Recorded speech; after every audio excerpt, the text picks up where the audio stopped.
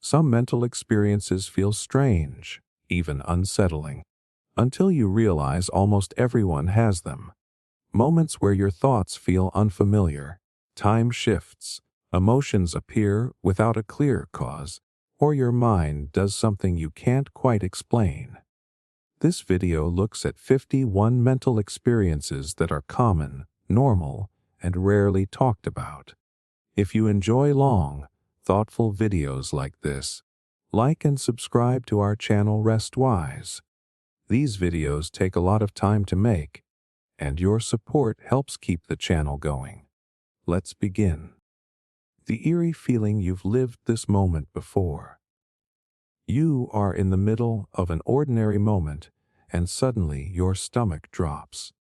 The room looks normal, the sounds are familiar, but something inside you whispers that this already happened. Not in a dream, not in a memory you can place, but in a way that feels disturbingly precise. You know what the next second is supposed to look like. You feel like you could predict the next sentence someone will say.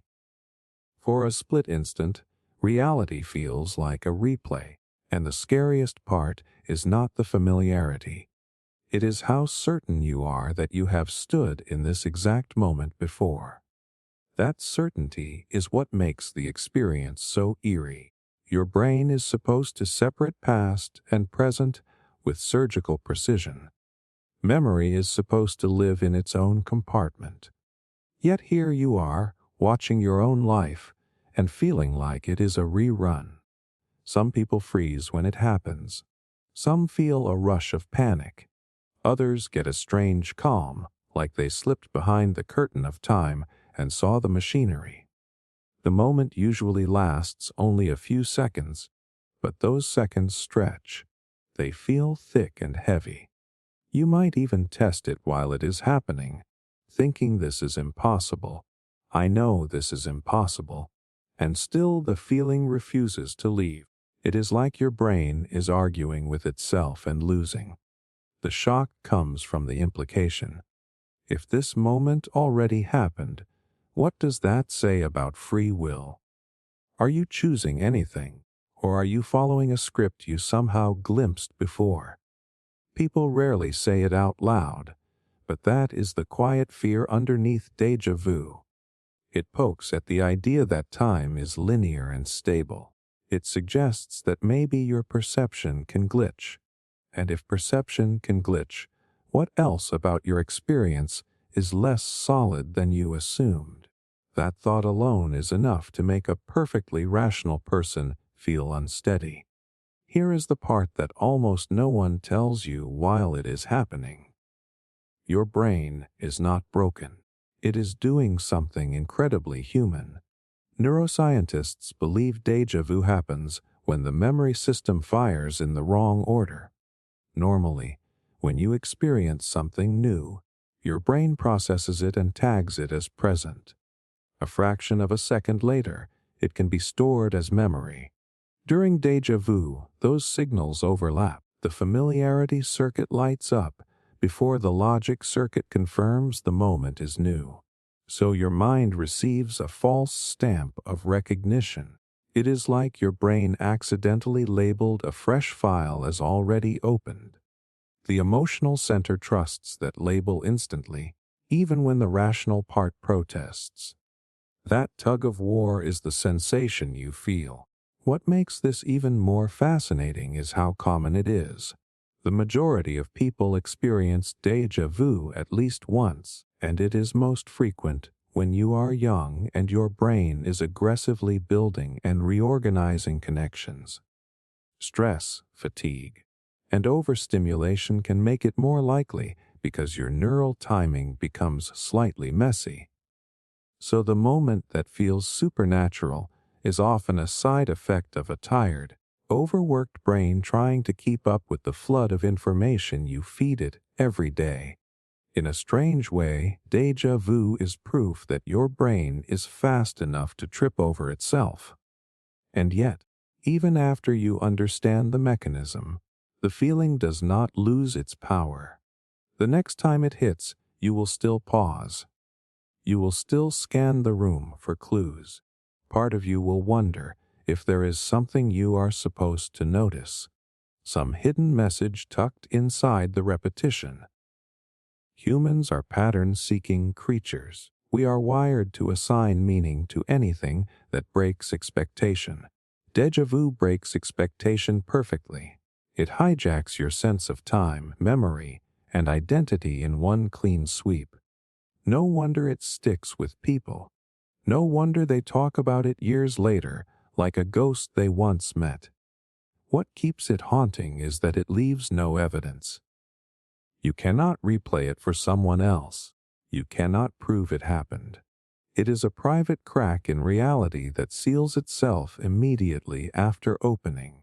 You are left with the echo of certainty and the unsettling awareness that your own mind can fabricate familiarity so convincingly that you believe it without question. And if your brain can do that in a harmless flash, it makes you wonder how many other invisible edits it is making to your experience every single day. Walking into a room and instantly forgetting why.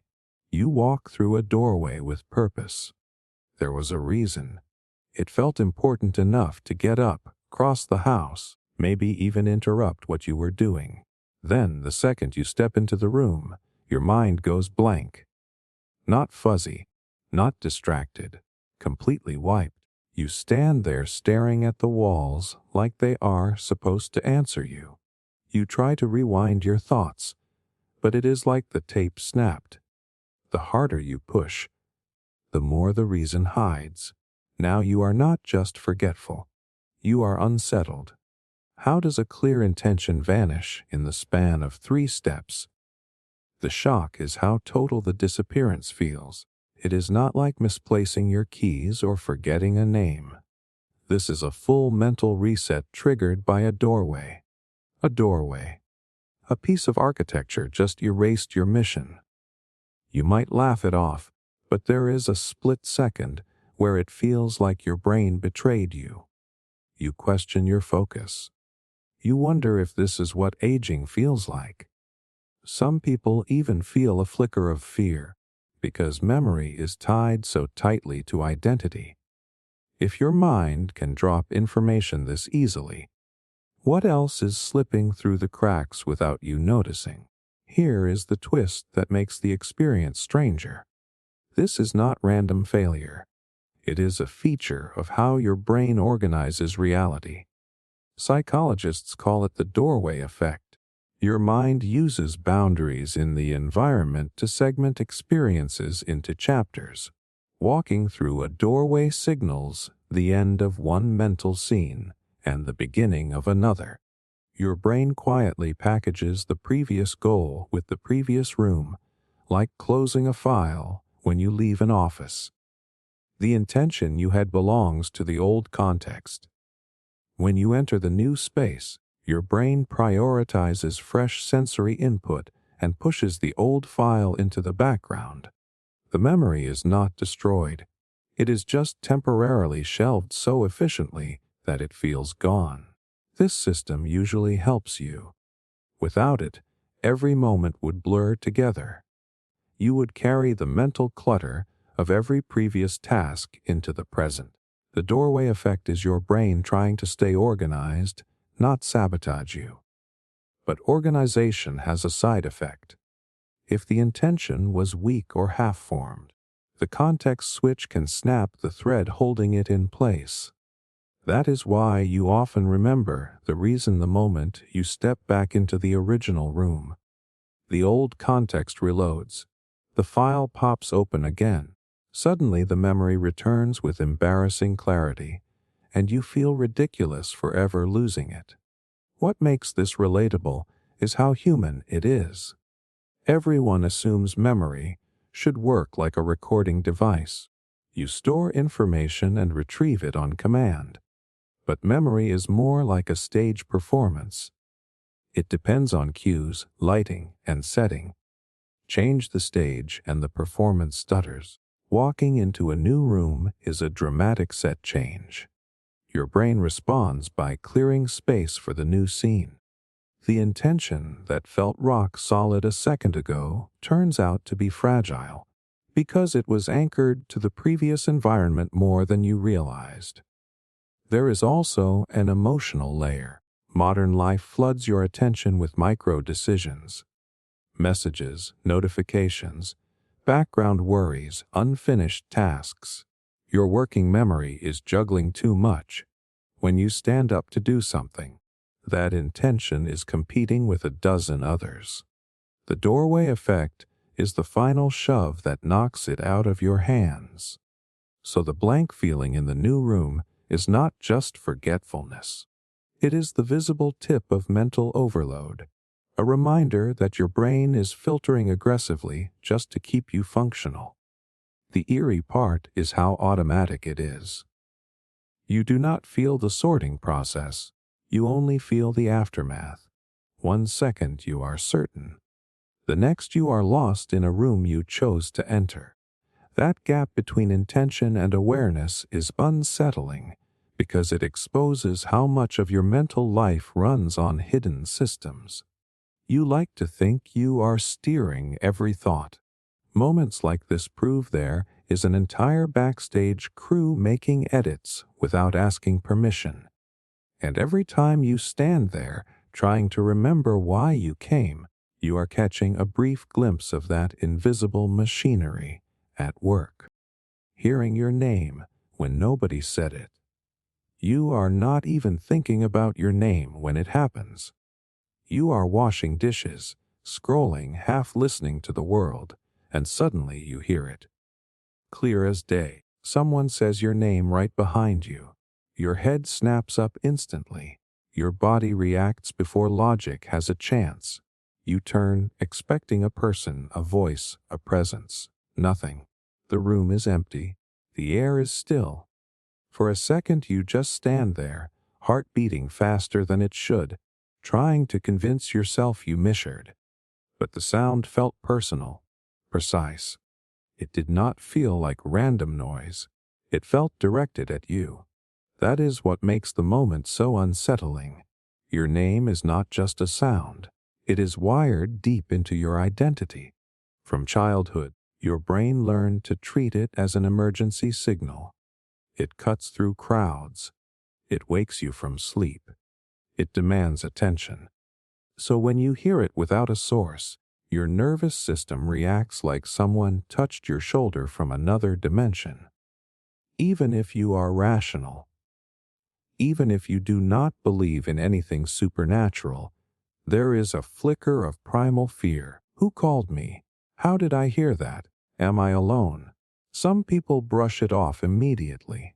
Others feel watched. The silence after is loud. You replay the sound in your head, trying to downgrade it into something harmless. Maybe it was the television in the other room. Maybe pipes shifting. Maybe wind folding into a shape that resembled a voice. But the emotional residue lingers, because the brain does not casually invent your name. It is one of the most emotionally loaded signals you have. Hearing it without a speaker feels like a boundary violation. It is as if your private channel got hijacked. Here is the part that pulls this experience back into the realm of human biology. Your brain is a prediction machine. It is constantly scanning noise and filling gaps to create meaning. This ability keeps you alive. It helps you detect threats and social cues at lightning speed. But the same system that protects you can overshoot. When you are in a quiet or monotonous environment, your auditory cortex becomes hypersensitive. It starts searching aggressively for patterns, especially patterns that matter to you. And nothing matters more on a neurological level than your own name. Your brain has a special filter tuned to it, like a radio locked onto one frequency. When random background noise passes through that filter, your mind sometimes snaps it into a familiar shape. A hum becomes a syllable. A creak becomes a voice. The brain would rather create a false positive than miss a real call. From an evolutionary perspective, It is safer to imagine someone calling you than to ignore an actual warning, so your perception errs on the side of detection. The result is a perfectly convincing hallucination lasting less than a second. Not a sign of illness, not a crack in sanity, just your pattern recognition running hot. Fatigue and stress amplify this effect. When you are overtired, the boundary between imagination and perception gets thinner. The brain struggles to filter internal noise from external sound. That is why these moments often happen late at night or during repetitive tasks. Your mind drifts into a half-dream state while your ears stay open. In that in-between zone, a thought can leak into hearing. Your internal voice, the one you normally experience as silent thinking, briefly masquerades as an external sound. Because it uses your name, it feels foreign, like it came from outside you. The reason it sticks with you is emotional, not logical. Even after you explain it, part of your body remembers the jolt. Being called activates your social wiring. Humans evolved to depend on group signals. Hearing your name is supposed to mean connection, attention, or danger. When the call leads nowhere, it creates a tiny social void. A message without a sender. Your brain hates unresolved signals, so it keeps poking the memory, trying to close the loop. What is fascinating is that this experience reveals how active perception really is. You are not passively recording the world. You are co-authoring it in real time. Your brain is constantly guessing what you are about to hear and see, then shaping raw input to match those expectations. Most of the time the guesses are invisible because they are accurate. Moments like this expose the guessing process. You catch your mind in the act of filling silence with meaning.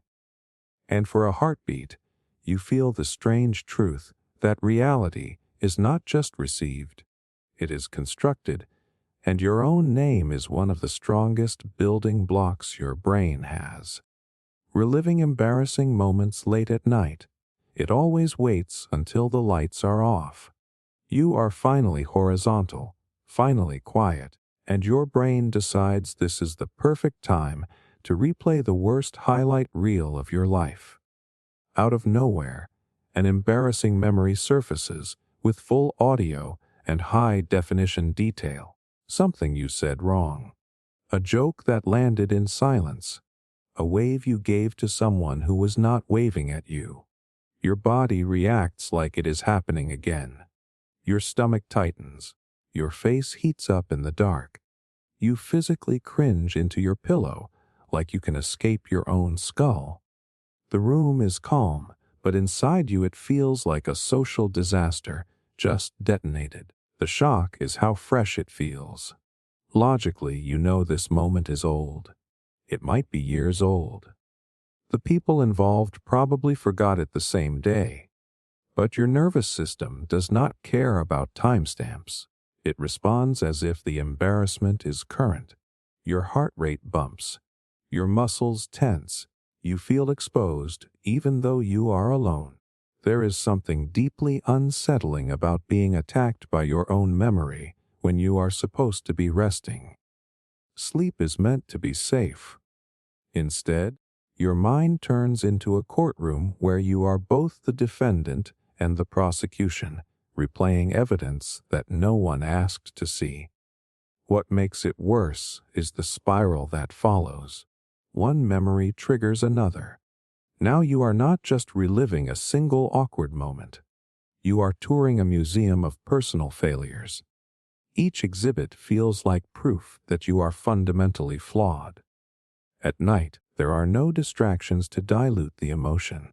No notifications. No conversations. Just you and the echo of your past. The silence amplifies everything. A small mistake from years ago suddenly feels like a character verdict. You start questioning how others see you, how many people secretly remember that moment, whether you have been walking around misunderstood this whole time. here is the paradox. This painful replay is not your brain trying to torture you. It is your brain trying to protect your social survival. Humans evolved in tight groups where reputation mattered. Being rejected by the tribe once could mean death. So your mind developed an aggressive error-checking system for social behavior. Embarrassment is the signal that says do not repeat this if you want to stay accepted. At night, when external input drops, the brain shifts into consolidation mode. It reviews emotional memories and strengthens lessons attached to them. Unfortunately, embarrassment carries a strong emotional tag, so it jumps the line. Your mind treats it as urgent training material. There is also a chemical angle. As you fall asleep, levels of certain neurotransmitters that regulate emotional balance change. The rational filtering that normally softens memories relaxes. Meanwhile, the emotional centers stay active longer. This imbalance lets old feelings leak out at full intensity. A memory that feels manageable during the day slips past your defenses at night and hits raw. That is why the same event you can joke about with friends suddenly feels unbearable at midnight. Your brain is replaying it without the usual emotional cushioning. The reason it feels so personal is that memory is not a recording. Every time you recall an event, you reconstruct it, and your current mood colors the reconstruction. Late at night, when you are tired and unguarded, your mind paints the memory with darker shades. You emphasize the awkward pauses. You exaggerate people's reactions. You cast yourself as more foolish than you actually were. Over time, the replay can become more painful than the original event. You are not just remembering embarrassment. You are editing it into something sharper each time. Strangely, the very intensity of these moments shows how deeply you care about connection. Indifference does not create midnight cringe. Empathy does.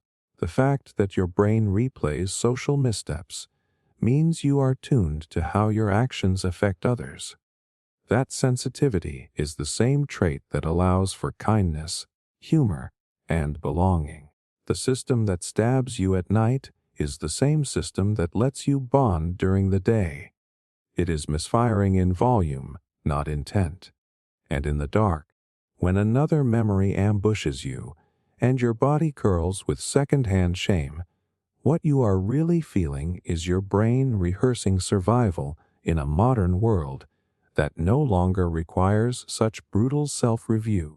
The echoes linger because your mind is built for a time when every social mistake carried heavier consequences. Now the stakes are lower, but the machinery is the same. So you lie there, reliving a moment no one else remembers, feeling the ghost of ancient instincts, insisting that fitting in still matters more than sleep. Driving somewhere and not remembering the trip, you pull into a parking spot, turn off the engine, and just sit there for a second. Something feels off. You know you drove here. The car is warm. The road is familiar. But you cannot remember the trip. Not the traffic lights. Not the turns. Not even the feeling of your hands on the wheel. It is like a chunk of time got erased. You try to rewind the drive in your head and hit static. The unsettling thought creeps in that you were moving a heavy machine through public space on pure autopilot, and you were not even fully there. That realization hits harder than people admit. Driving demands trust in your own awareness. You are supposed to be alert, responsive, in control. So when you arrive with no memory of the journey, it feels like you blacked out while awake. Your first instinct is to check for danger. Did I run a red light? Did I miss something important? How did I get here safely if I was not consciously present? There is a brief wave of fear, because it challenges the story you tell yourself about being a consistent, attentive person. If your mind can disappear during something this serious, where else is it vanishing without your permission? The shock fades, but the mystery lingers. The road you take every day somehow swallowed your attention whole. This is not simple forgetfulness. It is a state psychologists call automaticity. When you repeat a behavior enough times, your brain builds a shortcut. Instead of using the slow, energy-hungry parts responsible for deliberate decision-making, it hands the task to deeper systems designed for habits. These systems are efficient and fast. They let you tie your shoes, type passwords, and drive familiar routes without narrating every step. In many ways, this is a superpower. Your brain is conserving energy by compressing routine actions into scripts. The eerie part is how complete the handoff can become. While the habit system steers the car, your conscious mind drifts. It starts planning conversations, replaying memories, worrying about the future. Attention turns inward. Because memory formation depends heavily on attention, the external details of the drive never get properly recorded. It is not that you forgot the trip. Your brain never bothered to save it in the first place. To your memory system, nothing noteworthy happened. The road was predictable. The outcome was safe. File not needed. This reveals something uncomfortable but deeply human. Conscious awareness is not the default pilot of your life. It is more like a spotlight that turns on when novelty appears. When the environment is repetitive, the spotlight dims and the background machinery takes over. You are still reacting to brake lights. You are still adjusting speed. The sensory and motor circuits are working flawlessly. But the storyteller part of your mind, the part that creates a continuous narrative of you being here and doing this, steps out for a smoke break. When it returns at the parking spot, it finds a gap in the script. Fatigue and stress can widen that gap. When you are mentally overloaded, the brain leans even harder on habits because they cost less energy. The result is a longer stretch of unrecorded experience. This is why highway hypnosis is more common on long, monotonous roads. The lack of variation tells your brain there is nothing new to tag as important, so it lets the routine run and redirects your awareness elsewhere. You are functionally present, but narratively absent. What keeps the experience haunting is the philosophical aftertaste. If entire chunks of your day can run on autopilot, how much of your life is actually lived in full awareness? You like to imagine you are consciously steering every moment, but events like this expose how modular the mind really is. Different systems take turns driving, and your sense of self is just the commentator catching up after the fact. Arriving somewhere without remembering the journey is a glimpse behind the curtain. It shows you that competence does not always require consciousness, and that your brain is capable of carrying you safely through the world, while the part you call me is temporarily somewhere else. Playing fake conversations in your head. You are not talking out loud, but inside your head the conversation is vivid. You are explaining yourself perfectly. Your timing is sharp. Your comebacks land. You say the thing you wish you had said earlier, or the thing you are afraid you will need to say tomorrow. The imaginary person responds exactly how you expect, and you counter smoothly. It feels productive, almost satisfying, like you are rehearsing reality until it behaves. Then you snap back and realize none of it happened. You have been sitting silently, staring at nothing, running a full social simulation that only you can hear. What makes this strange is how emotionally real it feels. Your body reacts to these fake exchanges. Your chest tightens during the tense parts. You feel pride when you win the argument. You feel hurt when the imaginary version of someone criticizes you. All of this from a conversation that never left your skull. It raises an uncomfortable question. If your brain can trigger real emotions from fictional dialogue, how solid is the line between imagination and experience? In the moment, that line feels paper-thin.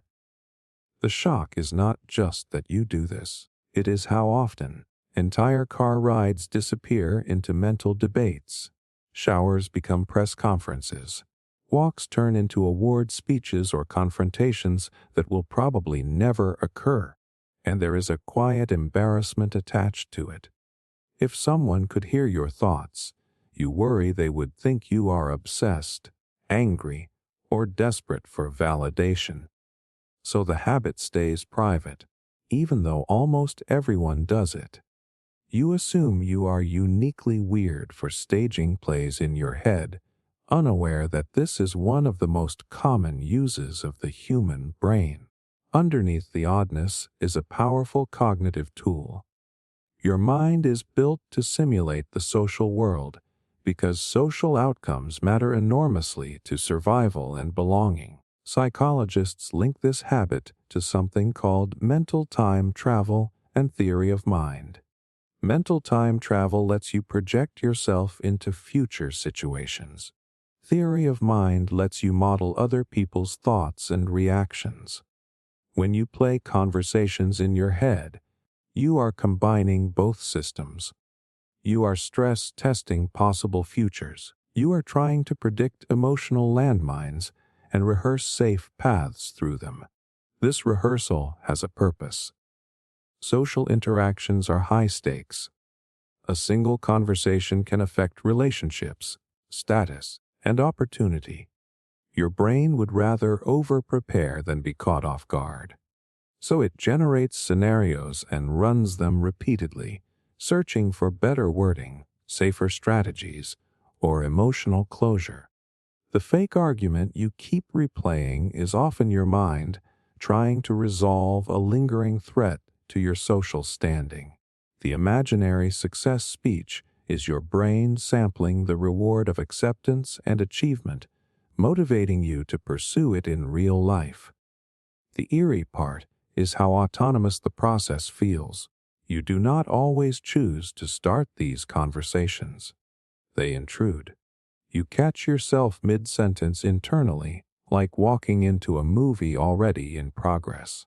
That is because much of this simulation happens in the default mode network, a set of brain regions active when you are not focused on the outside world. This network is responsible for daydreaming, self-reflection, and narrative building. When external demands are low, it ramps up and starts generating social stories automatically. Your sense of self is deeply tied to this storytelling engine, so the conversations feel personal and urgent. There is also a feedback loop with emotion. If you are anxious, the imagined conversations skew toward conflict and criticism. If you are hopeful, they tilt toward praise and victory. The brain uses these scenes to process feelings it does not fully understand yet. In a way, you are arguing with parts of yourself disguised as other people. The voices in the simulation carry your fears, your desires, and your internalized expectations. That is why the dialogues can reveal insecurities you would never say out loud. They are a safe theater where your mind experiments with identity. What lingers after you notice this habit is a strange respect for how social your brain truly is. Even in solitude, it refuses to be alone. It populates silence with characters and scripts because your survival once depended on anticipating others. The fake conversations are not signs of broken focus. They are evidence of a mind constantly practicing connection. And every time you drift into another invisible exchange, you are watching your brain rehearse the art of being human, trying again and again to get the words right before the real stage lights turn on. Feeling your phone vibrate when it didn't, your hand shoots to your pocket before you even think about it. You felt it. A clean, unmistakable buzz against your leg or palm. Someone texted. A notification came in. Your brain already started guessing who it might be. You pull the phone out, expecting proof. The screen is dark, no messages, no alerts, nothing. You check again because the sensation was too real to dismiss. Still nothing. Now you are standing there holding a silent phone, confused about how your body just lied to you so convincingly. The shock is in the certainty. This was not a vague itch or random twitch. It carried the exact signature of your device. The rhythm matched. The location matched. For a split second you were socially summoned, pulled toward connection by a signal that never existed. There is a weird loneliness baked into that moment. Your nervous system reacted to being wanted, and then reality corrected it. You laugh it off, but there is a quiet unease in realizing your senses can fabricate such a specific experience without permission. People rarely admit how often this happens. Phantom vibrations are incredibly common, especially for anyone glued to their phone for work, relationships, or validation. The device becomes an extension of your social self. It is your portal to approval, emergencies, opportunities, and belonging. So your brain treats its signals as high priority. Missing a notification feels costly. Over time, your sensory system becomes hyper-tuned, scanning constantly for the faintest hint of a buzz.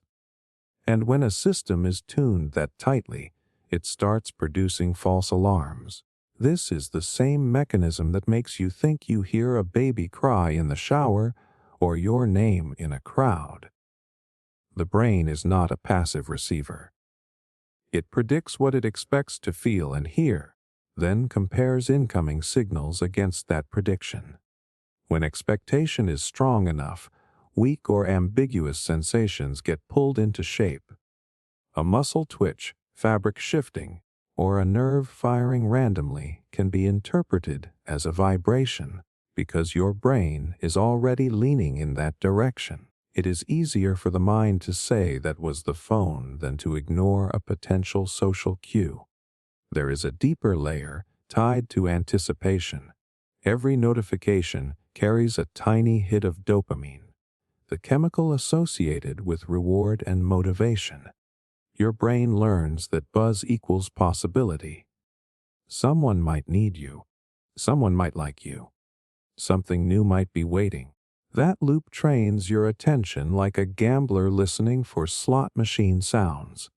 When the reward system is primed, the body starts hallucinating the trigger. Not because you are broken, but because your prediction circuits are aggressively trying to secure the next hit of information. Stress and attachment amplify it. If you are waiting for an important message, phantom vibrations spike. Your mind is looping around the expectation so tightly that the boundary between waiting and receiving blurs. The body joins the search. Sensory noise that you would normally ignore gets promoted to urgent. You feel a buzz that never happened because part of you desperately wants it to happen. The sensation is the physical echo of anticipation.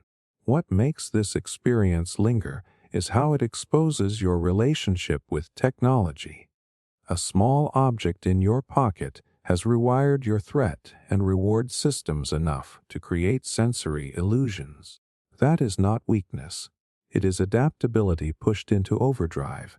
Humans evolved to treat social signals as survival signals. Your phone hijacks that ancient wiring by compressing your entire social network into a vibrating rectangle. Your brain responds exactly as it was designed to respond, by listening obsessively. So when you feel that ghost buzz and find nothing there, you are catching your nervous system mid-prediction. You are witnessing the moment expectation outruns reality. It is a reminder that perception is partly desire shaped into sensation. The phone did not vibrate, but your need to stay connected did. And for an instant, that need was strong enough to convince your body that the call had already arrived. Mentally rehearsing simple actions beforehand. Sometimes before doing the smallest thing, your brain insists on running a preview. You are about to stand up and ask a question. You imagine the walk, the words, the person's face turning toward you. You reach for a door and picture the motion before your hand even moves. You rehearse ordering food, greeting someone, sitting down, handing over a card. These are actions you have done hundreds of times, yet your mind quietly stages them like a dress rehearsal. It feels automatic and oddly necessary, like skipping the preview would be risky. The strange part is how detailed these micro-rehearsals can be. You do not just imagine success, you simulate mistakes. You see yourself tripping over a word, dropping something, misreading the room. Your body reacts with a flicker of tension, then relief when the imagined version resolves cleanly. All of this happens in a fraction of a second, invisible to anyone watching. On the outside you look calm. Inside, you just ran a full scenario engine to prepare for picking up a coffee. The shock comes when you notice how constant this is. Your day is filled with tiny internal trailers for moments that barely matter. It raises an uncomfortable thought. Why does my brain treat ordinary actions like potential threats? Why am I preparing so hard for something so simple? There is a hint of self-judgment that follows. You wonder if this means you are anxious, fragile, overthinking everything. The rehearsal feels like evidence that you do not trust yourself to act naturally. But this habit is not a flaw. It is a core feature of how the motor and planning systems evolved. Before you move, your brain builds a prediction of the movement and its outcome. Neuroscientists call this forward modeling. The brain sends a simulated command through internal circuits to estimate what will happen, then compares the prediction to your goal. This process lets you correct errors before they occur. It is the reason you can reach for a glass without knocking it over or navigate a crowded room without colliding with people. Most of the time, the simulation is so fast you never notice it. When you do notice it, it feels like a deliberate rehearsal. There is also a social layer stacked on top of the motor one. Humans are wired to anticipate reactions. Even simple actions happen in a social field. Standing up draws attention. Speaking creates judgment. Your brain evolved in environments where small social missteps could carry real consequences, so it developed a habit of pre-playing interactions, even tiny ones, to reduce uncertainty. The mental rehearsal is your mind asking what happens next and answering before reality gets a chance to surprise you. Fatigue, stress, and self-awareness can make these previews louder. When you are already on edge, the prediction system turns up the volume. It wants extra certainty. The rehearsal stretches longer and includes more worst-case branches. That is when it starts to feel like overthinking. But the underlying mechanism is the same one that allows athletes to visualize a performance or surgeons to mentally walk through a procedure. Simulation improves execution. Your brain does not distinguish much between a stage and a sidewalk. It prepares anyway. What makes the experience eerie is realizing how little of your behavior is truly spontaneous. Even actions that feel immediate are filtered through layers of prediction. The sense of choosing in the moment is partly an illusion created after the rehearsal already ran. You experience the final decision, not the hidden draft process. Catching yourself mentally practicing reveals the scaffolding behind your movements. It is like seeing pencil lines under a finished drawing. And there is something deeply human in that scaffolding. Your brain is trying to protect your competence and your belonging at the same time. It wants your body to move smoothly and your social presence to land safely. So it builds quick internal movies of the future and lets you step into the best version it can generate. Every tiny rehearsal is a sign of a system obsessed with minimizing harm and maximizing connection. When you picture a simple action before doing it, you are watching evolution whisper a suggestion, giving you one silent practice run so the real moment can pass without friction. A song looping endlessly in your mind. It starts without permission. A single lyric, a tiny melody fragment, slips into your awareness, and suddenly it is everywhere. The same 5 seconds of a song repeat like a scratched record inside your skull. You try to think over it, talk over it, distract yourself, but the loop keeps restarting. It is cheerful, or annoying, or completely random, and now it owns the soundtrack of your thoughts. You are brushing your teeth, answering emails, walking down the street, and underneath everything the music is still playing, perfectly clear, like your brain hired a private band that refuses to take a break. What makes it so unsettling is the lack of control. You did not choose to press play. You cannot easily press stop. The loop feels mechanical, almost external, as if someone slipped a speaker into your head. Part of you worries about what it says that your mind can get hijacked by a chorus you barely even like. You try to force another song in to replace it. Sometimes that works. Sometimes it just creates a mashup war where both melodies fight for space. The more you resist, the more stubborn the original tune becomes. It turns into a mental itch you cannot scratch. The shock is realizing how sticky something so small can be. A few notes overpower complex thoughts. You can be trying to plan your day while a pop hook chants in the background like a ritual. It feels ridiculous and powerful at the same time. If a simple melody can loop this aggressively, what does that say about how your attention works? You pride yourself on being rational and directed, yet here you are being gently bullied by a jingle. This phenomenon has a name that sounds playful but points to a serious cognitive feature. Psychologists call these earworms, and they reveal how your memory system is tuned for repetition and pattern completion. Music is engineered to exploit that system. Catchy songs use simple structures, predictable rhythms, and unresolved phrases that beg to be finished. When you hear a fragment, your brain automatically tries to complete the pattern. The loop is your mind attempting to close a musical circle that never quite seals. Each replay is a tiny effort to resolve tension built into the melody. There is also a working memory component.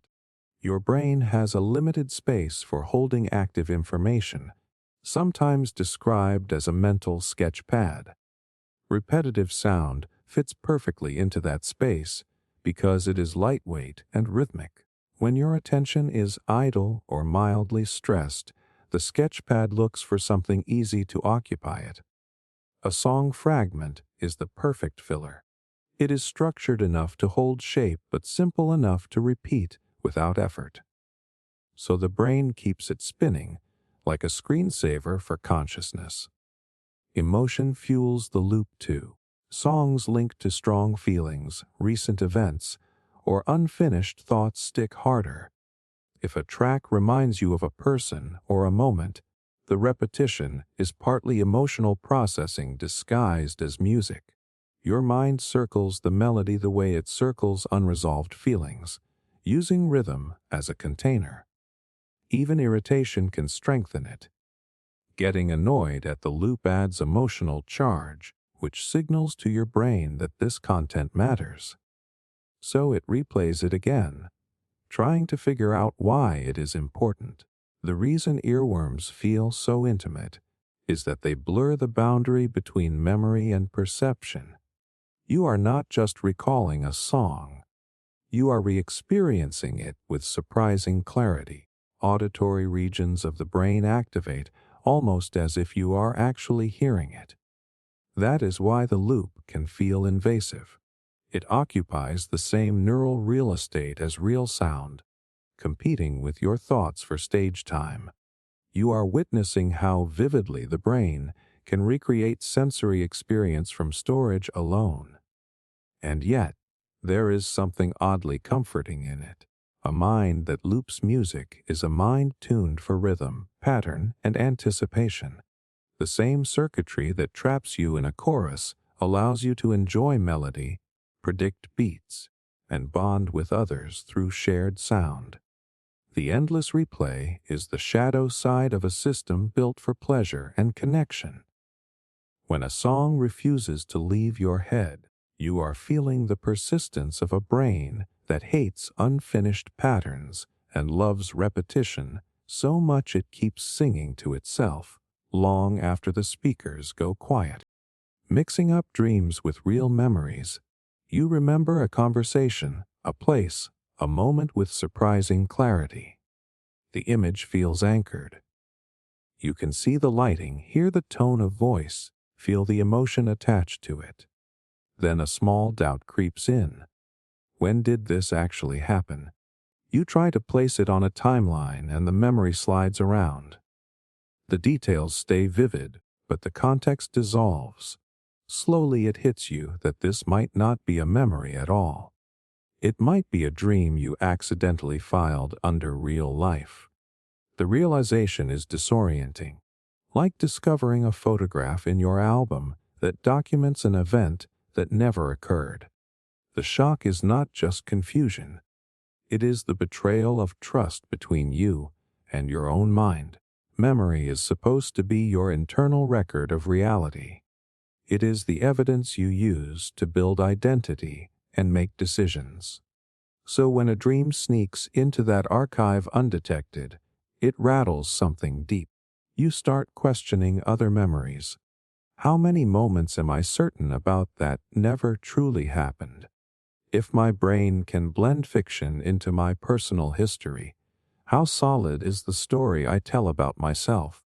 The emotional sting comes from how convincing dreams can be.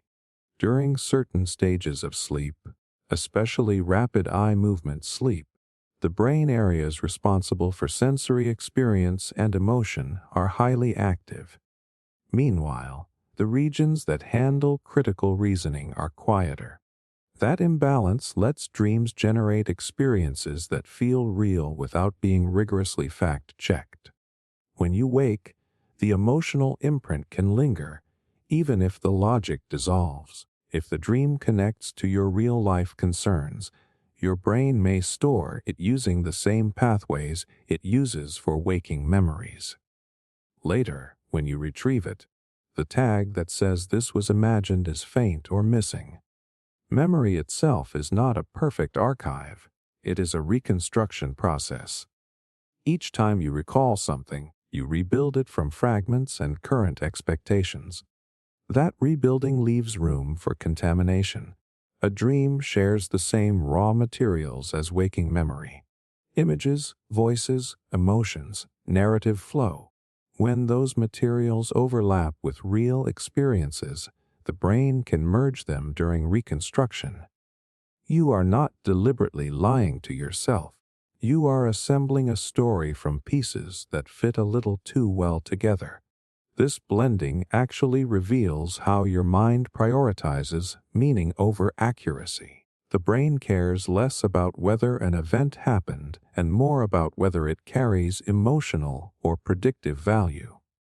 If a dream rehearses a fear, a desire, or a social scenario that matters to you, your mind treats it as useful data. It files the feeling alongside real events because both can guide future behavior. In evolutionary terms, practicing danger in a dream can be as instructive as facing it awake. The side effect is occasional confusion about the source. Fatigue and stress make the boundaries thinner. When you are sleep deprived, the transitions between dreaming and waking are rougher. Fragments of dream imagery can bleed into consciousness, and your memory system struggles to label them correctly. That is why intense periods of life often come with more memory uncertainty. Your brain is juggling too much emotional material, and the filing system gets sloppy. A dream argument feels like a real one. A dreamed plan feels like something you already did. What lingers after you catch a mixed memory is a quiet awe at how creative your mind is. It is constantly generating simulations, stories, and alternate realities, then weaving them into the fabric of your identity. The fact that you can mistake a dream for a memory means the simulation was rich enough to stand beside waking life. That is not weakness. It is a sign of a brain capable of immersive imagination. And in that blur between dream and memory, you glimpse a truth most people ignore. Your experience of reality is always filtered through reconstruction. Even your clearest memories are edited, colored, and partially invented each time you touch them. Dreams simply expose the process by slipping their fiction into the same workshop. When you realize a moment never happened the way you thought, you are catching your mind mid-creation, watching it stitch together a personal history that feels seamless, even when some of the threads were spun in sleep. Moments when time feels distorted. There are moments when the clock stops behaving the way it is supposed to. You look up after what feels like 5 minutes and an hour is gone. Or the opposite happens. A single minute stretches so long it feels padded with extra space. You are stuck in a conversation, a classroom, a waiting room, and time thickens. Every second has weight. You become hyper-aware of it passing, grain by grain. It is the same universe, the same clock on the wall, yet your internal sense of duration has completely detached from reality. The unsettling part is how absolute the distortion feels. When time speeds up, you feel robbed. You wonder where the day went, how you lost chunks of your life without noticing. When time slows down, you feel trapped inside the moment, like you are walking through invisible syrup. Your emotional reaction depends on the direction of the shift. Fast time creates panic about wasting life. Slow time creates discomfort and restlessness. Both states force you to confront the fact that your experience of time is not fixed. It is negotiable, and your brain is the one negotiating. The shock comes from realizing the clock is innocent. What is bending is not time itself, but attention. Your brain does not measure time with a perfect internal stopwatch. It estimates duration based on how much information it processes.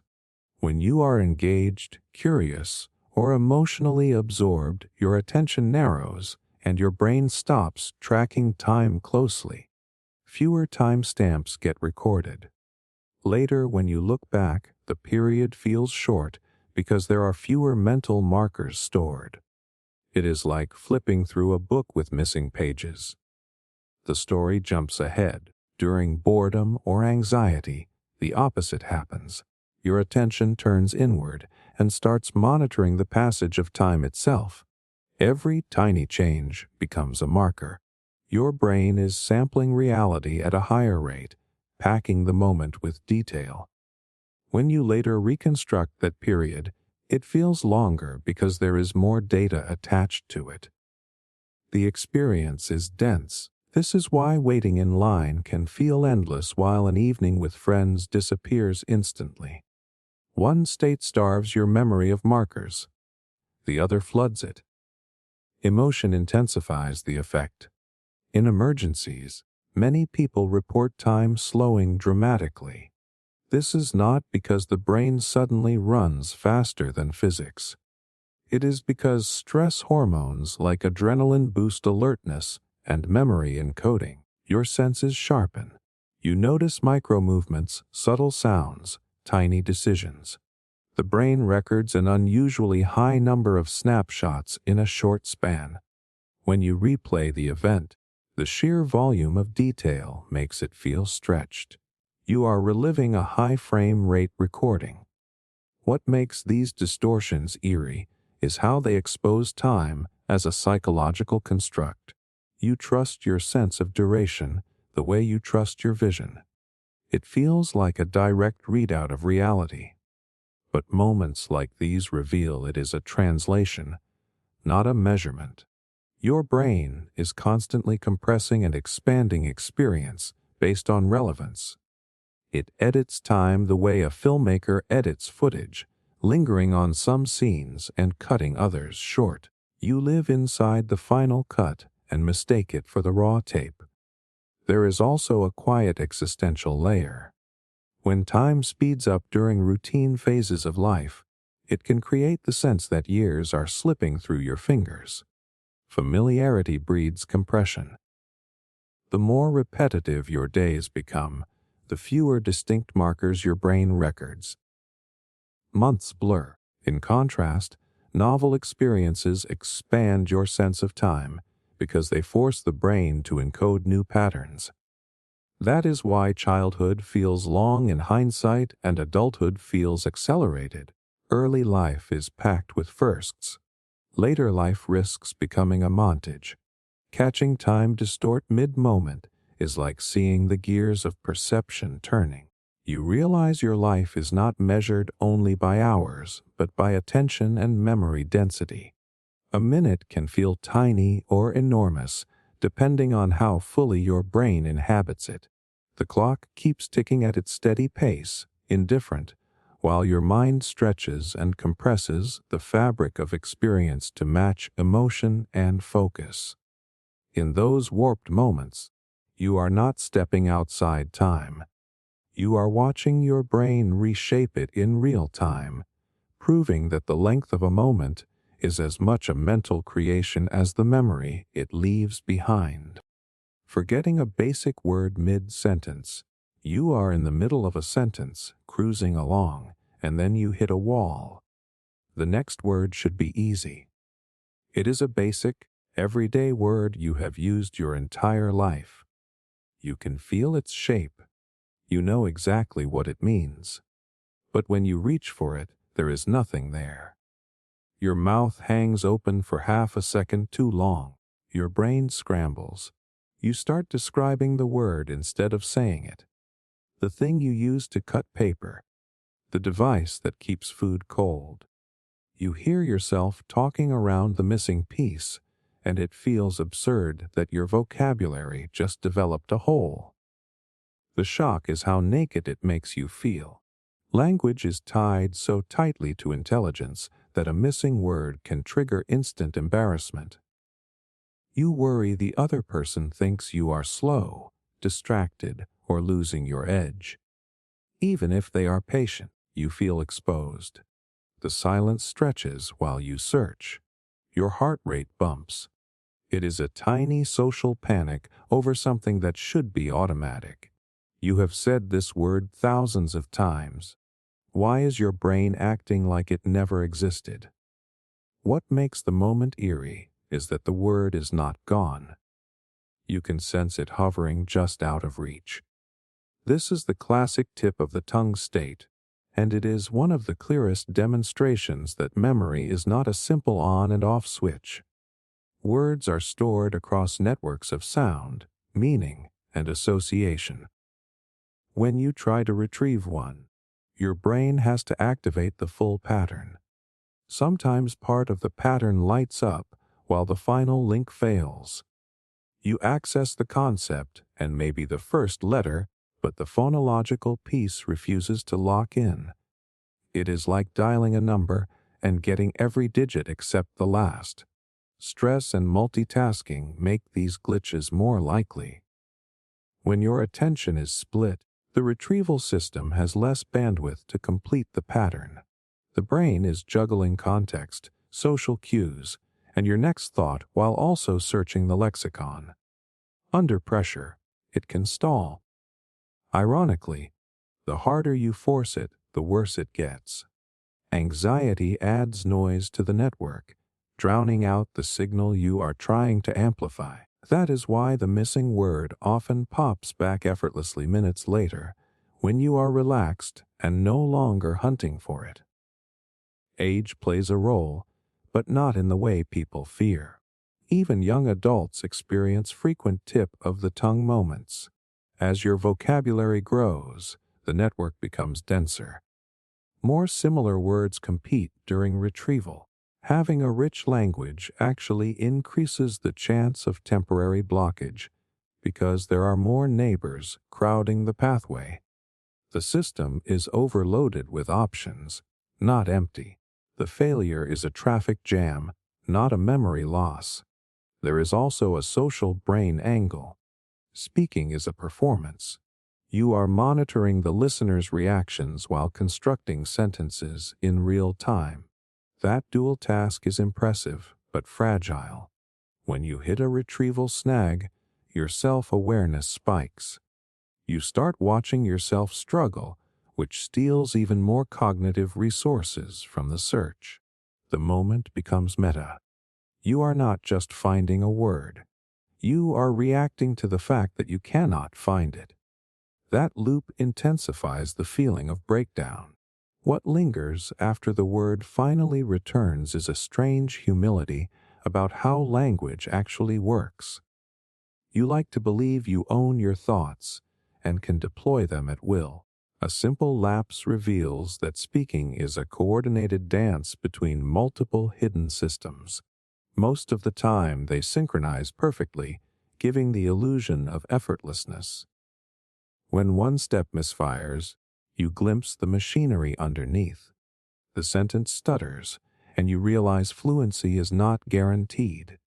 It is assembled fresh each time, and yet the recovery is just as telling.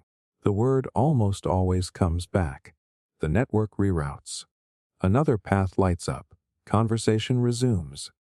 The temporary void closes as if it was never there. That resilience is the real story. Forgetting a basic word mid-sentence is not a sign of collapse. It is a reminder that language is alive inside you, a dynamic web constantly negotiating speed, meaning, and social pressure. Every stumble is proof that the system is complex enough to fail for a second and strong enough to rebuild the bridge before anyone else even notices the gap. Becoming too aware of your breathing. You are breathing normally until the moment you notice it. The instant your attention lands on your breath, everything changes. Suddenly it feels manual. Each inhale is deliberate. Each exhale feels slightly wrong, like you forgot the natural rhythm, and now you are faking it. Your chest tightens because you are trying to breathe correctly, which is a ridiculous concept, yet your body does not get the joke. The more you monitor it, the more awkward it becomes. A process that has been running flawlessly since birth now feels fragile. Like if you stop supervising it for 1 second, something bad might happen.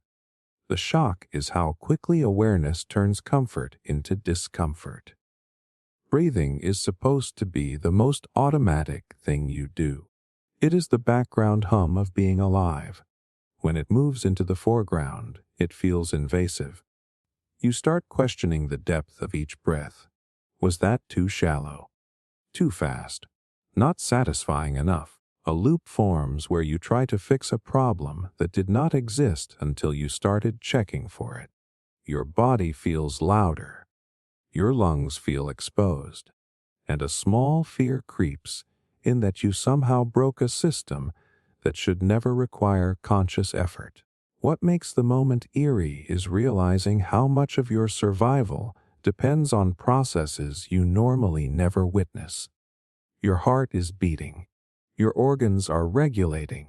Your brainstem is coordinating breath with chemical precision.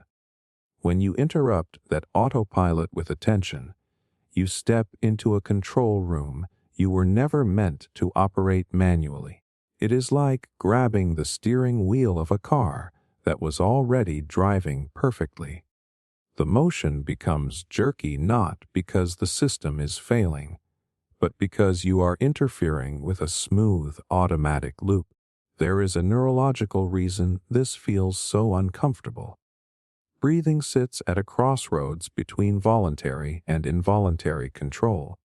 Most bodily functions are locked away from conscious access, but respiration is shared territory. You can override it temporarily, yet it is designed to run best without you. When you focus on it, higher brain regions that handle deliberate action start micromanaging a rhythm optimized by deeper structures. That handoff is clumsy.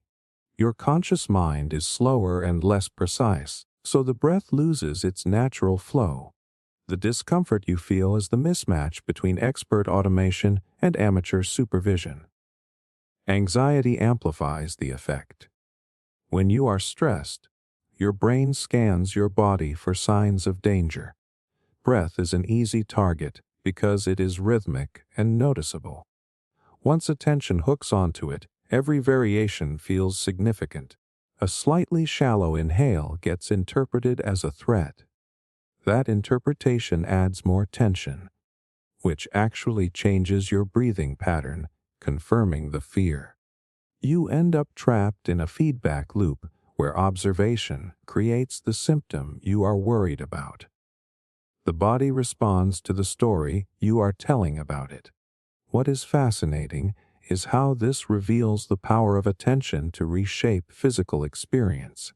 You tend to think of awareness as passive, like a flashlight illuminating what is already there. In reality, attention is an active force. It alters neural firing, muscle tension, and perception. By watching your breath, you are not just noticing it. You are modifying it. The discomfort is evidence that mind and body are not separate channels. They are braided together, constantly influencing each other in real time. There is also a deeper psychological layer.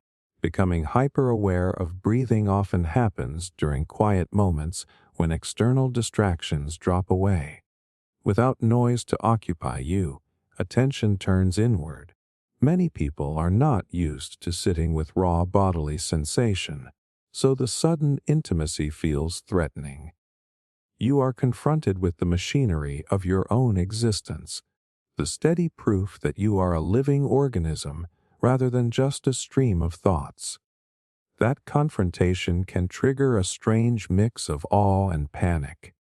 It is grounding and destabilizing at the same time, and yet the resolution is built into the system.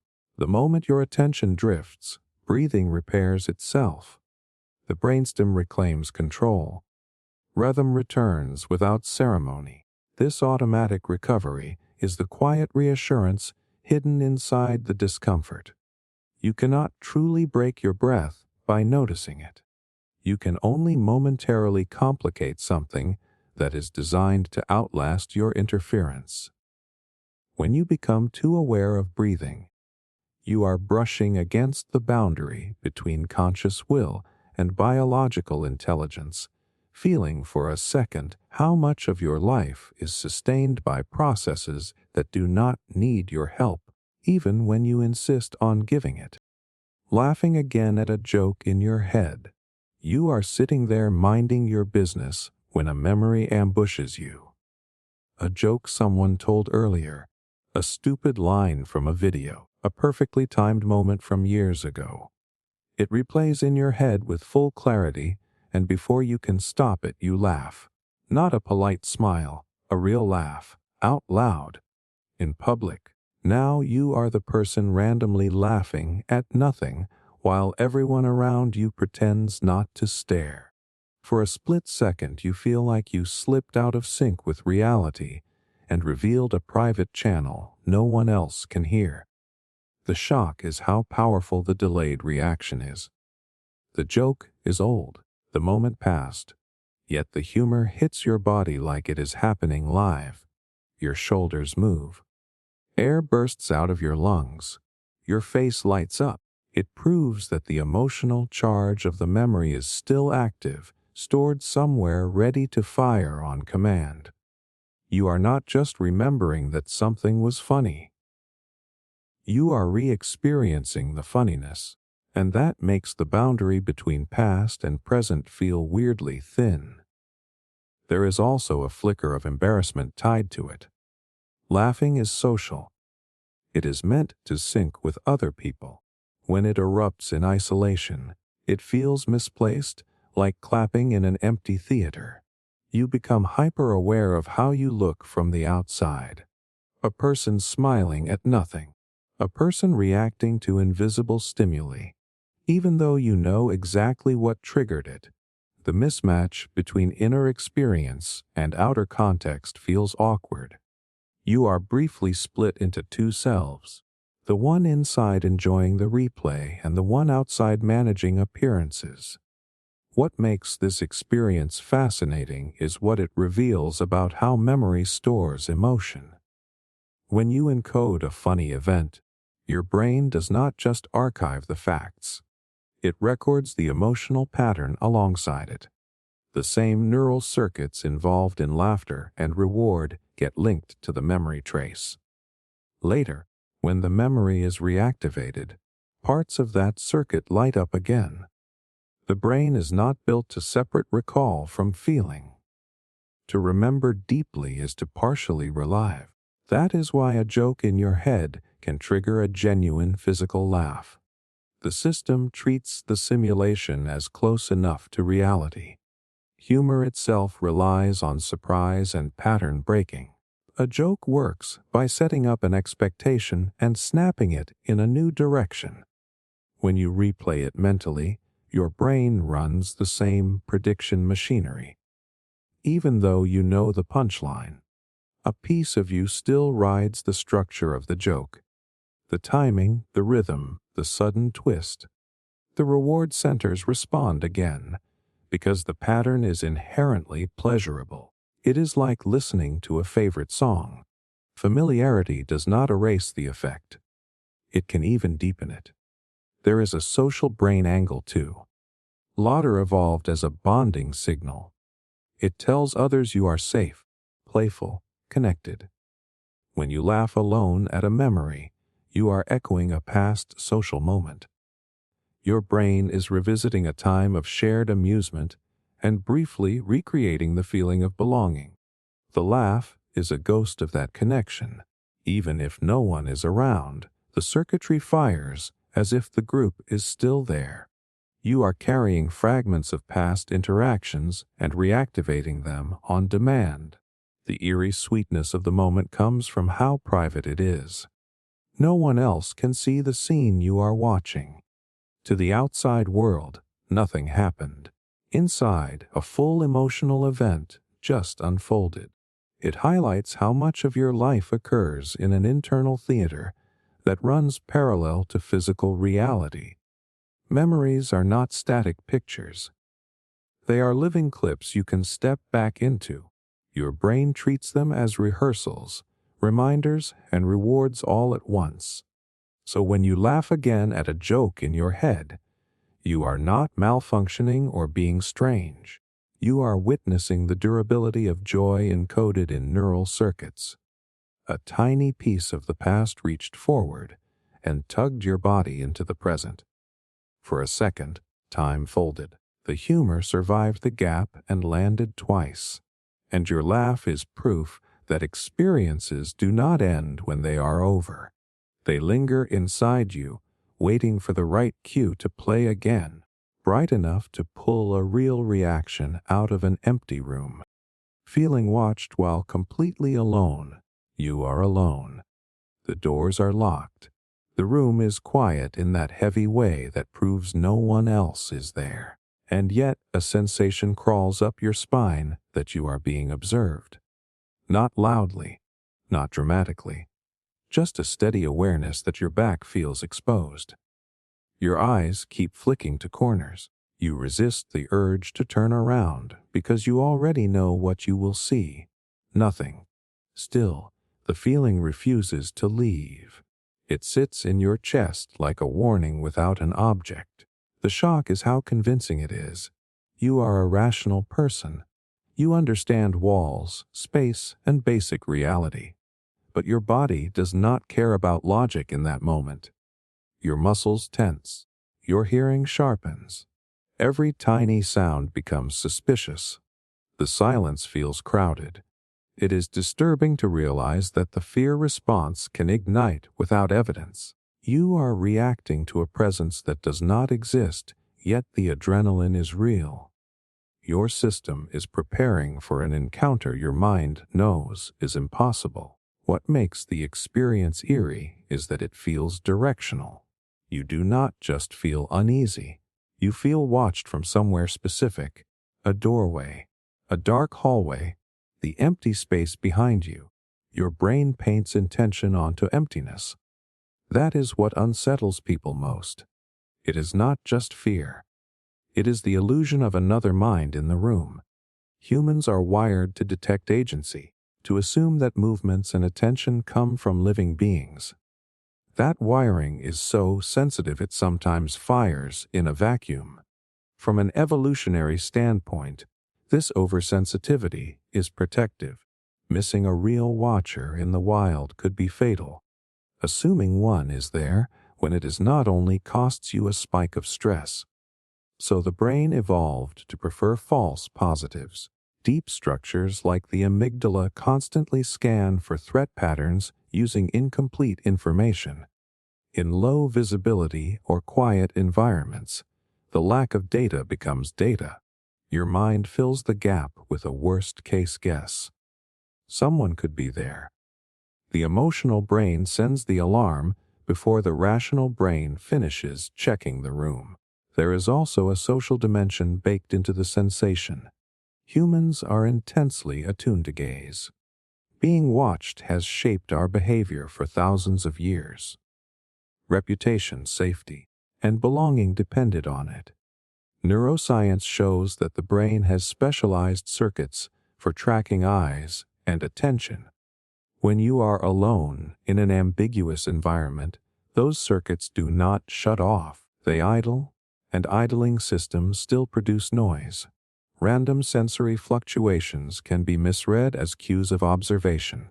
A shadow suggests a figure. A creak suggests a shift in weight. The brain stitches these hints into a story faster than you can correct it. Fatigue and stress lower the threshold even more.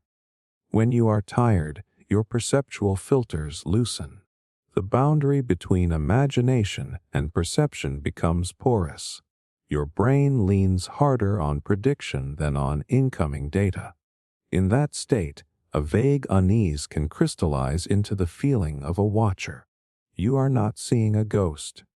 You are feeling your threat detection system running hot, projecting possibilities onto empty space.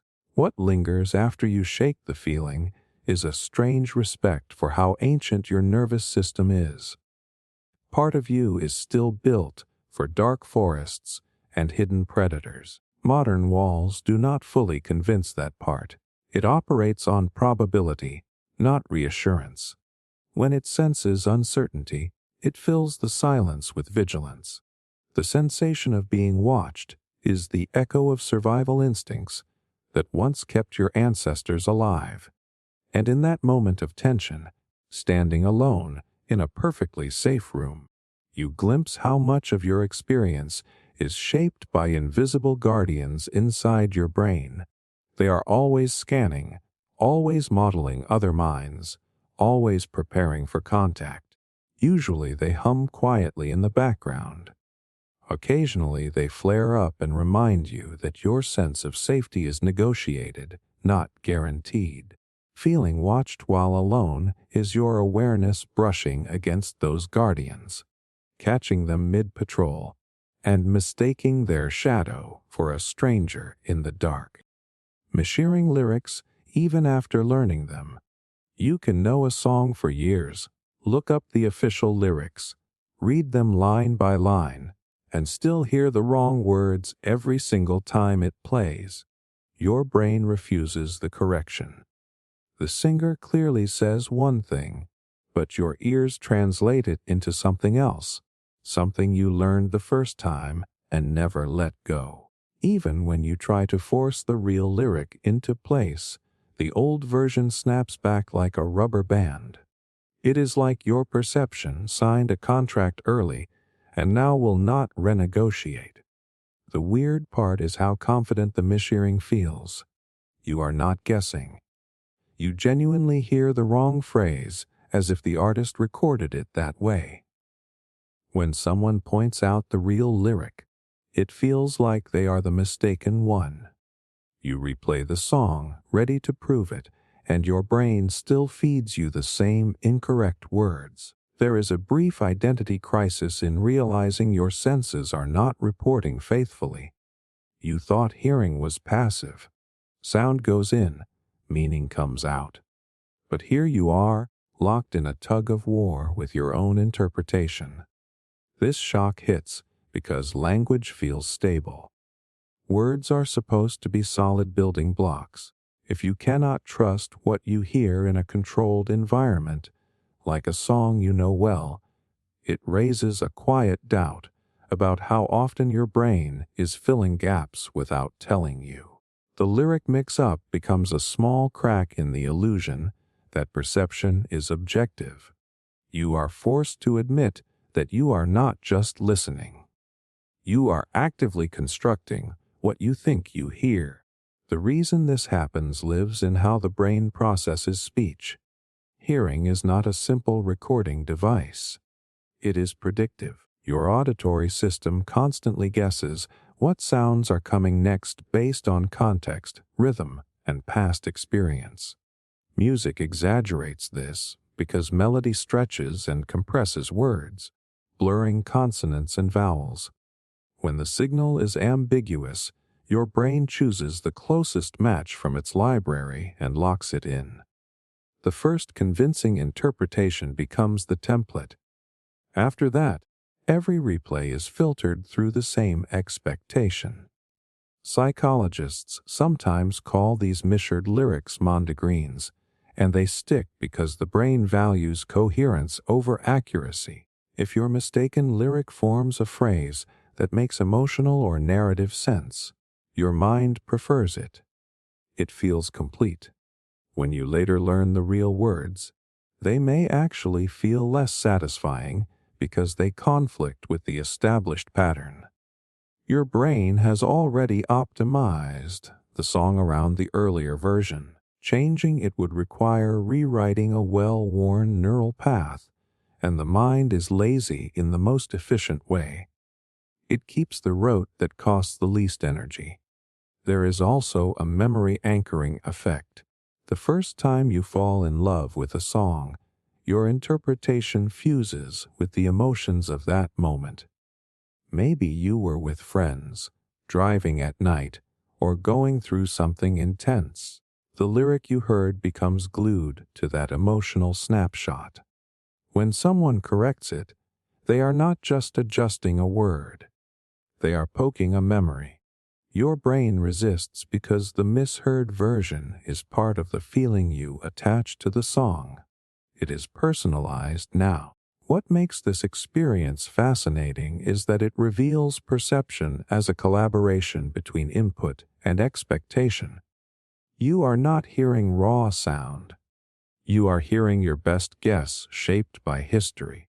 The same mechanism that causes lyric mix-ups allows you to understand speech in noisy rooms and recognize voices through static. Your brain is constantly repairing imperfect signals. Misheard lyrics are the playful side effect of a system designed to prioritize meaning over precision. Even after you memorize the correct words, the original version lingers like a ghost track. Sometimes you can hear both at once, flickering back and forth. That dual perception is a glimpse into the editing process happening in real time. You catch your brain swapping subtitles on the same audio stream. It is disorienting and impressive. You are witnessing the flexibility of a mind that would rather tell a consistent story than a perfectly accurate one. So when you keep mishearing a lyric you logically know is wrong, you are not failing to learn. You are seeing how stubborn first impressions can be inside the architecture of perception. The brain builds reality quickly, commits to it, and defends it with surprising loyalty. A song becomes proof that hearing is never just about the ears. It is about expectation, memory, and emotion merging into a version of the world that feels right enough to sing along to, even when the words were never there. Random childhood memories resurfacing. You are doing something completely ordinary when it hits you. A smell, a sound, a random texture in your hand unlocks a memory you did not know you still had. Suddenly, you are 5 years old again, standing in a kitchen you forgot existed, watching sunlight hit the floor in a specific pattern. The scene is absurdly detailed. You remember the color of the walls, the feeling in your chest, the exact angle of the moment. Then just as quickly as it arrived, it starts fading. You are left staring at the present, stunned that an entire slice of your childhood was quietly stored somewhere and chose this second to resurface. The shock is how alive it feels. This is not a vague fact about the past. It is immersive. Your body reacts with a strange nostalgia that is almost physical. For a heartbeat, the adult version of you dissolves, and the child perspective overlays reality. It raises a haunting question. If memories this vivid can hide for decades and return intact, how much of your life is sitting below the surface, waiting for the right key? You walk around assuming you remember your childhood in broad strokes, but moments like this suggest your brain is an archive far deeper than you ever access. There is also a quiet grief attached to it. The memory proves that version of you existed in full color, with fears and joys that once felt enormous. Now it survives as a fragile clip that can disappear again at any time. You feel protective of it while it is there. You try to hold it in place, repeat it, lock it in. But the harder you grip, the more it slips. The fading feels like losing the child twice. First to time, then to forgetting. What is happening in your brain during these flashes is not magic. It is the way memory is indexed. Experiences are stored with sensory and emotional tags. Smell, in particular, has a direct line to the limbic system, the region tied to emotion and long-term memory. That is why a scent can punch through years instantly. When a present cue overlaps with the pattern of an old memory, the network reactivates. You are not pulling a file from a neat folder. You are lighting up the same circuitry that fired when the event first happened. The memory returns because the brain believes, for a split second, that the past pattern is relevant again. Childhood memories feel especially strange because early experiences are encoded before your sense of narrative identity fully forms. As an adult, you remember your life as a story starring a consistent character. Childhood memories come from a time when that character was still under construction. So when one resurfaces, it feels like meeting a stranger who is somehow you. The emotional tone is familiar, but the perspective is alien. You are accessing a version of consciousness that no longer exists in the same shape. Stress and repetition usually bury these fragments. The adult brain optimizes for the present. It prunes unused pathways to stay efficient. But pruning is not deletion. The old circuits remain dormant, not destroyed. A strong enough cue can wake them. That is why the memory feels accidental. You did not search for it. The environment reached into storage and flipped the right switch. Your awareness is just the witness to a pattern match happening deep under the hood. What makes these moments linger is the sense of hidden continuity. You realize the child you were is not gone. They are layered inside you, preserved in neural architecture. Every resurfaced memory is evidence that your identity is cumulative, not replaced. The years did not erase earlier versions. They stacked on top of them. When a childhood scene returns, you are briefly standing at a crossroads where multiple ages of yourself overlap. The present contains the past more literally than you usually feel. And after the memory fades, a residue remains. A softness, a melancholy curiosity about the parts of you that operate silently. You go back to your day knowing your mind is carrying entire forgotten worlds. Random childhood memories are reminders that your brain is not just a recorder of time, but a vault of lived perspectives. At any moment, a scent or sound can open a door and let an earlier self step forward, look around through your current eyes, and vanish again, leaving you with the uncanny comfort of knowing they were never truly gone.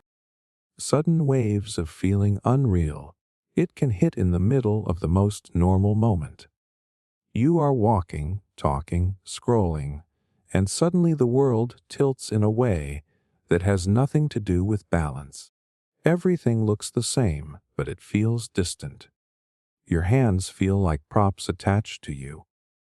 The room looks flat, like a picture of itself. A quiet thought slides in that this cannot be real, or at least it does not feel real. You know intellectually that nothing changed. You know where you are, but the emotional certainty of reality just drained out of the scene. The shock is immediate and deeply personal. You are not scared of the environment. You are scared of your own perception of it. The familiar anchor that says, "This is my life, this is happening," loosens. People describe it as watching themselves from behind their eyes or walking through a movie set.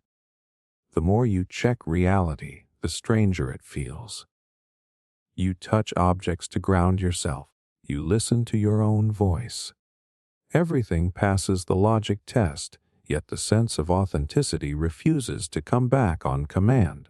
What makes this experience so disturbing is that it targets your core assumption that consciousness is stable. You expect to feel like yourself all the time. When that feeling flickers, it triggers existential panic. If I do not feel real, what does real even mean? Am I losing control? Is this the beginning of something permanent? The fear is not just about the moment. It is about what the moment implies. A crack appears in the relationship between you and your own awareness. These episodes are often linked to a state psychologists call depersonalization or derealization. Despite how dramatic those words sound, the mechanism behind them is rooted in protection. When the brain is overwhelmed by stress, anxiety, or emotional overload, it can dial down the intensity of experience as a defensive move. Think of it like a circuit breaker. Instead of letting the full force of emotion surge through, the mind creates distance. Sensory input is still processed, but the emotional coloring is muted. The world looks intact but feels hollow. This dampening effect is driven by shifts in how different brain regions communicate. Areas that generate emotional salience become less synchronized with regions that handle perception and self-awareness. You still see and think clearly, but the usual warmth of connection between you and your surroundings is reduced. The brain is trying to keep you functional under pressure by numbing the edge of experience. The side effect is the uncanny sensation of unreality. Ironically, the more you fear the feeling, the longer it can last. Anxiety feeds the same stress circuits that triggered the detachment in the first place. You start monitoring your perception constantly, asking, "Do I feel real yet?" which keeps attention locked on the distortion. Attention acts like a magnifying glass. It stretches the episode by making it the center of your mental stage. What began as a brief protective reflex turns into a loop sustained by worry about the loop. What matters is that the sensation, while terrifying, is not a sign that you are disappearing or going insane. It is a known response of a nervous system under strain. Many people experience it at least once, especially during periods of high stress or panic. The brain is attempting to create emotional space, not erase your identity. The feeling of unreality is a mismatch between perception and emotional tagging, not a loss of contact with reality itself. You still recognize the world correctly. You are just temporarily cut off from the feeling that usually confirms it. There is something strangely revealing in these moments. They expose how much of reality is emotional texture layered onto raw perception.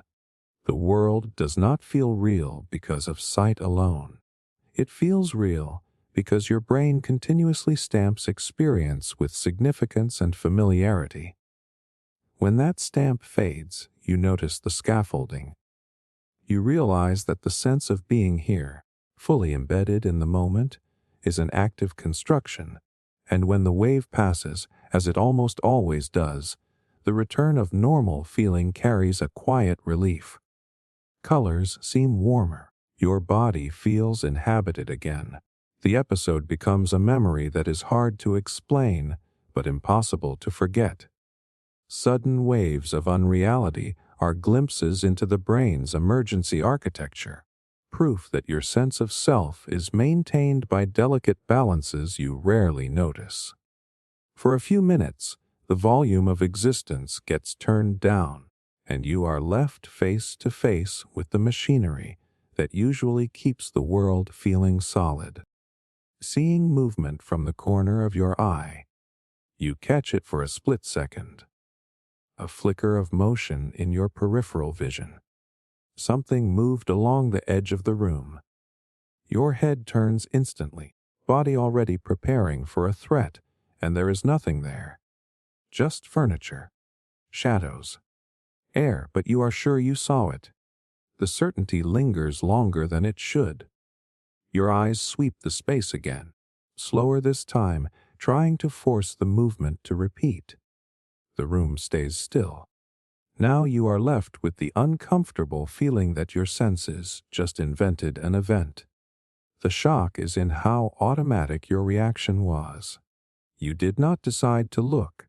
Your body snapped to attention before conscious thought showed up. That reflex carries a primitive weight. It feels like you dodged something important. When nothing is found, relief mixes with unease. If there was no object, why did your brain fire the alarm so confidently?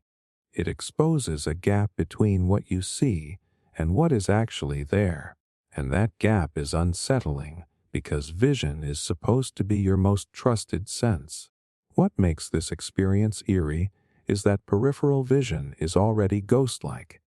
The edges of your sight are low resolution, color poor, and optimized for motion over detail. Evolution built it that way on purpose. The outer field of view acts like an early warning system.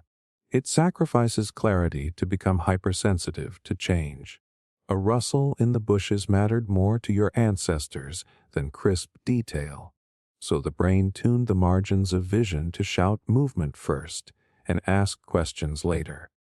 Inside that system, false positives are expected.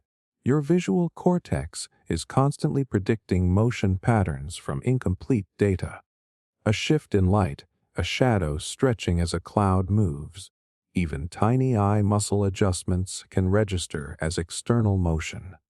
The brain would rather flag 10 imaginary movements than miss one real predator. That bias toward detection is baked into the hardware. When you see something from the corner of your eye, you are watching a survival algorithm doing exactly what it was designed to do. Fatigue and stress amplify the effect. When you are tired, the brain relies more heavily on prediction and less on careful verification. Peripheral signals get interpreted faster and sloppier. Your attention is also more jumpy, primed for interruption. In that state, minor visual noise becomes a candidate for threat.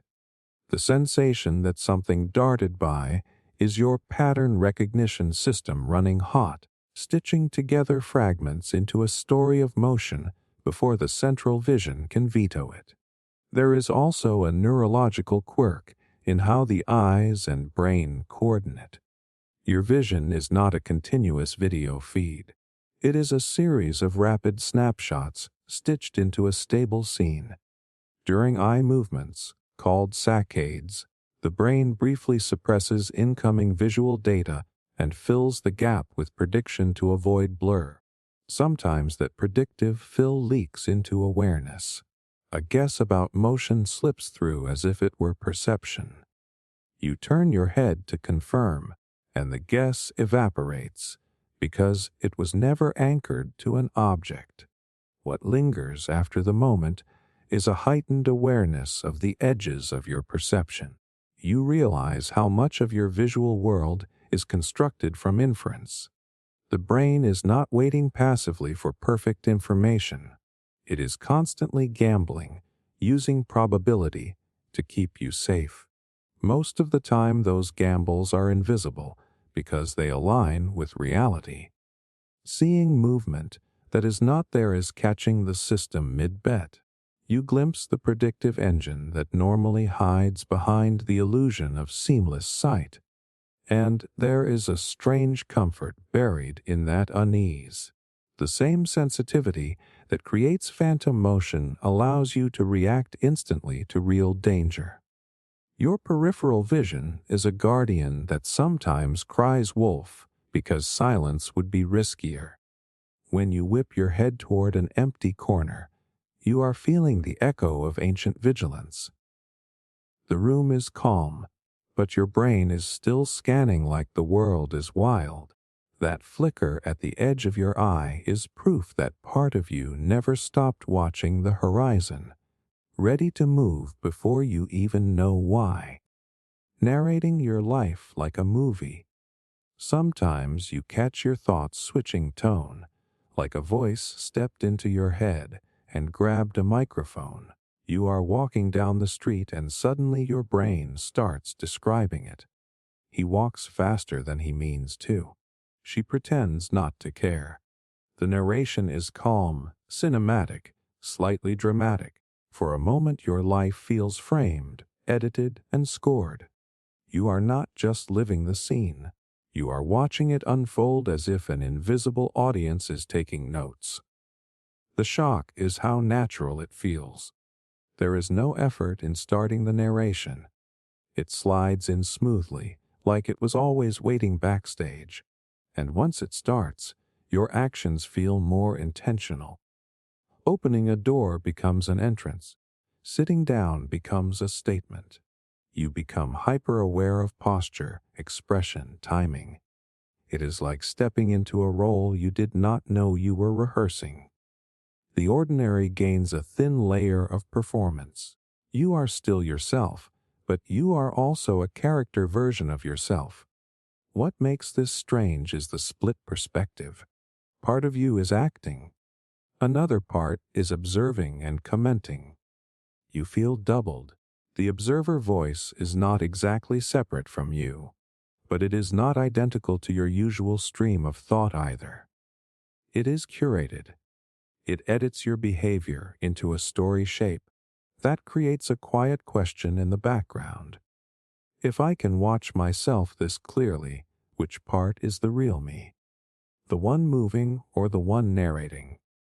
There is a psychological reason this happens, and it is deeply human. Your brain is wired to organize experience as narrative. Memory is not stored as raw footage. It is stored as story. Beginning, middle, end. Motivation and consequence. When you narrate your life in real time, you are leaning into the same machinery that will later turn the moment into memory. You are pre-packaging experience into a format your mind understands best. In a sense, you are writing the memory while you live it. This narrator function is tied to the default mode network, the system that activates when you reflect on yourself, imagine the future, or replay the past. It is the engine of identity. It constantly builds a coherent character called you, stitching actions into meaning. When the narration becomes noticeable, you are catching that engine in the act. Most of the time it runs silently. Occasionally it gets loud enough that you hear the script forming. Emotion fuels it. During stressful or important moments, narration intensifies because your brain is trying to anchor the event inside your personal story. If something feels significant, your mind wants a clean record. Describing the moment internally gives it weight. It says this matters. Even during mundane scenes, the narrator can appear when you feel watched or judged, because humans evolved to simulate an audience. Social survival depended on anticipating how others would interpret your actions. The inner narrator is partly an imaginary crowd, condensed into a single voice. What is eerie is how quickly narration can change behavior. Once you frame your life like a movie, you start chasing better scenes. You hold eye contact longer. You choose words more carefully. You imagine how this moment would look in a montage of your life. The narrative lens edits reality in real time. You are not just reacting anymore. You are composing. That reveals how flexible identity is. The story you tell about yourself feeds back into the way you move through the world. There is also comfort in it. Narration creates distance from chaos. When life feels overwhelming, turning it into a story makes it manageable. Stories have structure. They promise progression. By narrating, you imply that this moment leads somewhere, that it fits into a larger arc. The voice in your head becomes a stabilizer, translating raw experience into something shaped and survivable. And when the narration fades, you slip back into unfiltered presence, often without noticing the transition. But if you catch it happening, you glimpse the author behind your thoughts. You realize your sense of self is not just a passenger riding events. It is a storyteller constantly arranging them. Narrating your life like a movie is your brain practicing authorship, turning existence into plot. For a few seconds you feel both actor and director, living the scene while quietly scripting how it will be remembered. Forgetting a name right after hearing it. You hear the name clearly. You repeat it in your head as they say it. You even nod like you locked it in. And then 3 seconds later, it is gone, completely gone. You are still smiling, still shaking their hand, but behind your eyes there is panic. You try to rewind the sound. Nothing. It is like the name never touched your memory at all. Now the conversation is moving forward, and you are stuck deciding how long you can survive without needing to say it. The shock is how fast the erasure happens. You did not get distracted. You were trying to remember. That was the whole point of the moment. Yet your brain dropped the information instantly, like a file that failed to save. The embarrassment creeps in before you even make a mistake. You start planning escape routes. Maybe you can avoid introductions. Maybe someone else will say it again. The pressure of pretending you remember makes the absence louder. The harder you search, the more blank the space feels. What makes this experience sting is that names feel important. A name is not random trivia. It is tied to identity and respect.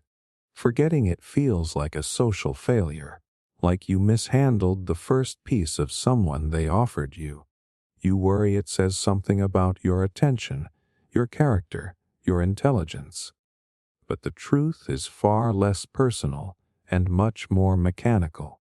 Names are uniquely difficult for the brain because they are arbitrary labels with weak built-in meaning. When you hear a word like apple, your mind instantly attaches images, taste, color, past experiences. It has hooks. A new name often arrives without those hooks. It is just a sound pattern with no associations yet. Memory thrives on connections. Without them, the information has nowhere to anchor. The brain treats it like loose paper in a strong wind. There is also a timing problem. When you meet someone, your cognitive load is already high. You are managing eye contact, body language, first impressions, your own self-awareness. A part of your attention is busy monitoring how you are being perceived. That leaves fewer resources for encoding new data. Even though it feels like you are focused, your working memory is juggling multiple tasks. The name slips in during a crowded moment and gets pushed out by the next social cue. Neuroscience shows that transferring information from short-term memory into longer storage requires a brief window of rehearsal and relevance. If the brain does not tag something as important or revisit it quickly, it fades. In social situations, the conversation rarely pauses to let you sit with the name. The flow moves on. Your memory system prioritizes the emotional tone of the interaction over the label attached to it. You remember how they made you feel before you remember what they are called. Ironically, the anxiety about forgetting makes retention worse. Stress hormones interfere with the hippocampus, the region crucial for forming new memories. The moment you start worrying about the name, you are biologically sabotaging your ability to retrieve it. The blank spot becomes a feedback loop. Fear of forgetting strengthens the forgetting. This is why techniques that add meaning help so much. Repeating the name out loud, linking it to an image, or connecting it to someone you already know gives the brain handles to grab. You are not strengthening the sound itself. You are weaving it into a network. Memory is less about storage space and more about pathways. The richer the web, the easier the return trip. What is reassuring is how universal this glitch is. Forgetting a name right after hearing it is not a sign of disrespect or decline. It is a side effect of a brain optimized for patterns and emotions, not arbitrary tags. Your mind is built to remember stories, faces, and feelings first. Names come later, stitched on top of the deeper imprint of the interaction. And in a strange way, the awkwardness reveals how social memory really works. Connection is not stored as a label. It is stored as a felt sense of the person. When the name vanishes but the impression remains, you are seeing your priorities laid bare. Your brain kept the part that mattered for bonding and let the symbol drop. The next time you scramble for a name that just evaporated, you are not witnessing failure. You are watching a system quietly admit that human presence is heavier than the word attached to it. Imagining worst-case scenarios for no reason, your brain can turn a harmless moment into a disaster movie without asking permission. You are holding a glass and suddenly you picture it shattering and slicing your hand open. You are standing on a platform and your mind flashes an image of falling. Driving calmly, you imagine swerving into traffic. The scenes arrive fully formed, vivid, emotional, and completely uninvited. Nothing in your environment triggered them. They just appear, like your imagination hit play on the worst possible outcome. The shock is not just the image, it is how personal it feels. You wonder why your mind would even go there. The thought carries a whisper of accusation. What kind of person imagines this? For a split second you worry the scenario means something about your hidden desires or your sanity. The intensity makes it feel intentional, like a message instead of a glitch. You shake it off, but a residue of unease remains. If your own brain can surprise you like that, how well do you really know it? What makes these moments disturbing is the speed. There is no build-up. 1 second you are present, the next you are watching catastrophe in high definition. Your body reacts before logic catches up, a jolt of adrenaline, a tightening in the chest. Even after you dismiss the image, your nervous system lingers in alert mode. The contrast between the safe reality and the violent fantasy is so sharp it feels like two worlds briefly overlapped. Psychology has a name for these flashes. They are intrusive thoughts, and they are a normal byproduct of a predictive brain. Your mind is constantly running simulations of the future to keep you safe. Most of those simulations are quiet and practical. Step here. Avoid that. But the system is biased toward threat because missing danger is costlier than over-imagining it. So the brain occasionally stress tests reality with extreme scenarios. It is not wishing for them. It is rehearsing survival in the abstract. From a neurological perspective, areas involved in threat detection and imagination share circuitry. The same networks that help you plan also generate fear-based predictions. When that system fires without a clear external cue, you get a vivid what if with no obvious source. The emotional brain does not label it as fiction fast enough, so the image lands with the weight of a real warning. By the time your rational mind steps in and says relax, the body already felt the impact. The key detail is that intrusive thoughts are ego-dystonic. They clash with your values. That is why they scare you. If you truly wanted the scenario, it would not feel intrusive. The discomfort is proof that the thought is noise, not intent. Your brain produces thousands of mental fragments every day. Most pass unnoticed. The disturbing ones stick because emotion acts like glue. You remember the violent or absurd image precisely because it violated your expectations. Stress and fatigue raise the volume on this process. When your cognitive filters are worn down, more raw material slips into awareness. The imagination becomes louder and less curated. It is similar to dreaming while awake. The boundary between controlled thought and spontaneous imagery thins. Your brain is still trying to protect you, but the delivery becomes clumsy and theatrical. There is an evolutionary logic hiding inside the drama. Early humans who vividly imagined danger were more cautious near cliffs, water, and weapons. A mind that occasionally overprojects risk is a mind that survives longer. Modern life rarely requires that level of vigilance, but the machinery remains. Your brain still runs ancient safety software in a world that is mostly padded. The result is a mismatch where catastrophic previews pop up in situations that do not deserve them. What matters is how you interpret the flash. Fighting it or assigning moral weight gives it power. Letting it pass as mental weather shrinks it back to its true size. A random firing of a system designed to keep you alive. Imagining worst-case scenarios for no reason is not a secret wish or a prophecy. It is your predictive engine stretching its legs, overshooting, and correcting. For a moment you glimpse how aggressively your mind guards your future, throwing shadows of disasters not to pull you toward them, but to remind you that somewhere deep inside, survival is still the loudest priority. Remembering something you forgot weeks ago, it shows up at the most random time. You are brushing your teeth or staring out a window when a thought slams back into place like a missing puzzle piece. The thing you forgot weeks ago, the message you meant to send, the object you meant to bring. The idea you swore you would remember.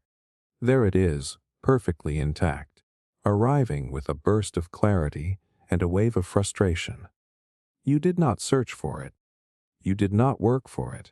Your brain just hands it back like it was never lost. The shock is in the timing. You begged your memory for this information when it actually mattered.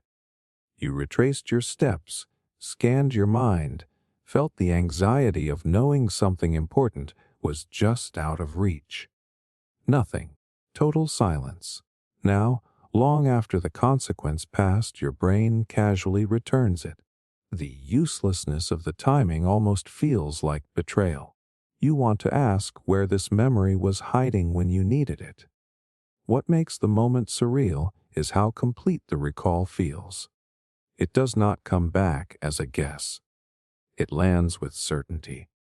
You remember not just the fact but the context around it. Where you were when you formed the intention. The emotion attached to it. It is like opening a door you thought was bricked over and finding a room preserved exactly as you left it. That realization is both impressive and unsettling. Your mind is storing far more than you have access to at any given moment. Memory does not fail because information disappears. Most of the time it fails because retrieval paths go cold. When you try to remember something under pressure, stress hormones flood the system and narrow your focus. The hippocampus, which helps coordinate recall, works best in a calm state. Anxiety is like static in the signal. The harder you force the memory, the more interference you create. The brain locks the door tighter in response to the struggle. Weeks later, when you are relaxed and your attention is drifting, the environment accidentally recreates part of the original pattern linked to that memory. A smell, a posture, a passing thought overlaps with the network that stored the intention. That overlap reactivates the circuit. The memory surfaces effortlessly because you are no longer chasing it. Retrieval often depends more on matching states than on effort. You remember best when your brain resembles the version of itself that stored the event. There is also a background process constantly sorting unfinished business. Psychologists call it the Zeigarnik effect. The brain keeps loose ends active at a low level, tagging incomplete tasks as important. Even when you consciously forget, a trace remains humming beneath awareness. Your mind periodically scans these tags, looking for a chance to resolve them. When conditions line up, the memory pops forward like a notification you ignored, but never cleared. The emotional punch comes from realizing how independent this system is. You like to think you are directing your thoughts, but moments like this reveal a parallel intelligence managing storage and timing. Your conscious mind is the tip of a much larger operation. Memories move on schedules you do not control. They surface when the network says now, not when your calendar says please. There is something reassuring hidden in that loss of control. The fact that a forgotten intention can return after weeks means your experiences are not evaporating. They are being archived in a dynamic way, waiting for the right key. Forgetting is not deletion. It is temporary inaccessibility. Your brain is less a filing cabinet and more a living ecosystem where information sleeps, wakes, and migrates based on patterns you rarely see. When the memory finally arrives, it carries a strange mix of relief and humility. Relief that it was not gone. Humility because you had no say in its return. Remembering something you forgot weeks ago is a reminder that your mind is working on problems offstage. Beneath your awareness, connections are constantly being tested and restored. Every sudden recall is a glimpse of that hidden labor, proof that even when you think you lost something to time, part of you kept holding it, waiting patiently for the moment the door could open again, feeling mentally older or younger than you are. There are days when your age feels like a technical detail that does not match the person inside your head. You look at your life from the outside and think, I should feel like an adult by now, or I should feel past this phase. But internally you feel frozen at a completely different number. Sometimes you feel ancient, tired in a way that has nothing to do with sleep, like you have already lived too many versions of yourself. Other times you feel embarrassingly young, like you are pretending to be your current age and hoping nobody notices the act. The shock is in the mismatch. Society treats age like a stable identity marker. It comes with expectations about maturity, confidence, and certainty. When your internal age drifts away from your actual one, it creates a quiet dissonance. You watch peers move through milestones that are supposed to feel natural and think, why do I not feel aligned with this timeline? The calendar says one thing. Your emotional center says another. That gap can make you question whether you missed a developmental train everyone else boarded. What makes this feeling powerful is how convincing it is in the moment. When you feel younger, the world seems oversized. Responsibilities feel like costumes that do not quite fit. You are hyper-aware of authority and judgment, like a kid sneaking into an adult space. When you feel older, the opposite happens. Conversations feel repetitive. Trends feel distant. You carry a strange nostalgia for a life that is still happening. The lens through which you interpret everything shifts with that internal age, changing your reactions in ways you barely notice until later. Psychologically, this fluid sense of age comes from the fact that identity is layered, not replaced. Your brain does not delete earlier versions of you as you grow. It stacks them. Emotional memories from different periods remain active networks that can take the lead depending on context. When a situation echoes something from your teenage years, that network lights up and you temporarily process the world with that earlier emotional logic. It is not regression in a clinical sense. It is state-dependent identity. Different chapters of you are still alive and capable of steering perception. Neuroscience supports this idea through how memory and emotion are stored. Experiences that shaped you strongly left durable patterns in the limbic system.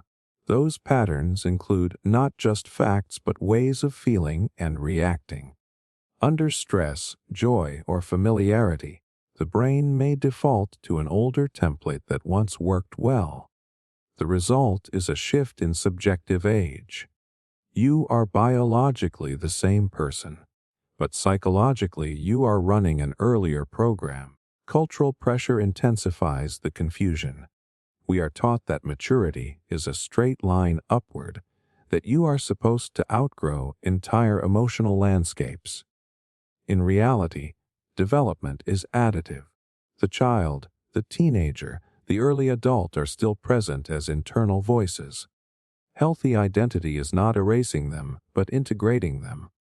Feeling younger at times can signal playfulness, curiosity, or vulnerability resurfacing. Feeling older can reflect accumulated experience speaking up.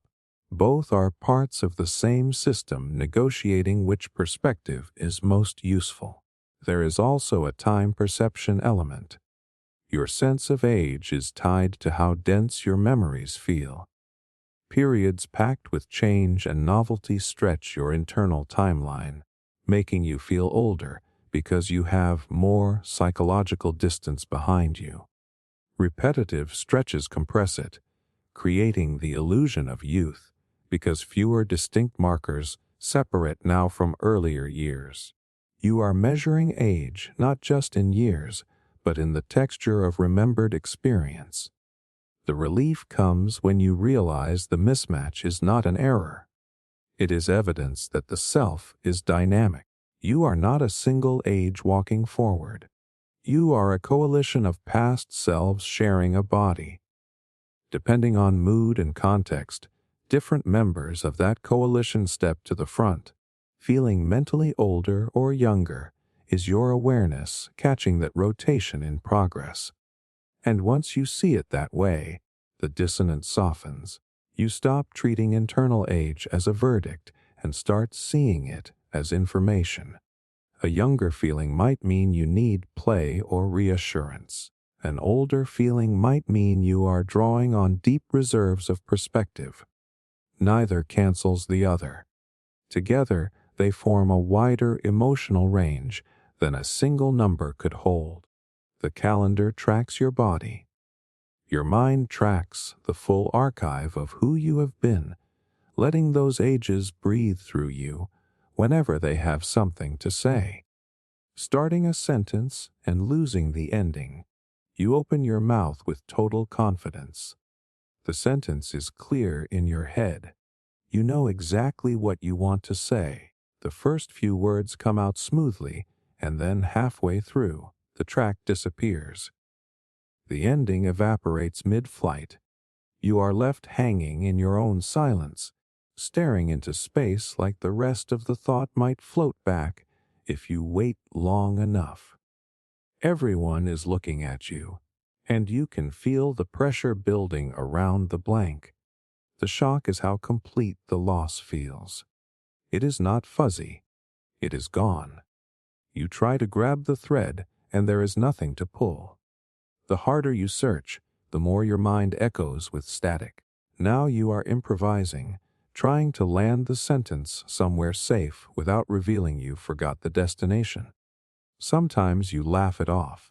Sometimes you mumble a generic ending and hope it passes. Inside, it feels like your brain just tripped over its own wiring in public. What makes this moment so unsettling is that speaking feels automatic until it fails. You assume language is a straight pipeline from thought to mouth. When the pipeline clogs in real time, you suddenly become aware of how fragile that process is. You are watching the machinery of speech from the inside while it sputters. It raises an uncomfortable question. If I cannot hold on to a single sentence, what else is slipping without me noticing? The explanation lies in working memory, the mental scratch pad that holds information while you manipulate it. When you start a sentence, you are juggling multiple pieces at once. The idea you want to express, the grammar that shapes it, the social awareness of your audience, and the monitoring of your own voice. Working memory has limits. It can only hold a small number of elements before something falls off the edge. If a new thought intrudes or your attention flickers, even slightly, the tail of the sentence can be the first casualty. Stress makes the drop more likely. Under pressure, the brain diverts resources toward emotional regulation and threat monitoring. That leaves fewer slots available for holding linguistic structure. You start the sentence on momentum, but halfway through the buffer empties. It is similar to typing on a device that suddenly loses connection. The intention is still somewhere in the system, but the active link is broken. There is also a prediction component.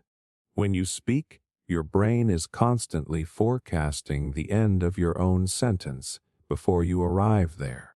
Most of the time, this prediction guides you smoothly. But if your internal plan changes mid-sentence, or you second-guess the wording, the prediction collapses. You are left between versions.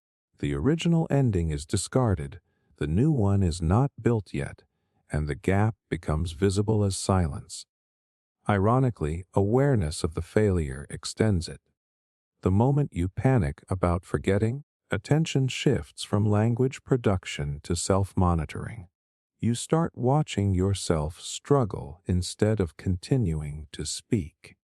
That split focus drains the very resource you need to recover the thought. The blank space grows because you are feeding it attention. What is reassuring is that the missing ending is rarely destroyed. It is displaced. Often it pops back seconds later when the pressure drops, proving it never left long-term storage. It simply slipped out of the narrow spotlight of working memory. Your brain is prioritizing efficiency over perfection, constantly clearing space for incoming information. Occasionally it clears too aggressively and takes part of your sentence with it. These moments reveal how active speaking really is. Language is not a pre-recorded script you read aloud. It is assembled live, piece by piece, under tight cognitive budgets. Losing the end of a sentence is catching, that assembly line mid-glitch. It feels dramatic because speech is tied to identity and competence.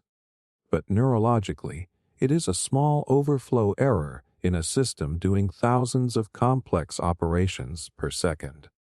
And when you finally shrug, restart, or say never mind, the conversation continues as if nothing happened. The world does not collapse. The listener forgets faster than you do. Starting a sentence and losing the ending is not a sign of decline or stupidity. It is a reminder that thought is faster and messier than language can always carry. For a brief second, you see the gap between what you mean and what you manage to say, and in that gap, you glimpse how much invisible work your mind does to make speaking feel effortless the rest of the time. Getting emotionally attached to fictional people. You finish a show or close a book and feel a real ache in your chest because the characters are gone. Not metaphorically gone. Gone in the way people leave your life. You miss them. You catch yourself wondering what they would do next, how they would react to something in your own day. A part of you knows they never existed, but the grief or warmth attached to them does not feel imaginary. It feels earned, like the end of a friendship. The shock is realizing how deep the attachment runs. You did not just enjoy a story. You bonded with it. Your mood shifts based on what happens to people who were written by strangers in a room you will never see. When they suffer, you feel protective. When they succeed, you feel proud. And when the narrative ends, there is a hollow space where their presence used to be. It can be embarrassing to admit how strongly fiction moved you, because logic insists none of it was real. What makes this unsettling is the fear that it says something about loneliness or escapism. You might worry that caring so much about fictional people means you are replacing real connections, but the intensity of the emotion is not a defect. It is evidence of how your social brain works. Humans evolved to attach through stories long before screens or novels existed. Our minds are built to simulate other minds. The fact that the characters are invented does not turn off the machinery that recognizes them as social agents. Neuroscience shows that when you engage with a well-written character, many of the same brain regions activate as when you interact with a real person. The networks involved in empathy, theory of mind, and emotional mirroring light up. Your brain tracks their intentions and feelings automatically. From the inside, the experience of caring is genuine because the circuits are genuine. The distinction between fictional and real matters philosophically, but your emotional hardware responds to perceived minds, not birth certificates. Stories are powerful because they compress social experience. In a few hours, you witness years of struggle, growth, and vulnerability. Real relationships take time to reveal that depth. Fiction delivers it in concentrated form. Your brain interprets that density as intimacy. You feel like you know the character because you were granted access to their inner life. In reality, you rarely see that much of anyone's private thoughts. The attachment forms quickly because the narrative bypasses the usual barriers. There is also a safe quality to fictional bonds. You can invest emotionally without risking rejection. The character cannot judge you. They cannot abandon you unexpectedly. The relationship is one-sided but stable. That stability allows your empathy to stretch fully. You practice caring in an environment where the stakes feel high emotionally, but carry no real-world penalty. In that sense, attachment to fiction is rehearsal. It exercises the same muscles you use in real relationships. The sadness when a story ends comes from narrative closure colliding with emotional continuity. Your feelings do not shut off just because the script does. The brain dislikes unfinished social loops.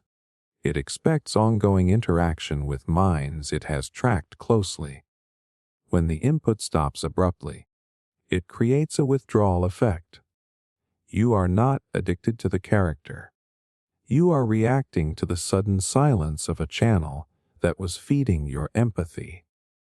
There is something beautiful hidden in that reaction. It proves your capacity to care extends beyond physical presence. Your mind can generate compassion and loyalty for people assembled from words and light. That flexibility is part of what makes humans cooperative and imaginative.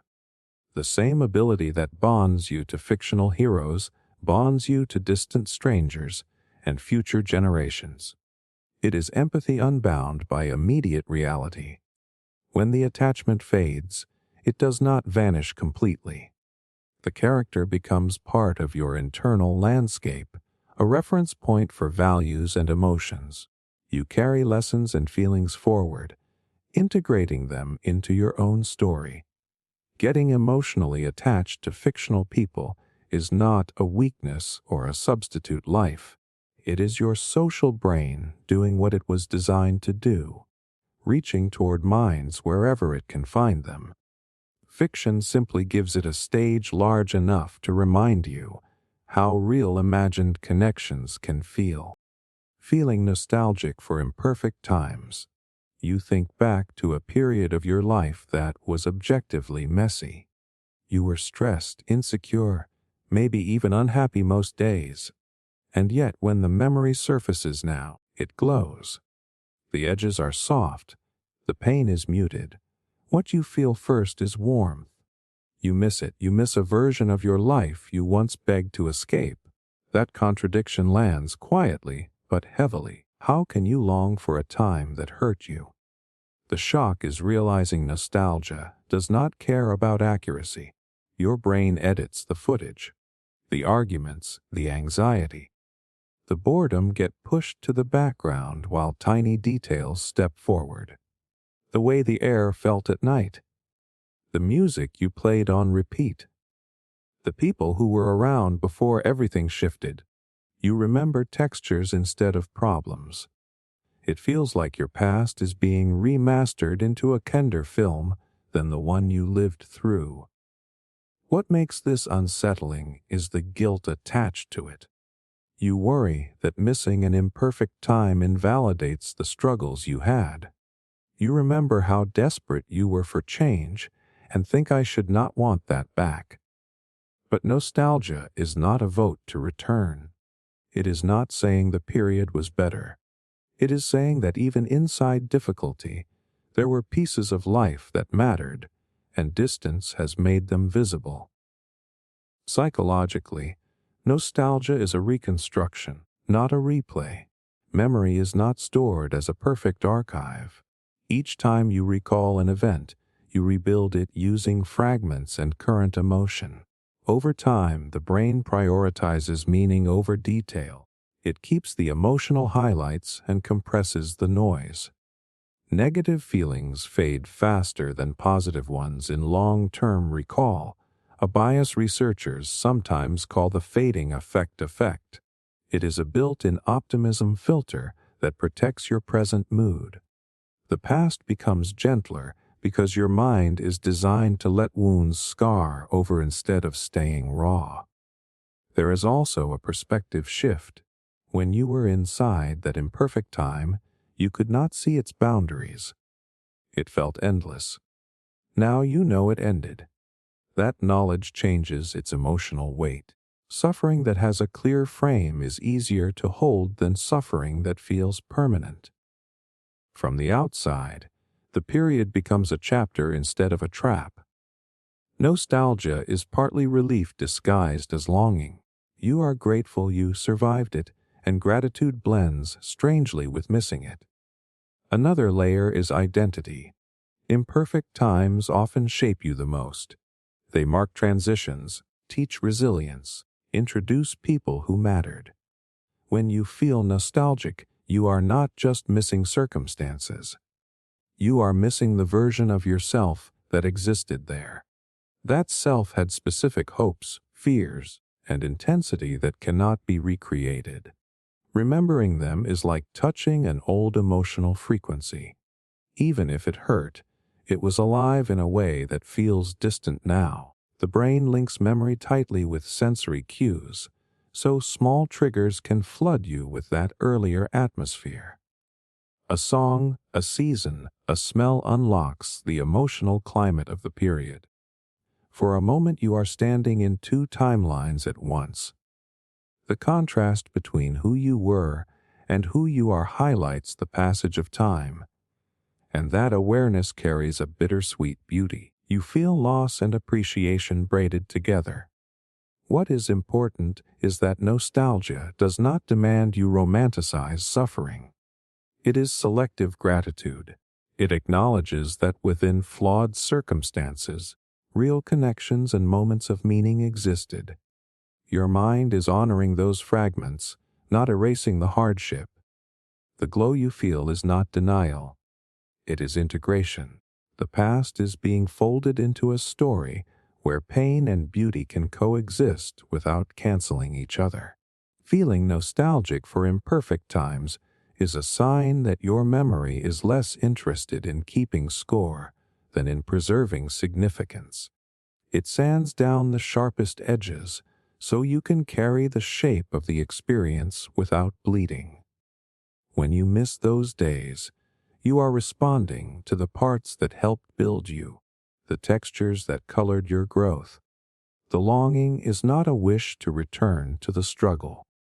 It is a quiet recognition that even your messiest chapters contained moments worth keeping, and your mind, protective and sentimental, refuses to let them disappear. Mistaking strangers for people you know. You see them from a distance and your brain clicks instantly. That is them. The walk is right. The silhouette matches. The hair falls the same way. You feel a flash of recognition before your eyes even focus. Maybe you raise a hand. Maybe your heart jumps. Maybe you start forming their name in your mouth. Then the person turns, and the face is completely wrong. A stranger. The recognition collapses as fast as it arrived, leaving a strange aftertaste of confusion. The shock is how certain you were. It was not a maybe. It was a hit of confidence that your brain stamped as fact. When it dissolves, you feel briefly disoriented, like reality swapped actors mid-scene. For a second, your mind struggles to reconcile the two versions. You just felt the emotional spark of seeing someone familiar. Where does that emotion go when the person is not them? It has nowhere to land, so it hangs awkwardly in your chest. What makes this experience eerie is how little information your brain needed to commit. A posture, a jacket, the rhythm of someone's steps. That was enough to trigger a full identity match. It exposes how aggressively your perception relies on shortcuts. You like to believe you recognize people by their faces alone, but most recognition happens through pattern bundles. Your brain stores people as constellations of cues, and sometimes a stranger accidentally lines up with the same stars. Vision is predictive. not photographic. Your brain is constantly guessing what it is about to see, and then checking if the guess is close enough. This saves time and energy. Instead of building every perception from scratch, it runs a template and updates the details. When you spot someone who resembles a familiar template, the prediction fires early. Recognition is declared before verification finishes. Usually the correction happens so fast you never notice. In these moments, the lag becomes visible. There is a specific neural system dedicated to face and identity processing, but it does not work in isolation. It collaborates with memory and expectation. If you are in a place where you often see a certain person, your brain raises the probability that they will appear again. That expectation biases perception. Ambiguous input gets pulled toward the familiar answer. You are not hallucinating. You are watching probability shape what you think you see. Emotion amplifies the effect. People you care about occupy stronger neural networks because they are tagged with significance. Their patterns are easier to activate. A stranger who vaguely matches a loved one can trigger a mini burst of attachment before your rational system catches up. That is why the correction feels like a drop. Your body already started the greeting before your mind revoked it. There is also an efficiency principle at work. The brain evolved to favor speed over perfect accuracy in social recognition. In ancestral environments, quickly identifying friend or stranger mattered more than being right every time. A false positive costs a moment of embarrassment. A false negative could cost safety, so the system leans toward overrecognition. It would rather say I know them and be wrong than miss a real ally approaching. What lingers after the mistake is a heightened awareness of how constructed perception is. You realize you are not passively receiving the world. You are actively matching it against a library of memories. Every face you see is being compared, sorted, and predicted in milliseconds. Occasionally the sorting algorithm shows its seams. A stranger slips into a familiar slot and then gets ejected. There is something oddly humanizing about that glitch. It reveals how deeply your brain is tuned for connection. It is scanning crowds not just for threats or obstacles, but for people who belong to your story. Mistaking strangers for people you know is the side effect of a mind constantly searching for the familiar. It is proof that recognition is driven as much by longing and expectation as by light hitting your eyes. For a brief second, a stranger inherits the emotional outline of someone you care about, and when the illusion breaks, you are left with a glimpse of how eagerly your perception tries to turn the world into a network of known faces. Becoming self-conscious about how you walk. You are walking normally until the thought appears. Suddenly you notice your legs, the swing of your arms, the angle of your feet hitting the ground. Something that has been automatic your entire life jumps into the spotlight, and the moment you look at it directly, it falls apart. Your stride feels fake, too stiff, too loose. You are convinced everyone around you can see that you forgot how to walk like a normal person. The shock is how fast confidence drains out of a movement you have practiced for decades. Walking is supposed to be the most basic background function. You never trained for it consciously. Your body just knows.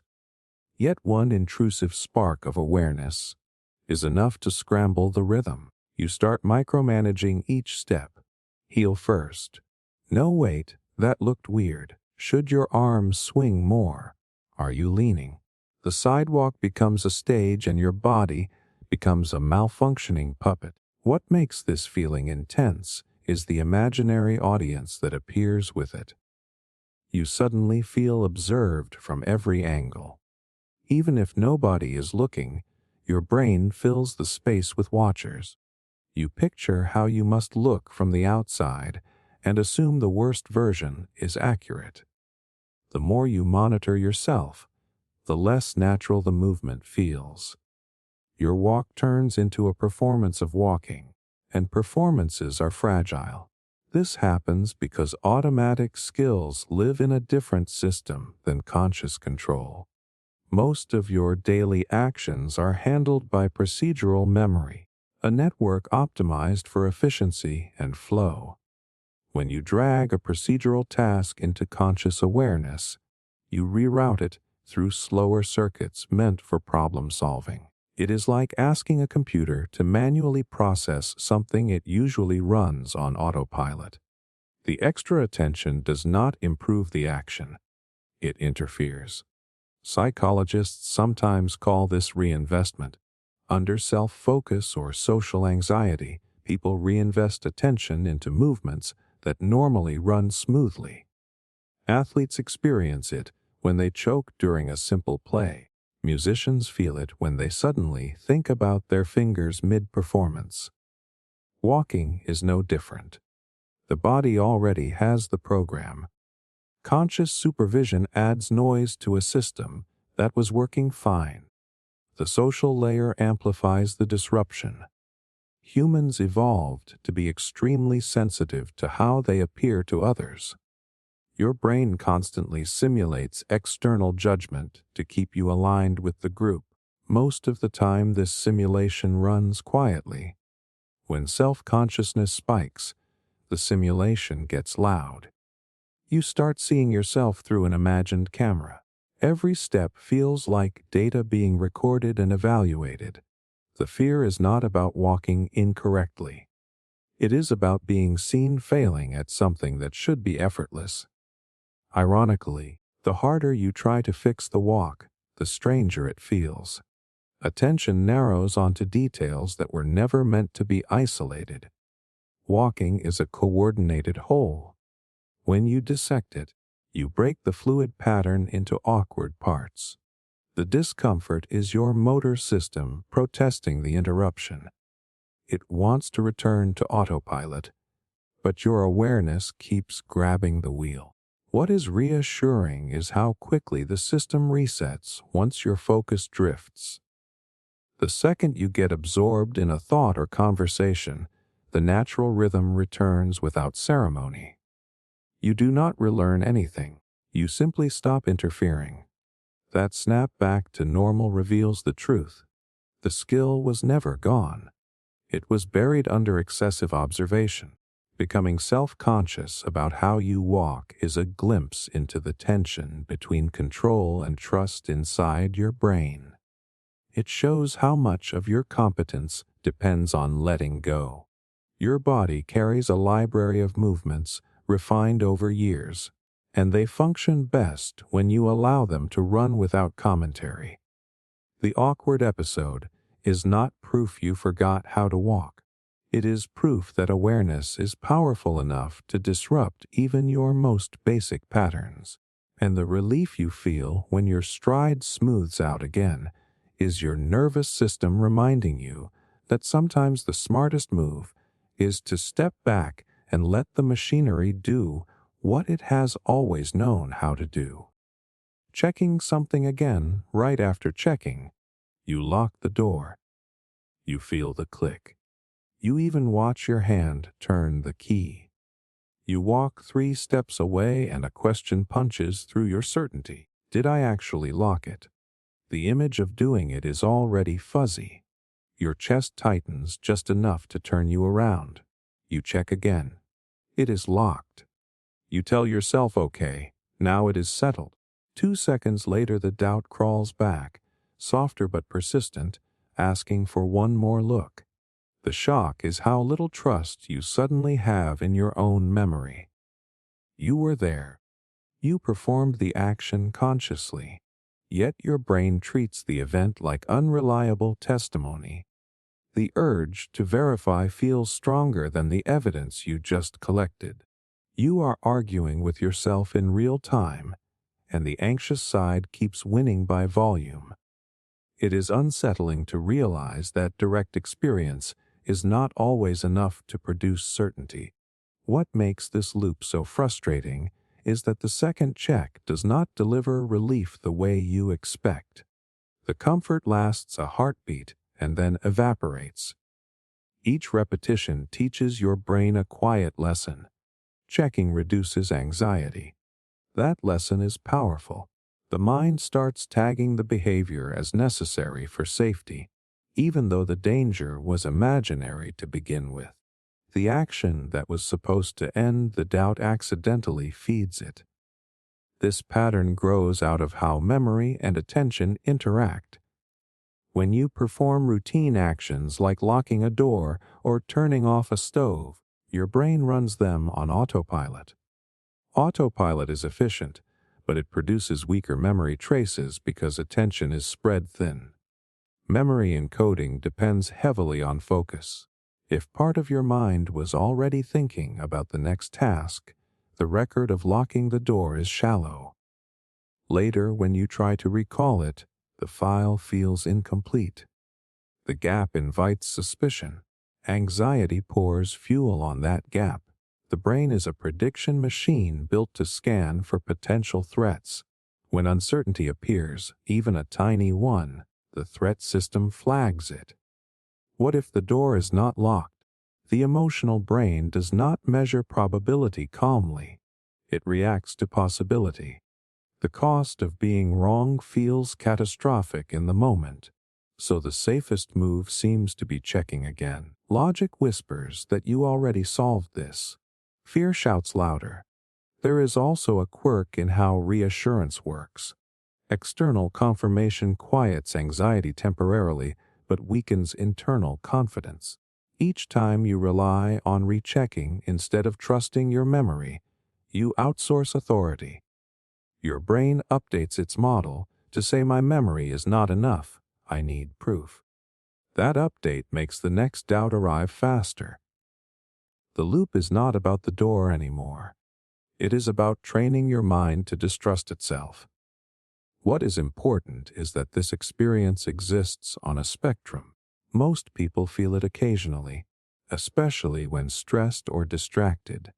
The brain under load is more prone to questioning its own records. Fatigue reduces the clarity of memory signals, and uncertainty becomes louder. In extreme forms, the loop can harden into compulsive behavior, but in everyday life, it is usually a passing glitch in the trust between action and recall. There is something revealing in that glitch. It exposes how much of your sense of safety depends on internal narratives, not just physical reality. The door can be locked in the world and unlocked in your mind at the same time. Your nervous system reacts to the mental version. The body prepares for a threat built entirely from doubt.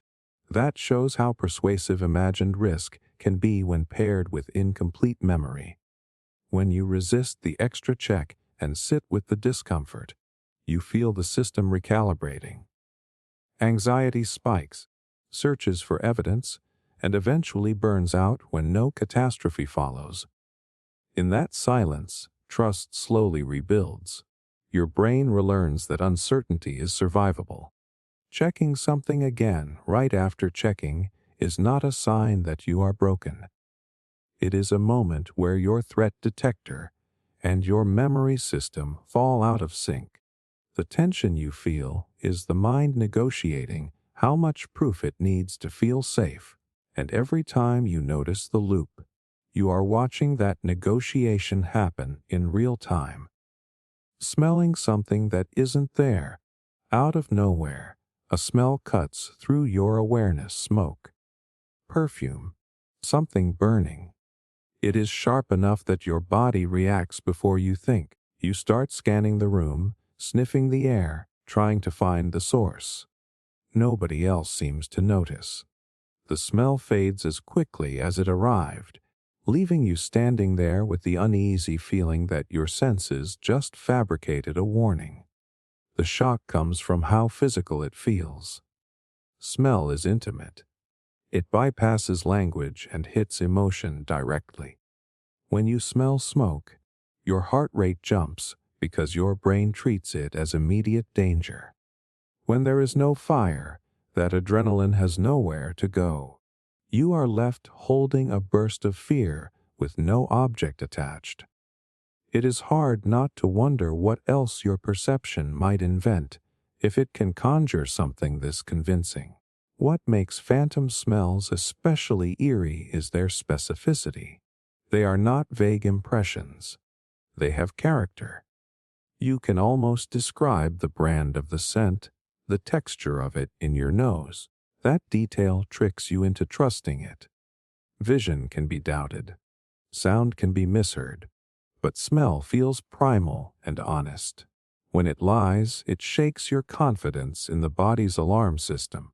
The explanation sits in how closely smell is wired to memory and emotion. The olfactory system has a direct route to the limbic brain, the same region involved in fear and long-term memory. Because of this shortcut, smells are powerful triggers for stored experiences. Sometimes the activation runs in reverse. A memory network lights up first, and the brain reconstructs the associated scent as part of the package. You are not detecting chemicals in the air. You are replaying a sensory fragment from inside. Fatigue, stress, and attention can all increase the chances of this happening. When the brain is overloaded, sensory gating becomes sloppy. Internal signals that would normally stay below awareness leak through. A tiny spontaneous firing in the olfactory cortex can be interpreted as a real stimulus. The mind prefers a story to randomness, so it labels the activity as a smell and searches for a cause. By the time logic steps in, the sensation already feels external. There are also predictive elements at work. Your brain constantly anticipates what you might encounter based on context. If you are cooking, thinking about fire, or recalling a place strongly tied to scent, the prediction can become vivid enough to cross into perception. It is similar to how you can almost taste food while imagining it. The sensory system is simulating so accurately that the boundary blurs. What is unsettling is the survival angle. Smell evolved as an early warning system for invisible threats like smoke or rot. A false alarm taps into ancient circuitry that does not wait politely for confirmation. Your body mobilizes first and asks questions later. The phantom scent is your protective hardware misfiring in the direction of caution. From an evolutionary perspective, a few unnecessary scares are cheaper than missing a real fire. There is a strange intimacy in realizing your brain can generate sensory experience from memory alone. It means your past is not just stored as facts, but as full body impressions waiting to be reactivated. The same mechanism that lets a smell transport you back years can occasionally send a fragment forward into the present with no invitation. You catch a ghost of a moment and mistake it for the environment. When the air clears and nothing is burning, the relief is mixed with awe. You just witnessed perception being assembled from the inside. Smelling something that is not there is not proof that reality is unstable. It is proof that your brain is capable of recreating reality with startling precision. For a brief instant, your internal archive overpowered incoming data and wrote its own line into your senses. The unease you feel afterward is the cost of seeing how thin the border can be between what is out there and what your mind can build on its own. Assuming everyone noticed your mistake, you make a tiny mistake. You trip on a word, drop something, send a message with a typo. The moment it happens, heat rushes into your face and your brain explodes with certainty. Everyone saw that. Everyone is thinking about it right now. The scene stretches in your mind like a spotlight just snapped on, and you are frozen in it. Even after the moment passes and the room keeps moving, part of you is convinced the mistake is still echoing in everyone else's head. The shock is how disproportionate the reaction feels. Logically, you know people are busy with their own thoughts. You know mistakes happen constantly, but the emotional hit does not care about statistics. It feels personal and permanent. You replay the moment in high definition, analyzing angles and expressions, searching for proof that others registered your failure. The absence of obvious judgment does not calm you. It almost makes it worse, because now you imagine silent judgment instead. What makes this experience so intense is that your attention collapses inward. The mistake becomes the center of your mental world, and your brain assumes it must be the center of everyone else's world too. You project your internal spotlight outward. Because you cannot stop thinking about it, you assume no one else can either. The error feels enormous from the inside, so you inflate its size in the social landscape. Psychologists call this the spotlight effect. It is a cognitive bias where people overestimate how much others notice and remember their behavior. Your brain is wired to treat your perspective as the default reference point. You are present for every second of your own actions, so they feel big and continuous. Other people, meanwhile, are trapped in the same loop about themselves. Everyone is the main character of their own stream, leaving very little bandwidth to archive your minor slip. There is an evolutionary root to this sensitivity. Humans survived through social belonging. Being judged or excluded once carried real consequences. Your nervous system still treats social errors as potential threats to status and safety. When you stumble publicly, ancient circuits light up and say this matters. The emotional brain does not distinguish between a typo and exile. It just detects deviation and floods you with urgency. Memory plays a trick here too. You remember your own mistakes vividly because they are tagged with embarrassment, a strong emotional marker that helps encode events. Other people's mistakes rarely get the same tag in your mind, so they fade quickly. You walk around carrying a highlight reel of your errors and a blurry montage of everyone else's. That imbalance creates the illusion that you fail more visibly than anyone around you. The truth is that most observers register your mistake as background noise. Their brains note it and move on because it does not connect to their survival or identity. Even if someone notices, their emotional investment is tiny compared to yours. By the time you are replaying the moment for the 10th time, they are thinking about dinner, deadlines, or their own misstep from earlier. The social world is crowded with private spotlights that rarely overlap. What is revealing about this reaction is how strongly your sense of self is tied to imagined observation. You carry an internal audience that comments on your performance even when no one is actually judging. That audience is a composite of past experiences, cultural expectations, and your own fears. When you assume everyone noticed your mistake, you are hearing that inner crowd louder than the real room. The relief comes when you catch the bias in action. You realize the embarrassment is not proof of public humiliation. It is proof of how vividly you experience your own narrative. The mistake feels massive because you are inside it. From the outside, it is a passing blip in a sea of other people's concerns. Assuming everyone noticed your mistake is a glimpse into how egocentric perception naturally is, not in a selfish sense, but in a structural one. You cannot step out of your viewpoint, so your brain scales the world around it. The moment you understand that everyone else is trapped in the same scaling error about themselves, the spotlight softens. Your misstep shrinks back to its real size, a human flicker, seen briefly if at all, then swallowed by the ongoing noise of lives that are far too busy starring in their own stories to memorize yours. Rehearsing introductions before meeting someone. Before you meet someone new, a quiet rehearsal starts playing in your head. You test versions of your own name. You practice how you will say hello. You imagine their face, their reaction, the exact rhythm of the first few seconds.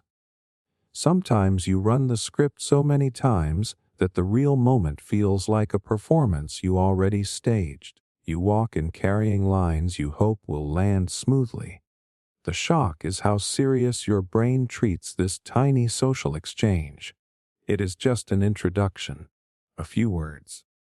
But your nervous system frames it like an opening scene that will define everything after. You feel the pressure to get it right, as if the wrong tone or handshake could permanently tilt their impression of you. The rehearsal becomes a shield against that imagined disaster.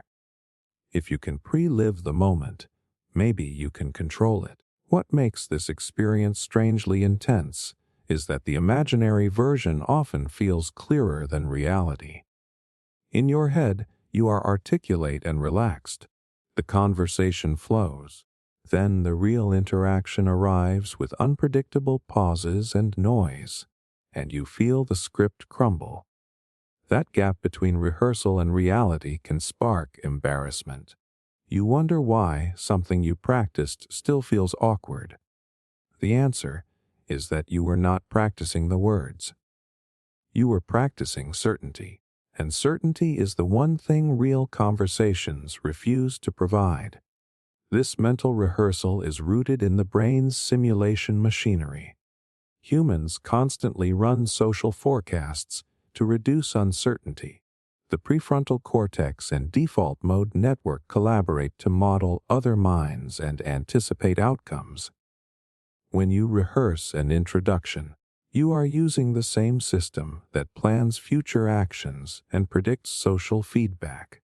It is a survival tool refined for group living. A good first impression once meant better chances of cooperation and safety, so the brain invests energy in previewing the interaction. There is also a self-identity layer. Introductions are moments where you compress your entire sense of self into a few signals.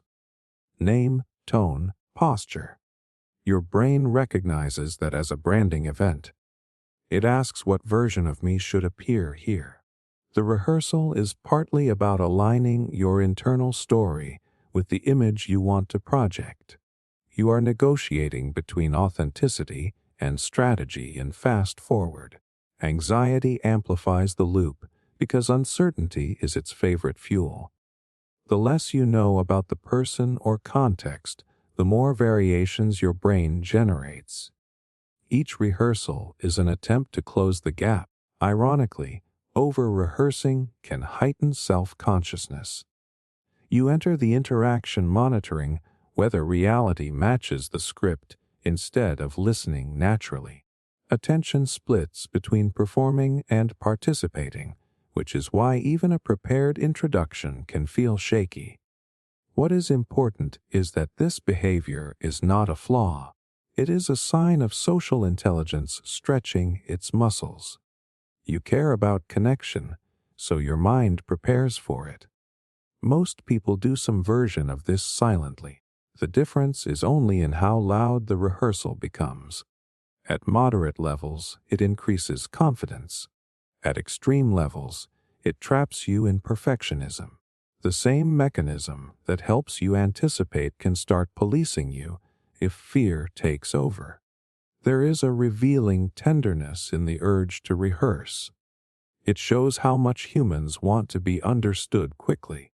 An introduction is a doorway, and your brain wants to step through it gracefully. You are not just saying hello. You are offering a snapshot of who you are and hoping it is received kindly. That hope is powerful enough to trigger full mental staging. When the real moment finally passes, it is usually messier and more forgiving than the rehearsal predicted. People respond to warmth more than perfect wording. They are busy managing their own scripts, their own nerves. Rehearsing introductions before meeting someone is your mind trying to stack the odds in favor of connection. It is a glimpse of the hidden work behind even the simplest social rituals. Beneath a casual hello, there is a complex choreography of prediction, identity, and desire to belong, all compressed into a few practiced seconds that matter mostly because they are human. Overthinking tiny everyday decisions. You stand in front of something trivial, and your brain treats it like a crossroads. Which shirt? Which reply? Which route home? The decision is objectively small, but your thoughts spiral outward, mapping consequences that do not exist. If I choose this, what does it say about me? What if the other option was better? You hover in place, burning energy on a choice that should have taken 2 seconds. The shock is realizing how heavy the moment feels compared to its actual weight. You are not solving a moral dilemma. You are picking lunch, yet your body carries tension like you are diffusing a bomb.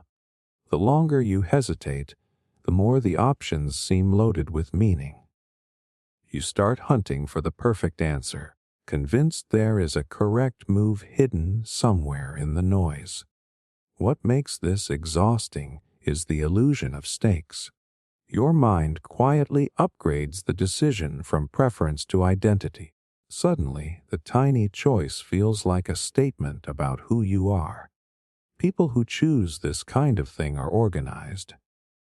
People who choose that are careless. The options stop being neutral and start becoming symbolic. You are no longer selecting an object. You are editing your self-image in real time. This happens because the brain hates uncertainty more than it hates effort. Decision-making systems evolved to predict outcomes and minimize regret. When choices are ambiguous and feedback is unclear, the prediction engine keeps running loops, trying to simulate every branch. The prefrontal cortex lights up, juggling possibilities, long after the useful analysis is finished. From the inside, it feels like thinking. From the outside, it is mostly noise generated by a system that refuses to close the tab. Modern life multiplies this effect. You are exposed to endless options and constant messaging that optimization equals success. Pick the best product, the best path, the best version of yourself. That pressure leaks into ordinary decisions. Your brain internalizes the rule that every choice is a chance to gain or lose status, efficiency, or happiness. Even when the context is harmless, the evaluation machinery runs at full intensity. There is also a dopamine angle. Anticipating a choice activates reward circuits that search for the most satisfying outcome. The more you imagine alternatives, the more you stimulate that system. Each new possibility promises a slightly better hit of satisfaction. Closing the decision means shutting down that search, so your brain resists. It keeps scanning, addicted to the potential of improvement rather than the reality of completion. What gets lost in the loop is the fact that most small decisions are reversible or inconsequential. Your emotional system does not scale its response perfectly.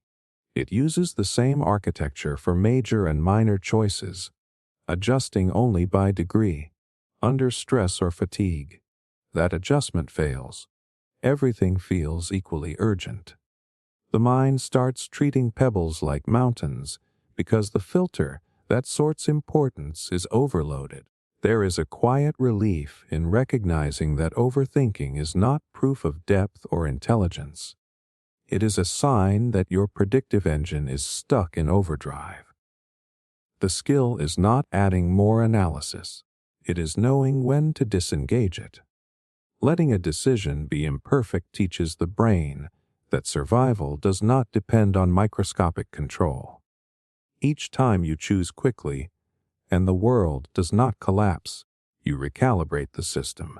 Overthinking tiny everyday decisions reveals how strongly humans are wired to search for meaning.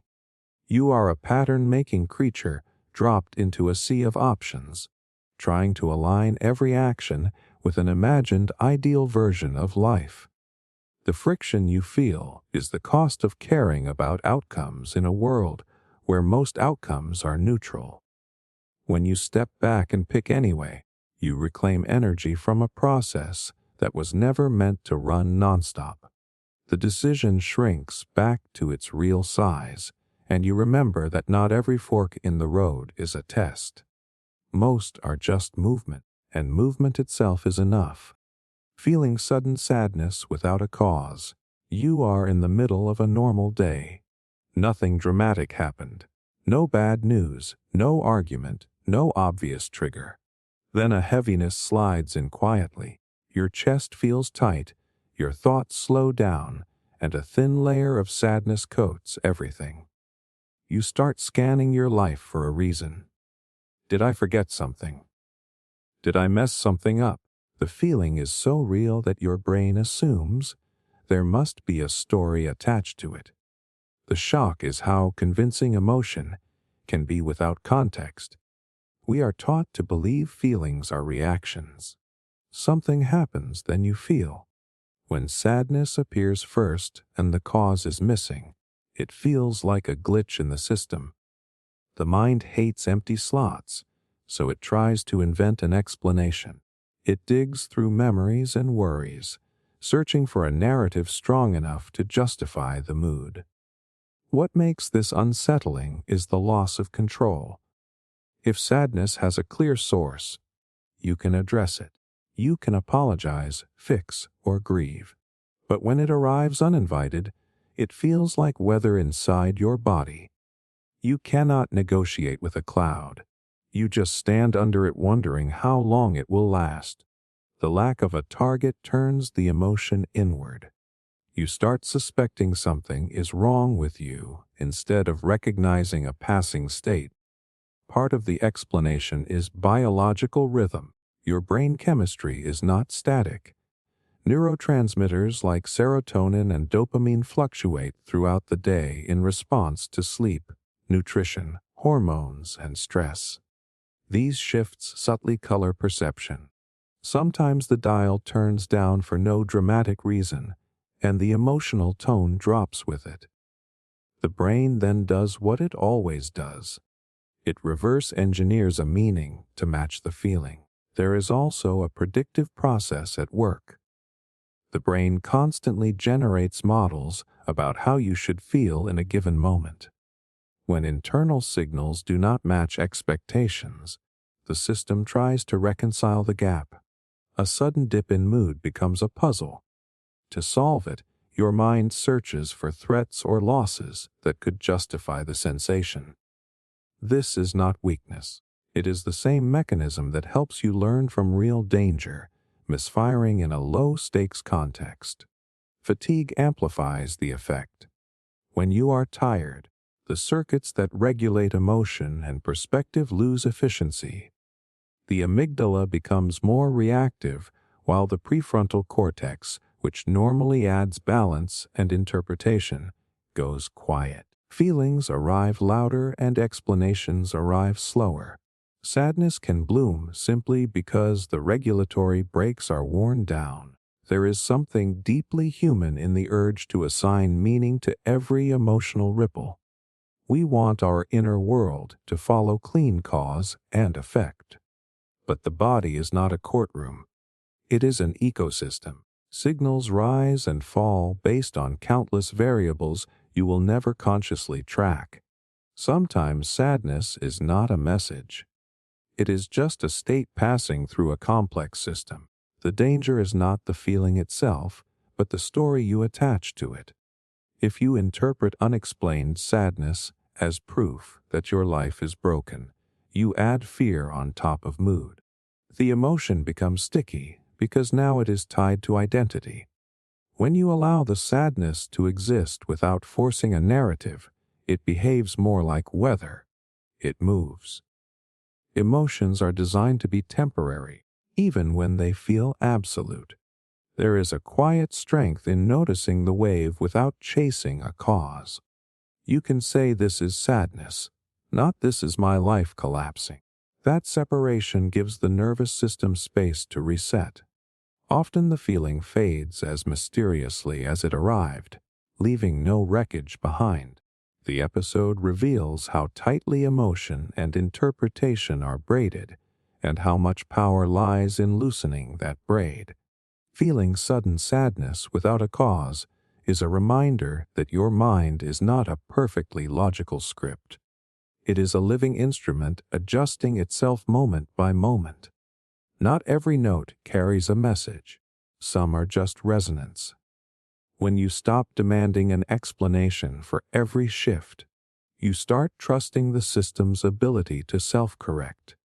The sadness becomes a visitor instead of a verdict, and its presence, while heavy, no longer defines the room it passes through. Imagining how future you will judge this. You are about to do something small and ordinary, and a strange observer appears in your mind. It is not another person. It is a version of you from the future, watching. As you type the message, make the purchase, or choose to stay silent, you can almost feel their verdict forming. Future you is going to regret this. Or maybe future you will be proud. The decision stops being about now. It becomes a performance for an audience that does not exist yet. The shock is how persuasive that imaginary judgment feels. A ghost of yourself suddenly has authority over the present moment. You are negotiating with a person who is not real, in a timeline that has not happened, yet their opinion carries emotional weight. Your stomach tightens as if consequences are already unfolding. It is time travel powered entirely by anticipation. What makes this mental habit powerful is that it blends fear and hope into the same lens. You are not just avoiding mistakes. You are trying to build a future memory you can live with. The brain treats imagined regret almost like a real injury. Studies on decision-making show that people are strongly motivated to minimize anticipated regret, sometimes more than they are motivated to maximize reward. In other words, the pain of disappointing future you feels sharper than the pleasure of satisfying present you. This happens because humans have an unusual ability called mental time projection. Your default mode network allows you to simulate yourself across time, replaying the past and pre-living the future. That ability is incredibly useful. It lets you plan, learn, and create long-term goals. But it also means you carry a continuous internal witness. You are rarely just acting. You are imagining how the action will be remembered. Memory itself adds pressure to the scene. You know that future you will inherit whatever story you create today. Every choice is a draft of a memory. The brain wants those memories to support a coherent identity. So it asks, will this action fit the person I am trying to become? When the answer is unclear, anxiety fills the gap. You hesitate, stuck between present desire and future narrative. There is also a social echo inside this process. The voice of future you is partly built from past judgment. Parents, teachers, peers, and cultural expectations all leave traces. Over time, those external voices get internalized and projected forward. When you imagine future disappointment, you are often hearing a remix of old criticism wearing your face. It feels personal because it is stitched into your self-concept. The trap is that future you is a moving target. The person judging this moment will have different priorities, knowledge, and emotional context. What seems catastrophic now might look trivial later. Neuroscience shows that the brain predicts future preferences poorly because it assumes emotional continuity that does not exist. You expect future you to feel exactly like present you, just older. In reality, your values and reactions will shift in ways you cannot map. There is a quiet irony here. You are trying to protect a stranger. Future you is not a fixed authority. It is another evolving version of the same system that is worrying right now. When you sacrifice every present impulse to satisfy that imagined judge, you risk building a life optimized for a person who will never fully arrive. The horizon keeps moving. The healthier role of this ability is guidance, not surveillance. Imagining consequences can anchor you to long-term meaning, but it should not paralyze you. The present moment is the only place decisions can actually occur. Future you benefits most when current you is engaged and alive, not frozen under hypothetical scrutiny. Growth comes from action plus reflection, not endless pre-approval. Imagining how future you will judge this reveals how deeply humans care about continuity. You want your life to make sense across time. You want the story to hold together. That desire is beautiful, but it becomes heavy when every scene feels like a final verdict. The truth is that future you will be more forgiving than you expect. Memory softens edges. Context expands. What feels like a defining crossroads now will likely shrink into a footnote.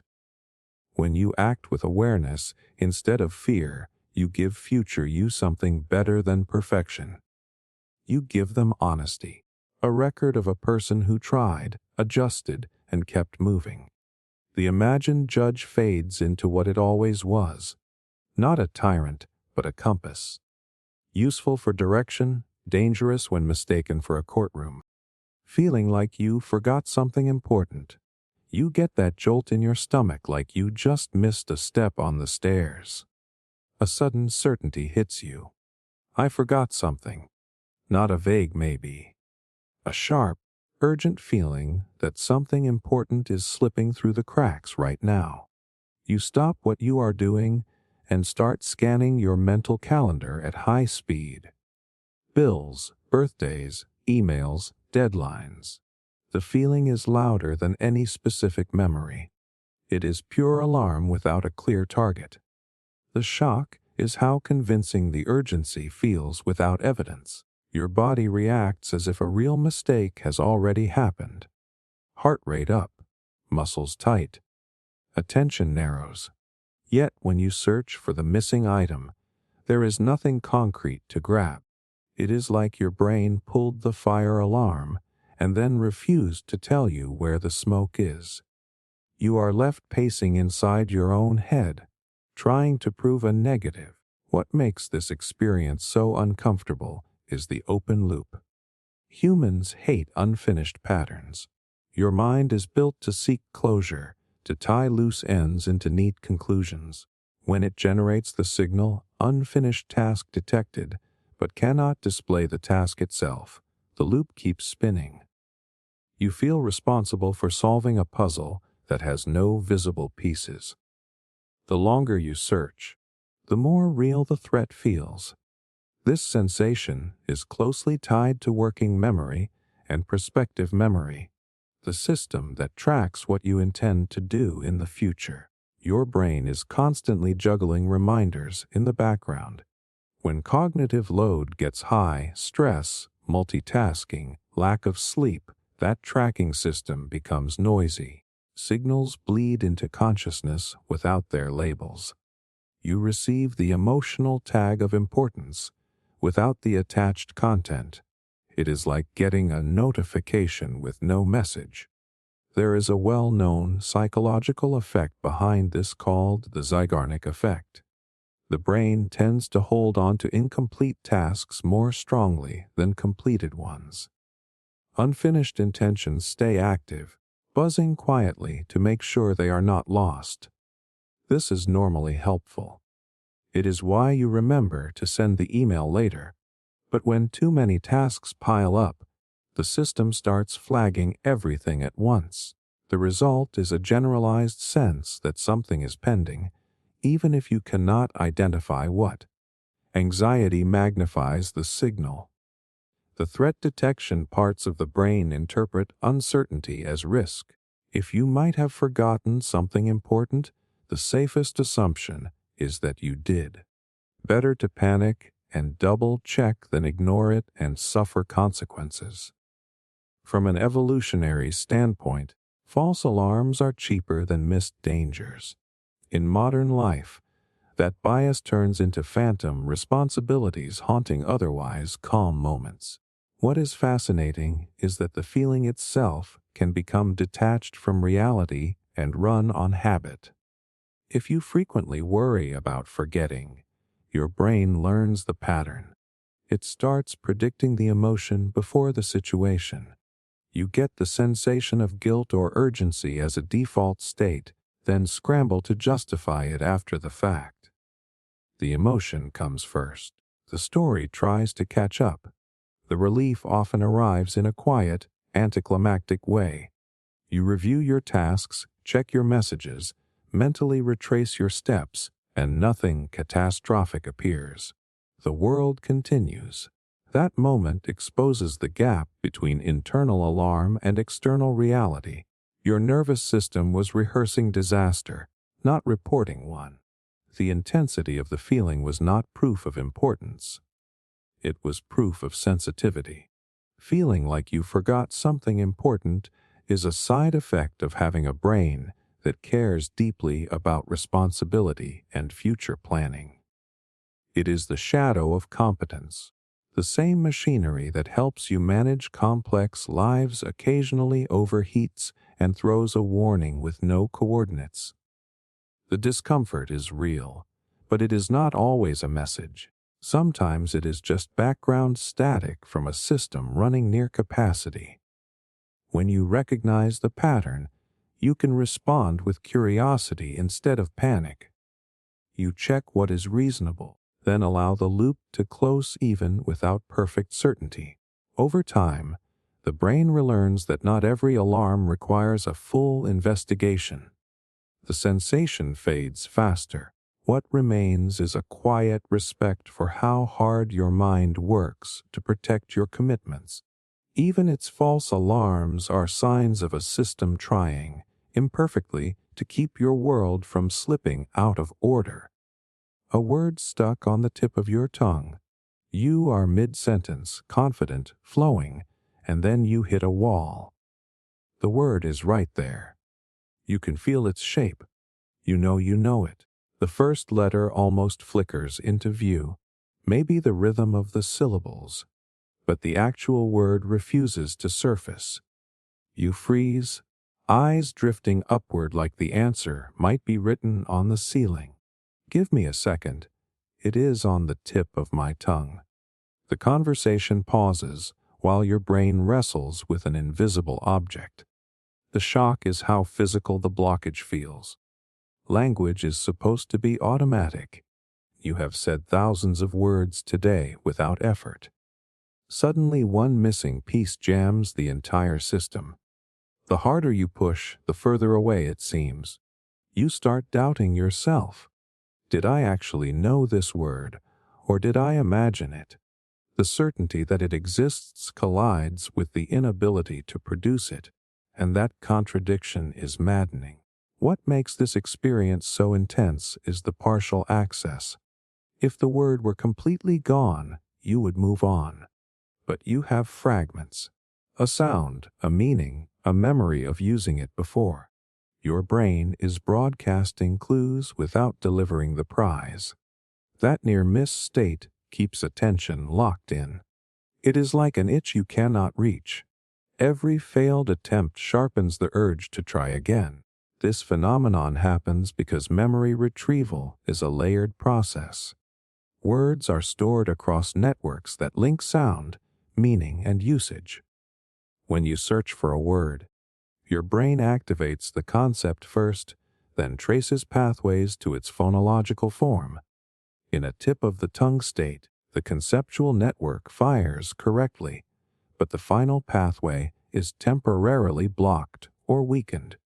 You are standing in the right neighborhood, but the exact address will not light up. Stress and pressure make the block stronger. When you panic about not finding the word, the brain releases stress hormones that interfere with working memory and retrieval. The system you are trying to force online is the same one being dampened by anxiety.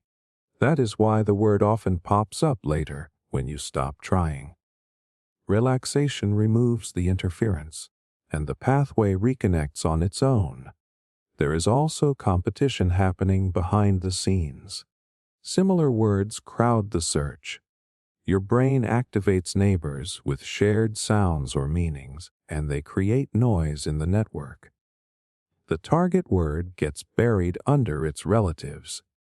You might blurt out a close substitute or cycle through wrong options, each one reinforcing the sense that the right answer is trapped just out of reach. What is fascinating is how this glitch exposes the machinery of language. Most of the time speech feels effortless because the process is hidden. The tip of the tongue moment pulls back the curtain. You feel the gears slipping. You become aware that words are not stored as single files, but as patterns that must be reconstructed in real time. The frustration comes from watching the reconstruction fail halfway. There is a social layer too. Silence during conversation carries weight. When the word stalls, you are not just solving a memory puzzle. You are managing the fear of looking incompetent. That pressure adds urgency, which adds more interference. The moment stretches longer in your perception than it does for anyone else. Inside, it feels like a spotlight. Outside, it is usually a brief pause people forget instantly. The relief when the word finally arrives is disproportionate to its importance. It drops into your mind fully formed, often seconds or minutes later, and you feel a tiny surge of victory. See, I did know it. That satisfaction is your brain rewarding a completed search pattern. The loop closed. Order restored. A word stuck on the tip of your tongue is not a sign of decline or failure. It is a normal hiccup in an incredibly complex retrieval system running at high speed. The very fact that you feel the word hovering proves how rich and interconnected your language network is. You are brushing against the edge of your own knowledge and feeling the friction. In that moment of blockage, you glimpse how much invisible work your mind performs to turn thought into speech, and how remarkable it is that most of the time, it succeeds without you ever noticing the effort. Places instantly triggering strong emotions. You step into a place you have not visited in years, and your body reacts before your thoughts catch up. A hallway, a street corner, a certain room layout, and suddenly your chest is tight or warm or heavy with nostalgia. Nothing in the present moment explains the intensity. The walls are just walls. The air smells ordinary, yet emotion floods in like a memory turned physical. You are not just seeing the place. You are feeling it. The shock is how fast the shift happens. There is no gradual build-up, no conscious decision to remember. 1 second you are neutral, the next you are carrying a wave of sadness, comfort, or longing that feels bigger than the environment in front of you. It is unsettling to realize that geography alone can reach inside you and press emotional buttons you forgot were wired. What makes this experience powerful is that it bypasses your usual storytelling mind. You do not think I am remembering something sad, and therefore I feel sad. You simply feel it. The explanation arrives later, if it arrives at all. For a few seconds you are pure reaction, standing in a space that seems to know more about you than you currently know about it. This happens because places are not stored in memory as neutral backdrops. Your brain encodes environments together with the emotions you felt inside them. The hippocampus, which maps physical space, works closely with the amygdala, which tags experiences with emotional weight. When you return to a location, even years later, the spatial cues reactivate the emotional tag automatically. The place is a key. Your nervous system is the lock clicking open. Memory is also state-dependent. The brain does not archive events like files in a cabinet. It recreates them by reassembling patterns of sensation and feeling.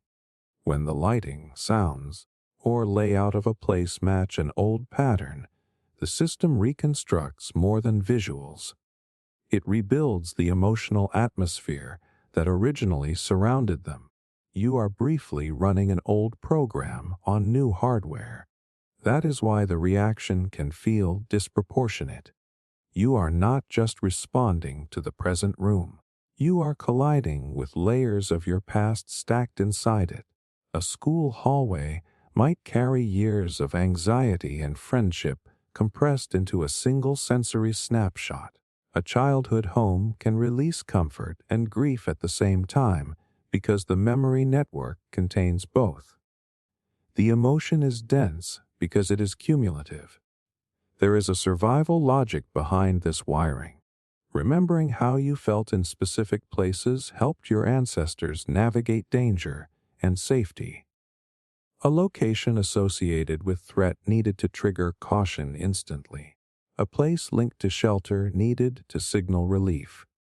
Your brain still runs that ancient mapping system, but now it attaches the same intensity to modern experiences. Emotional landmarks accumulate across a lifetime. What is striking is how little control you have over the first wave. You cannot vote on whether the feeling arrives. The body decides. Only after the surge can you step in and interpret it. Sometimes the emotion clarifies into a memory. You remember the conversation, the person, the event that stamped the place.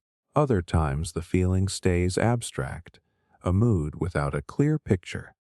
Even then, it is real. It is your history echoing through architecture. There is something deeply human in being moved by locations. It means your life is not stored as a timeline alone, but as a landscape. Parts of you are anchored to coordinates in the world. Walking through them is like brushing against earlier versions of yourself. You meet ghosts that are not haunting you, but reminding you that you have been many people in many rooms. Places instantly triggering strong emotions is not weakness or sentimentality. It is evidence that experience leaves imprints not just in memory, but in space as your brain understands it. Every meaningful moment you live quietly brands its surroundings. When you return, the brand lights up. For a brief instant, past and present occupy the same square of ground. The feeling that rises is the mind recognizing its own footprints and remembering that it has walked here before, carrying more than it realized. Replaying conversations to fix your lines. Hours after a conversation ends, it starts again in your head. Same setting, same faces. But this time you get a second draft. You hear the line you wish you had said. You deliver it smoothly in the replay. The timing is perfect. The other person reacts exactly how you hoped they would. Meanwhile, in reality, you are brushing your teeth or lying in bed, silently rewriting dialogue from a scene that is already locked in the past. The shock is how alive the memory feels. Your body reacts to the imaginary version almost as strongly as it did to the real one. A flush of embarrassment returns when you replay the awkward part. Relief flickers when you fix it in your head. It is like emotional time travel, where the stakes still feel active, even though nothing can actually change. You know you cannot edit the past, yet your brain keeps opening the file. What makes this loop addictive is the promise of control. Conversations are messy and fast. You do not get to pause and optimize each sentence. Later, in private, your mind slows the footage and starts directing. It searches for the perfect wording that would have protected your image or expressed your thoughts more cleanly. Each improved version feels like a small victory, even though it exists only in imagination. This behavior grows out of the brain's error correction system. Humans learn socially by reviewing interactions and adjusting future behavior. After a conversation, memory networks replay key moments to extract lessons. The anterior cingulate cortex, a region involved in detecting mistakes, lights up when you notice a social misstep. That signal pushes the brain to simulate alternatives. In moderation, this is how you refine communication skills. You are running practice rounds using real footage. The problem is that emotion hijacks the training session. Embarrassment tags certain lines as high priority, so the brain keeps returning to them. Instead of extracting a simple lesson and moving on, it circles the scene looking for emotional closure. Because the past cannot respond, closure never fully arrives. The loop continues, fueled by the illusion that one more replay might neutralize the discomfort. There is also an identity layer underneath. Conversations are moments where you reveal who you are. When you replay them, you are not just editing words. You are editing your self-presentation. The mind asks, "Is that how I want to be seen?" The gap between your ideal image and your actual performance becomes the tension driving the rehearsal. Each imaginary fix is an attempt to close that gap retroactively. Memory itself is not a perfect recording. Every replay subtly rewrites the event. Neuroscience shows that recalling a memory makes it malleable before it is stored again. When you repeatedly imagine better lines, you blend fiction into the original scene. Over time, your emotional reaction may attach more to the edited version than to what truly happened. You are curating your own past, trying to soften its edges. What is revealing is how much you crave resolution in social moments.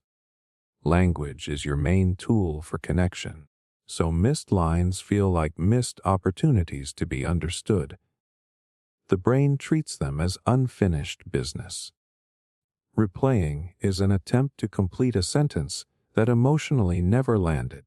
Even though the other person has moved on, a part of you is still standing in that room, trying to say it right.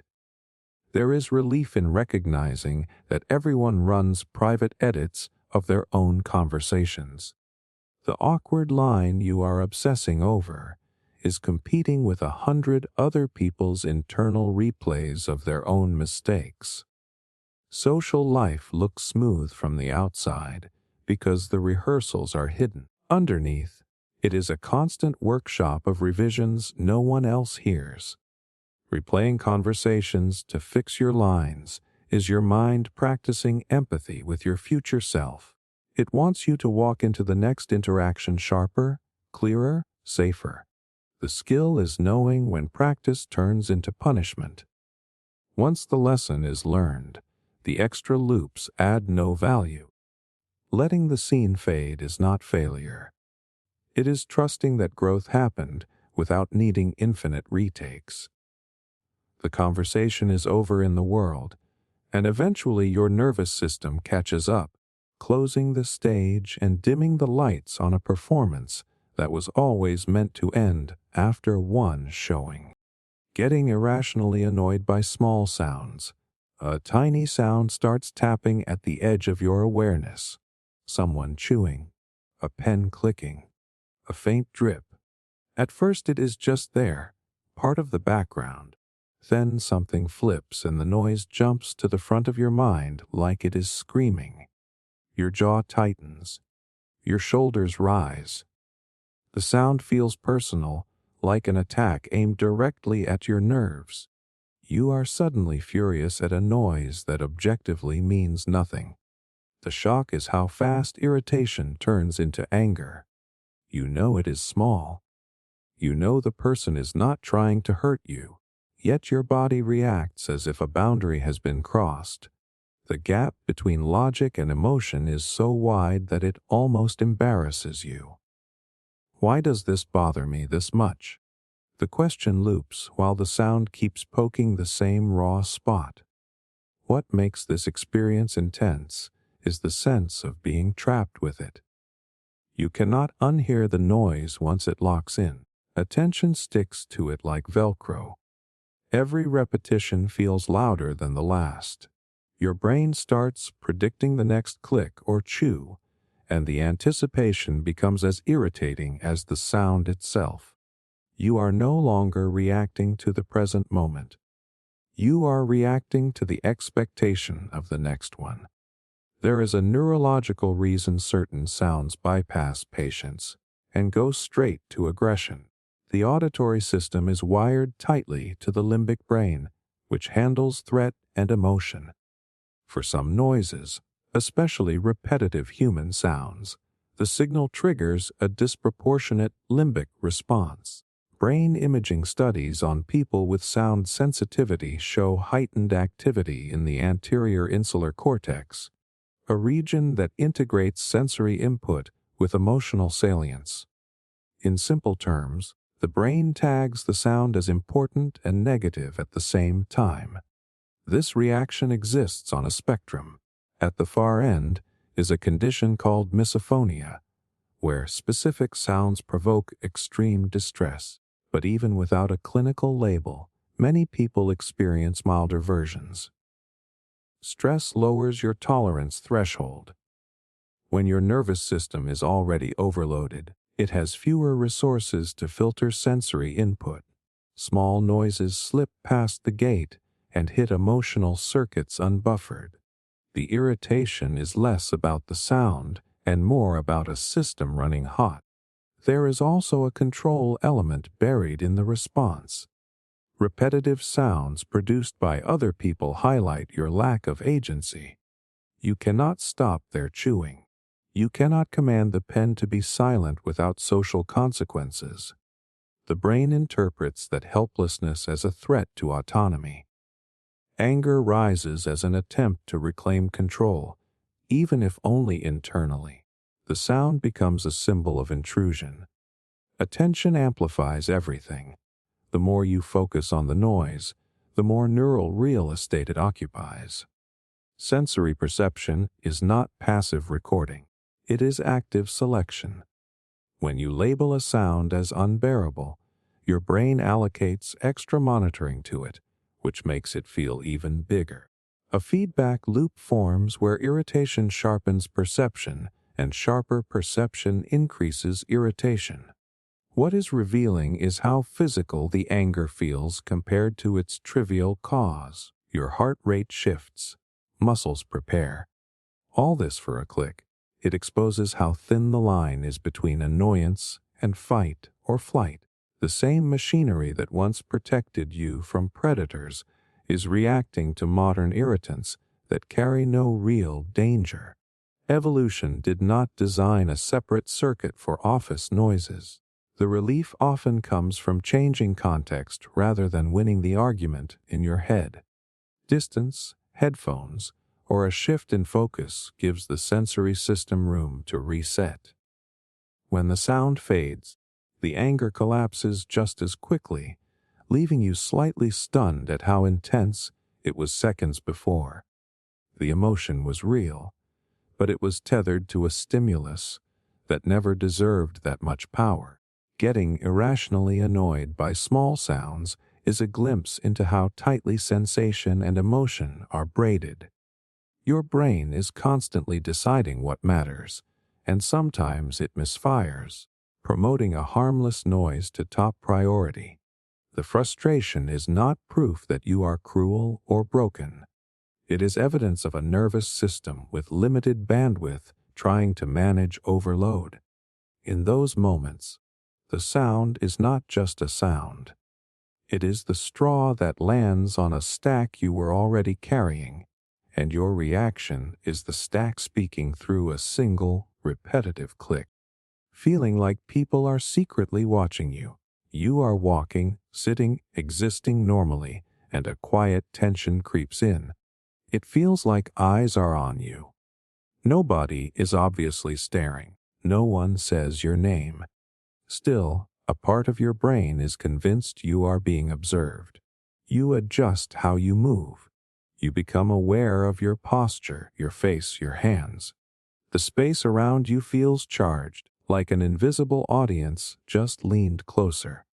The shock is how real the sensation is despite zero evidence. You can look around and see people minding their own business, yet the feeling does not dissolve. It is not a thought you calmly chose.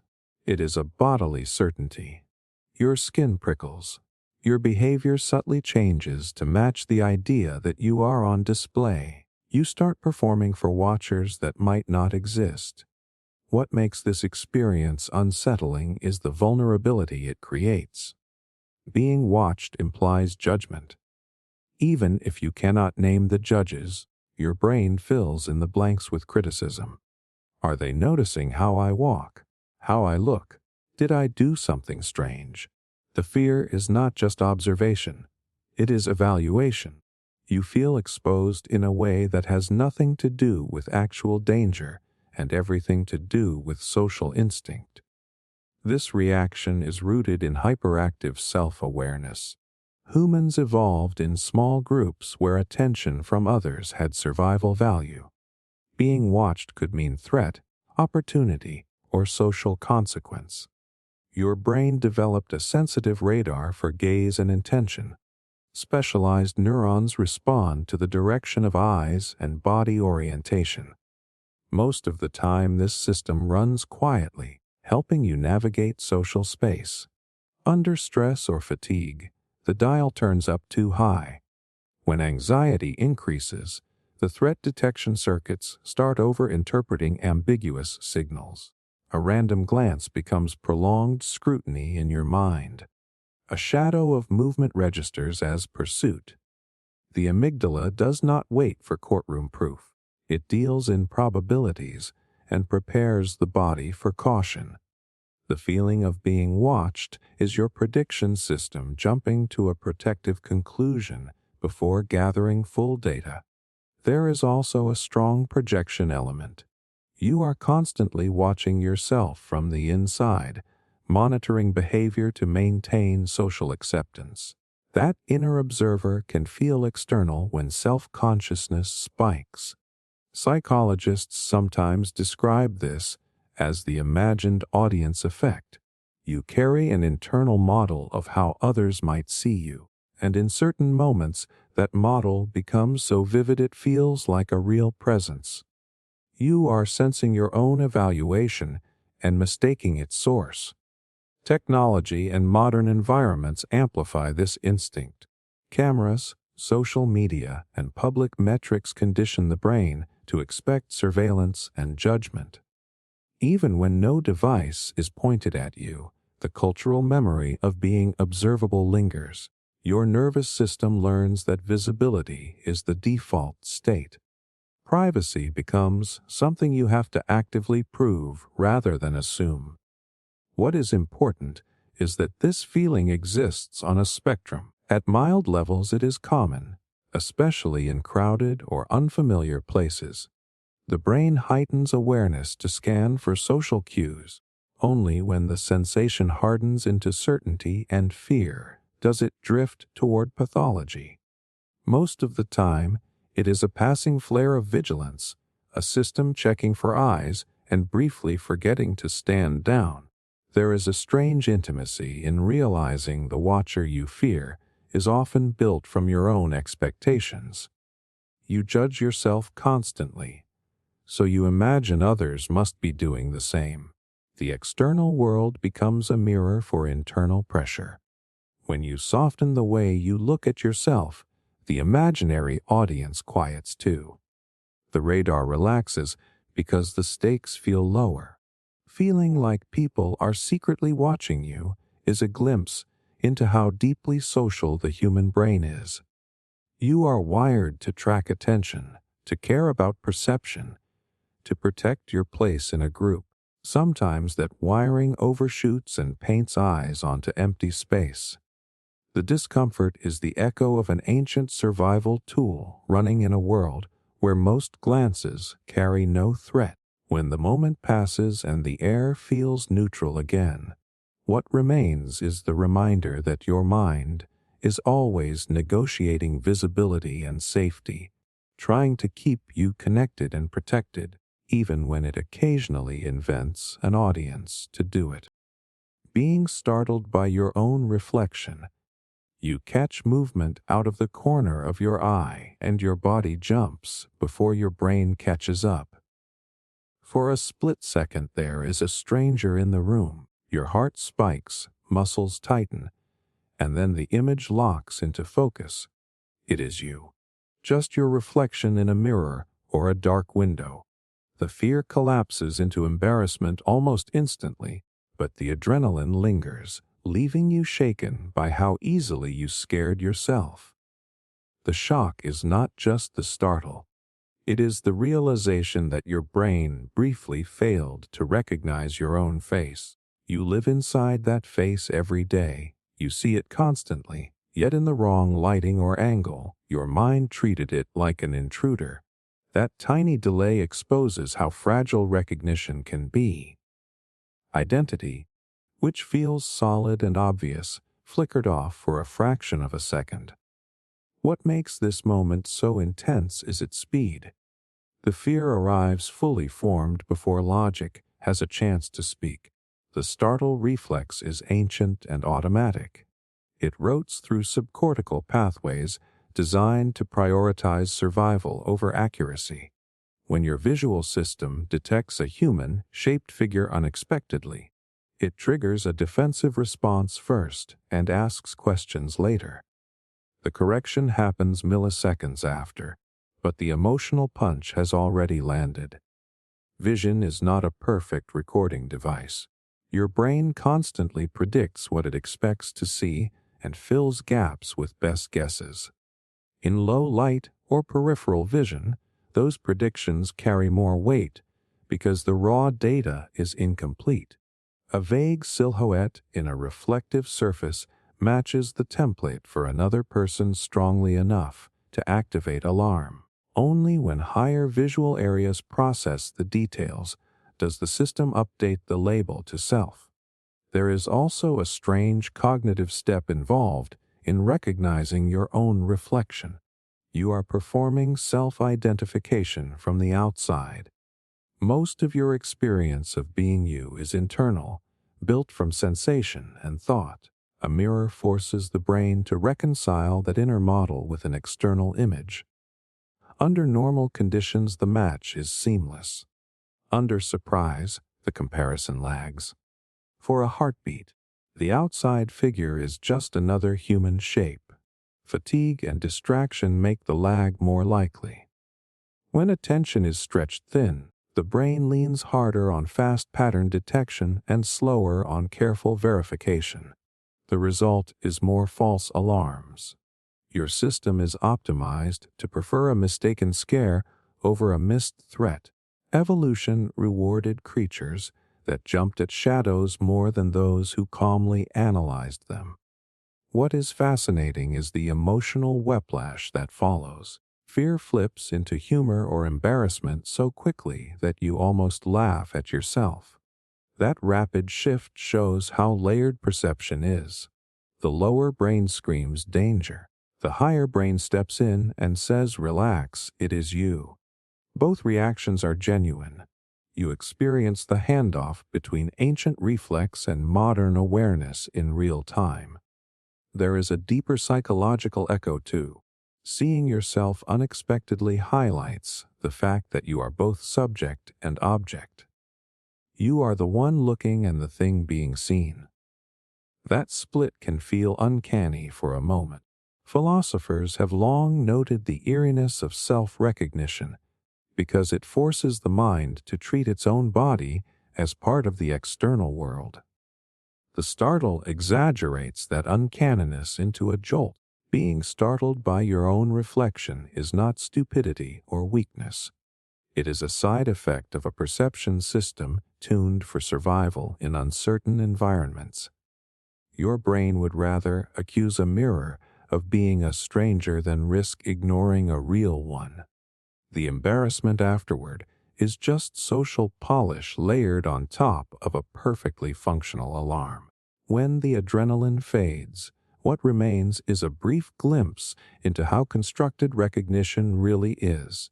Even your own face is not immune to misclassification under the right conditions. The moment reminds you that seeing is an active process, a negotiation between expectation and input. For a fraction of a second, expectation won. Then reality corrected it. In that tiny glitch, you get to feel the machinery of perception resetting itself, proving that the line between familiar and foreign is thinner than it seems. A whole day disappearing in a blur, you look up and the day is gone. Not gradually faded, gone. Morning turned into night without any clear markers in between. You try to replay what you did, and it comes back in fragments, like scattered screenshots instead of a movie. You know you were busy.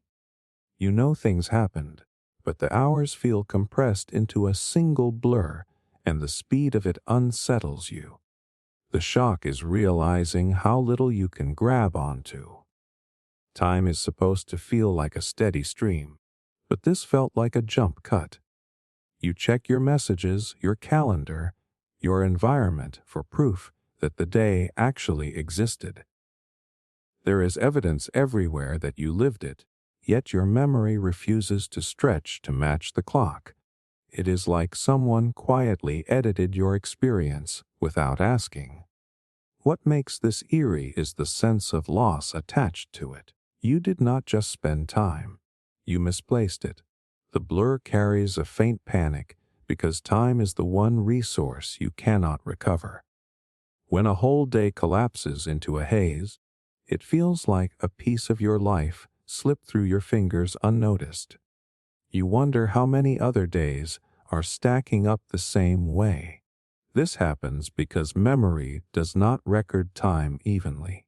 Your brain prioritizes novelty and emotional intensity when deciding what to store in detail. Routine, repetitive actions get compressed because they offer little new information. When you spend a day running familiar scripts, commuting, working, scrolling, your hippocampus tags fewer moments as worthy of rich encoding. Later, when you look back, there are fewer anchors to stretch the timeline. The day feels short because it was stored sparsely. Attention is the gatekeeper in this process. When your focus is divided or on autopilot, experiences pass through without deep registration. You are physically present but mentally skimming. The brain is efficient. It assumes it can reuse old templates for familiar situations instead of building fresh memories. Efficiency in the moment becomes emptiness in hindsight. Stress and overload amplify the blur. Under pressure, the brain shifts resources toward immediate task completion and away from reflective encoding. Cortisol changes how memory circuits operate, favoring survival-relevant information over rich contextual detail. You get through the day, but you do not inhabit it fully. Later, recall feels thin because the system never switched into archival mode. There is a paradox hiding here. Days packed with activity often feel short in retrospect, while days filled with novelty feel long. A vacation with new sights stretches in memory because each scene gets its own file. A routine workday collapses because the brain batches similar moments together. Time perception is less about the clock and more about how densely experience is recorded.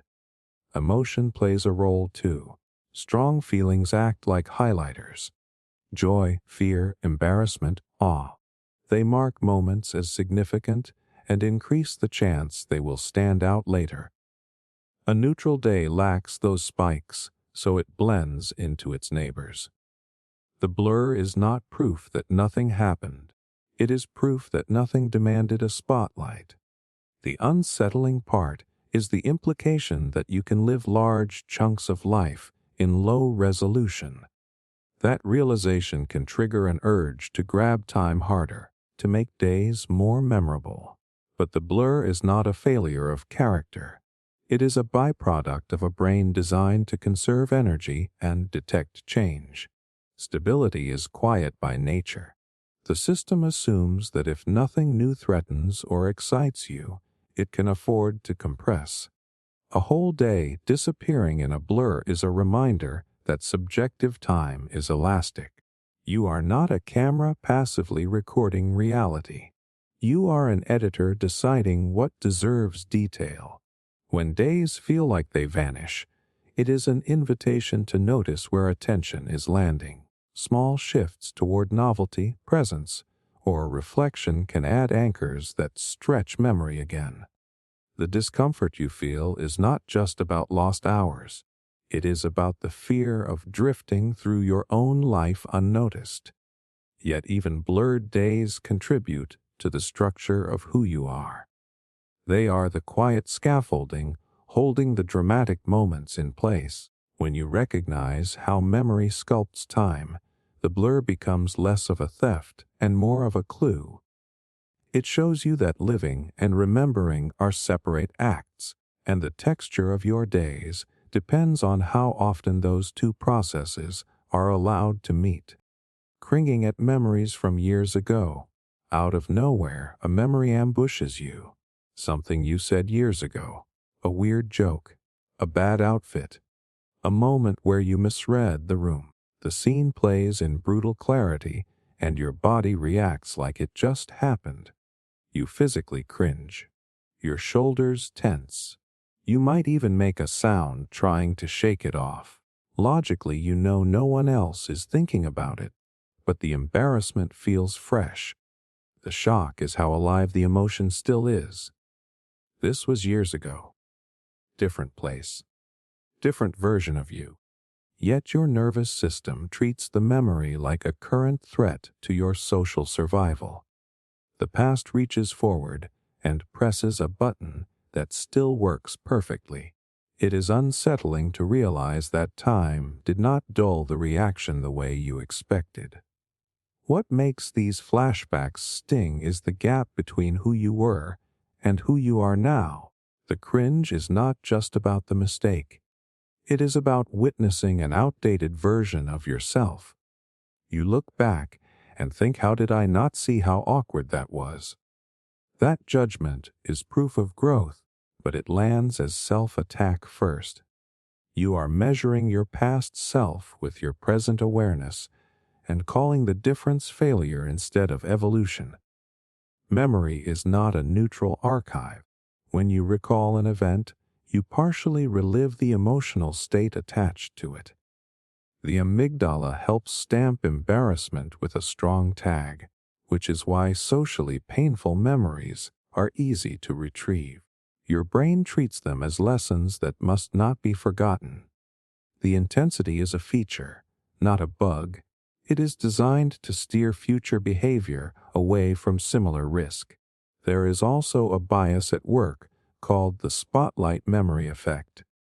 You assume your mistakes were more visible and memorable to others than they actually were. Because the moment burned into your identity, it feels historically important. In reality, most people barely registered it. They were busy starring in their own cringe compilations. But your brain stores your errors in high resolution because they are relevant to your survival inside the social group. What is strange is that the cringe can feel almost addictive. The mind revisits the scene repeatedly, as if re-examining it might drain the embarrassment out. Instead, each replay reinforces the emotional pathway. You are strengthening the memory by touching it. The attempt to neutralize it keeps it vivid. It becomes a tiny loop of self-punishment disguised as reflection. There is a deeper layer underneath the pain. These memories hurt because belonging matters. Humans evolved to fear social rejection as a real danger. Embarrassment is the internal alarm that says adjust behavior to stay connected. When you cringe at your past, you are feeling the echo of that ancient system still doing maintenance on your social instincts. It is trying to protect you, even if the threat expired long ago. The perspective shift comes when you realize the cringe is evidence of change. If you can look back and feel embarrassed, it means your standards evolved. The person who made that mistake does not fully exist anymore. You updated. The discomfort is the growing pain of identity stretching forward. Without it, you would be stuck repeating the same patterns without noticing. Cringing at memories from years ago is your brain running quality control on your personal history. It is messy and emotional because growth is messy and emotional. The key is not to erase the reaction, but to reinterpret it. Instead of hearing you were awful, you can hear you learned. The same memory that triggers shame can also confirm progress. When the flashback hits, you are briefly standing between two versions of yourself. One frozen in the past scene, one watching from the present with new awareness. The sting you feel is the distance between them. That distance is not a wound. It is movement. Proof that you kept going, kept adjusting, kept becoming someone slightly different. The cringe fades, but what remains is the quiet fact that you are not trapped in that old moment. You outgrew it, and your nervous system, dramatic as it is simply reminding you how far you traveled. Imagining praise after minor achievements, you finish something small. Maybe a tiny task at work, a short workout, or even just making it through a stressful conversation. And suddenly, before anyone has even noticed, your mind lights up with applause. Not literal clapping, but the feeling of recognition. You imagine someone praising you, admiring you, saying exactly the words you wish they would. The scene is vivid. Your chest lifts a little. You savor it. You feel rewarded, all in private. The shock is how real it feels. You are literally giving yourself a standing ovation before anyone else even knows what happened. A compliment imagined in your head triggers almost the same chemical response as one given in reality. Dopamine spikes. Your mood rises. Motivation flickers. The body reacts as if a social reward has arrived, even though the external world is quiet. You realize your brain can manufacture validation entirely on its own. What makes this habit so fascinating is that it operates at the intersection of anticipation and self-affirmation. Humans evolved to crave social approval because belonging was crucial for survival. Praise from others released reward chemicals, signaling safety and status. Modern brains still crave that feedback, but the mind can simulate it internally. You are tapping the same neural pathways your ancestors relied on for group cohesion, except the reward comes from imagination instead of peers. The psychology behind it is surprisingly sophisticated. When you imagine praise, your brain is running a mini rehearsal of social reinforcement. You picture the approving expressions, the tone of voice, the way someone leans in to show attention. This rehearsal helps you encode the action as positive. It reinforces the neural patterns that make you want to repeat the behavior. In other words, your brain uses fantasy applause to train you for real life. There is also a layer of identity at work. By imagining praise, you are subtly broadcasting to yourself what kind of person you want to be. You imagine admiration not for its own sake, but as a reflection of the traits you value: competence, persistence, skill, or kindness. The mental recognition doubles as a mirror, showing the person you are striving to become. Each imagined compliment strengthens that self-image. The thrill can be surprisingly addictive because it is low risk. You get the reward without criticism, without failure, without the uncertainty of real social feedback. That instant gratification loop primes your nervous system to seek small achievements, sometimes more eagerly than the actual external rewards themselves. Your mind has found a shortcut to motivation, powered entirely by its own imagination. Yet there is a subtle caution. Over-reliance on imagined praise can make real world feedback feel underwhelming.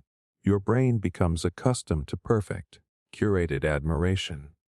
Real people are messy. Compliments are delayed, vague, or imperfect. The mind's internal version can feel better than anything reality delivers. That gap is why people sometimes experience frustration when others don't notice what seems obvious. They have already staged the celebration internally. The beauty of it is how human it is. We are wired to simulate, to rehearse, and to reward ourselves internally. Imagining praise is a reflection of our desire to feel seen, appreciated, and successful. Even when the achievement is minor, your brain knows that recognition matters, and it provides a way to give it to itself in the meantime.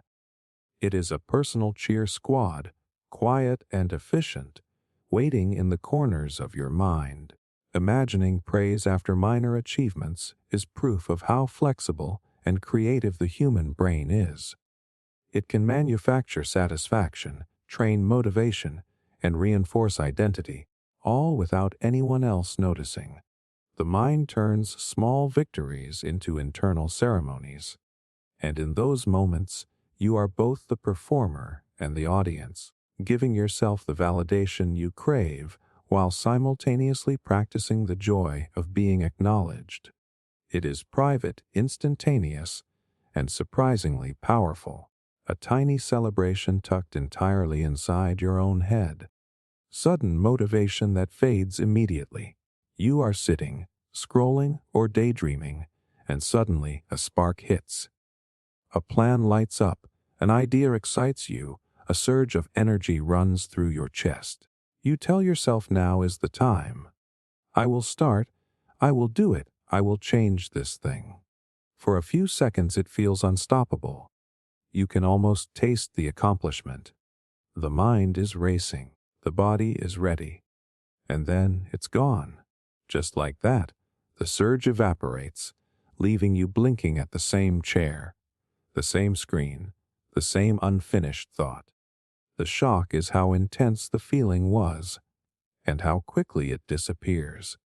One moment you are certain of your power, the next moment you are questioning everything. What happened? Why can't I just keep going?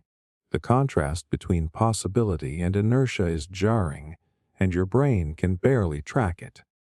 It is not laziness.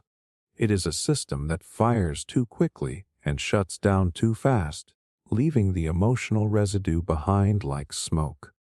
What makes this experience frustrating is that your body remembers the energy even after your brain has released it.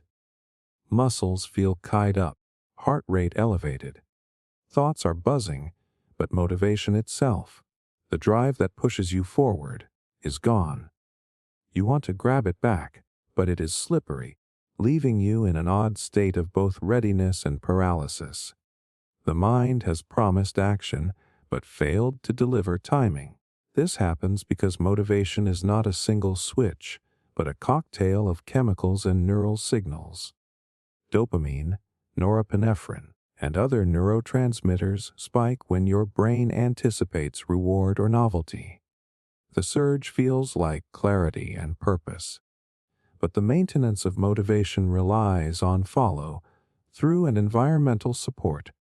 If context does not reinforce the drive, the chemicals fade faster than the thought, leaving the intention stranded in midair. There is also a psychological aspect. Motivation is fueled by imagined future payoff. When the image of success is vivid, the brain treats it as if it is happening now, triggering action-oriented circuits. But if reality imposes friction, tasks too big, distractions, or competing impulses, the imagined reward loses luster. The mind suddenly realizes the effort is greater than anticipated, and the motivational spike collapses. It was never truly sustainable. It was a preview, not the main event. Another factor is the emotional baseline. If you are tired, stressed, or distracted, your nervous system cannot maintain high arousal for long. The initial spark is enough to light a short-lived flare, but it lacks fuel to keep burning. Motivation needs both energy and scaffolding.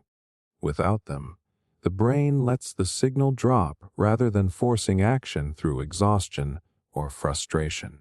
There is a subtle lesson in the gap between sudden ignition and collapse.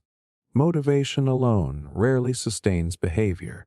It is the first signal, the nudge, the spark, but not the engine. Humans often mistake the flash for readiness, believing that feeling motivated equals doing. In reality, action requires structure, planning, and repetition. Motivation is the appetizer. Habit is the main course. What is curious is how memory exaggerates the spike. Later, when recalling the moment, your mind treats it as a profound insight or life-altering resolve. In truth, it was ephemeral, a chemical pulse without persistence. That exaggeration can be misleading, reinforcing the cycle. Wait for motivation. Get disappointed when it vanishes. Repeat. Your brain is learning the drama, not the discipline. Sudden motivation that fades immediately is a glimpse into how human brains generate desire without always providing follow-through.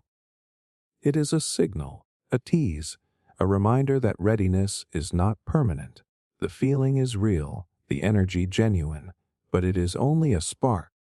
Understanding that sparks alone are insufficient can help you stop blaming yourself and start building the small structures that convert fleeting fire into steady action. In other words, the lightning is real. The storm takes preparation. Hearing phantom notification sounds. You are sure you heard it. That tiny ping, the buzz, the familiar notification chime that normally pulls your attention like a hook. Your hand moves toward your phone before you even think. You check the screen. Nothing.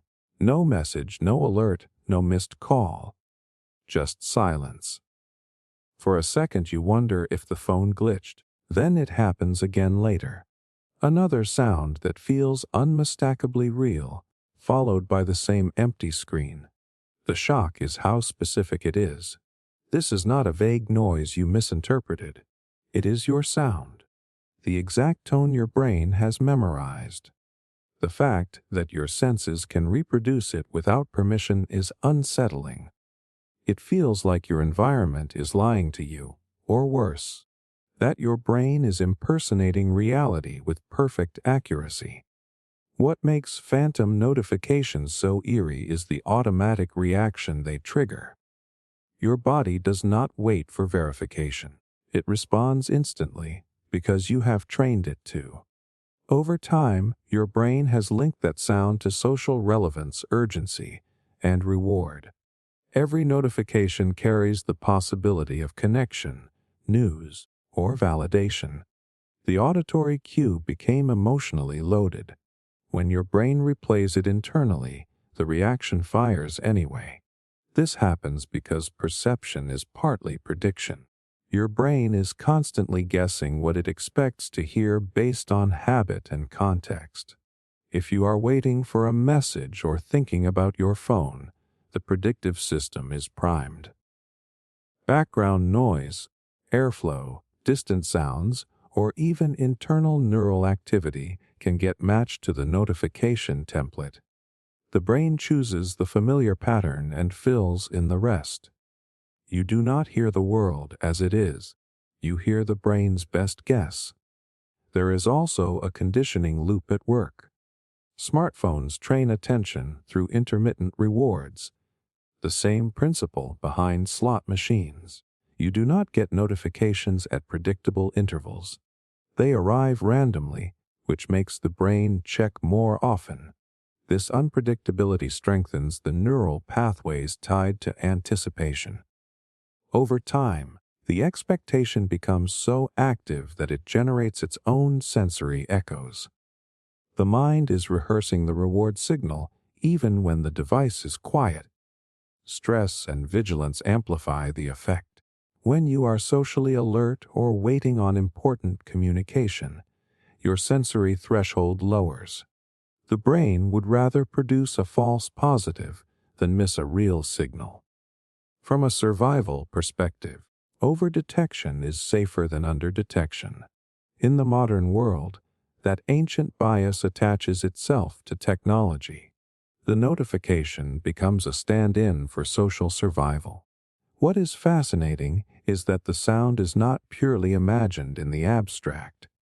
It is constructed from real neural firing in the auditory cortex. The same regions that process actual sound activate during vivid auditory imagery. To your brain, the difference between external and internal signals is smaller than you assume. That is why the phantom chime feels convincing. The hardware is the same, only the source differs. There is a quiet commentary here about how deeply devices have embedded themselves into human attention. Your brain has integrated the phone into its threat and reward systems. A simple tone now carries emotional weight strong enough to echo on its own. The phantom notification is your nervous system revealing how closely it is tracking connection and expectation. Hearing phantom notification sounds is not a glitch in sanity. It is a side effect of a prediction engine tuned by repetition and reward. Your brain has learned the pattern so well that it sometimes rums it without input. The brief confusion that follows is the moment where imagination and perception overlap just enough to expose the machinery underneath. You check the screen, find nothing, and reality snaps back into place. But for that instant, you felt the boundary blur, and it reminds you that what you hear is never just the world. It is the world filtered through a mind constantly guessing what should come next. Forgetting what day it is, you wake up, stretch, and for a moment, nothing feels anchored. You check the calendar or glance at the clock, and still your brain hesitates.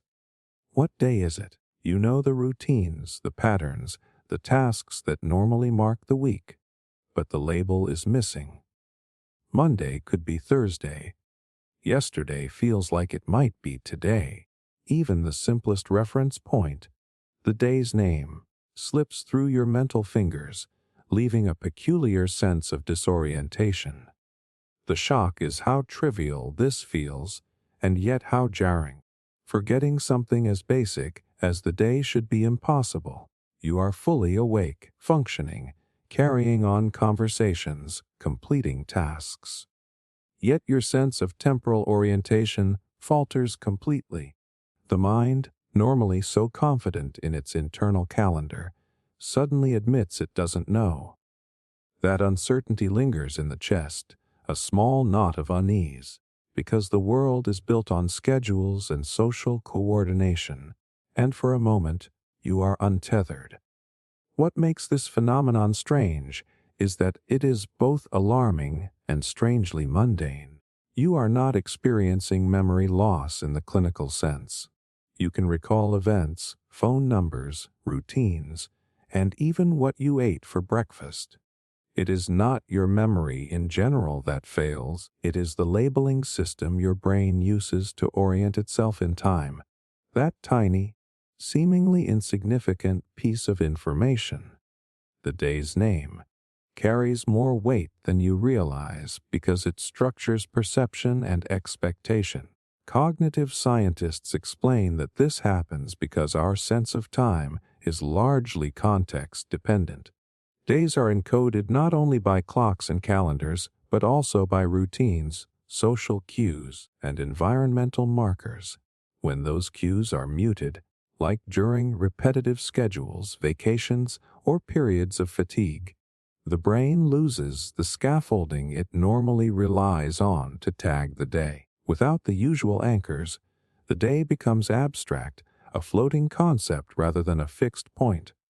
Attention also plays a role. When your mind is absorbed in tasks, problems, or even entertainment, it deprioritizes updating temporal labels. The hippocampus, which links memory and context, is busy weaving experiences into long-term memory. But the frontal lobes that track, what day is it, may slow down. Essentially, the brain deems the question unimportant at that moment, even though socially it feels crucial. Stress and sleep disruption exacerbate the effect. Fatigue diminishes executive function, the part of the brain that organizes, plans, and keeps track of sequences. Hormonal shifts and circadian misalignment can further cloud temporal perception. Under these conditions, losing track of the day is less a glitch and more a predictable byproduct of an overtaxed system trying to prioritize higher stakes information. There is a subtle emotional layer too. Forgetting the day often triggers mild anxiety or self-criticism. You worry that your mind is slipping, that you are losing track of life.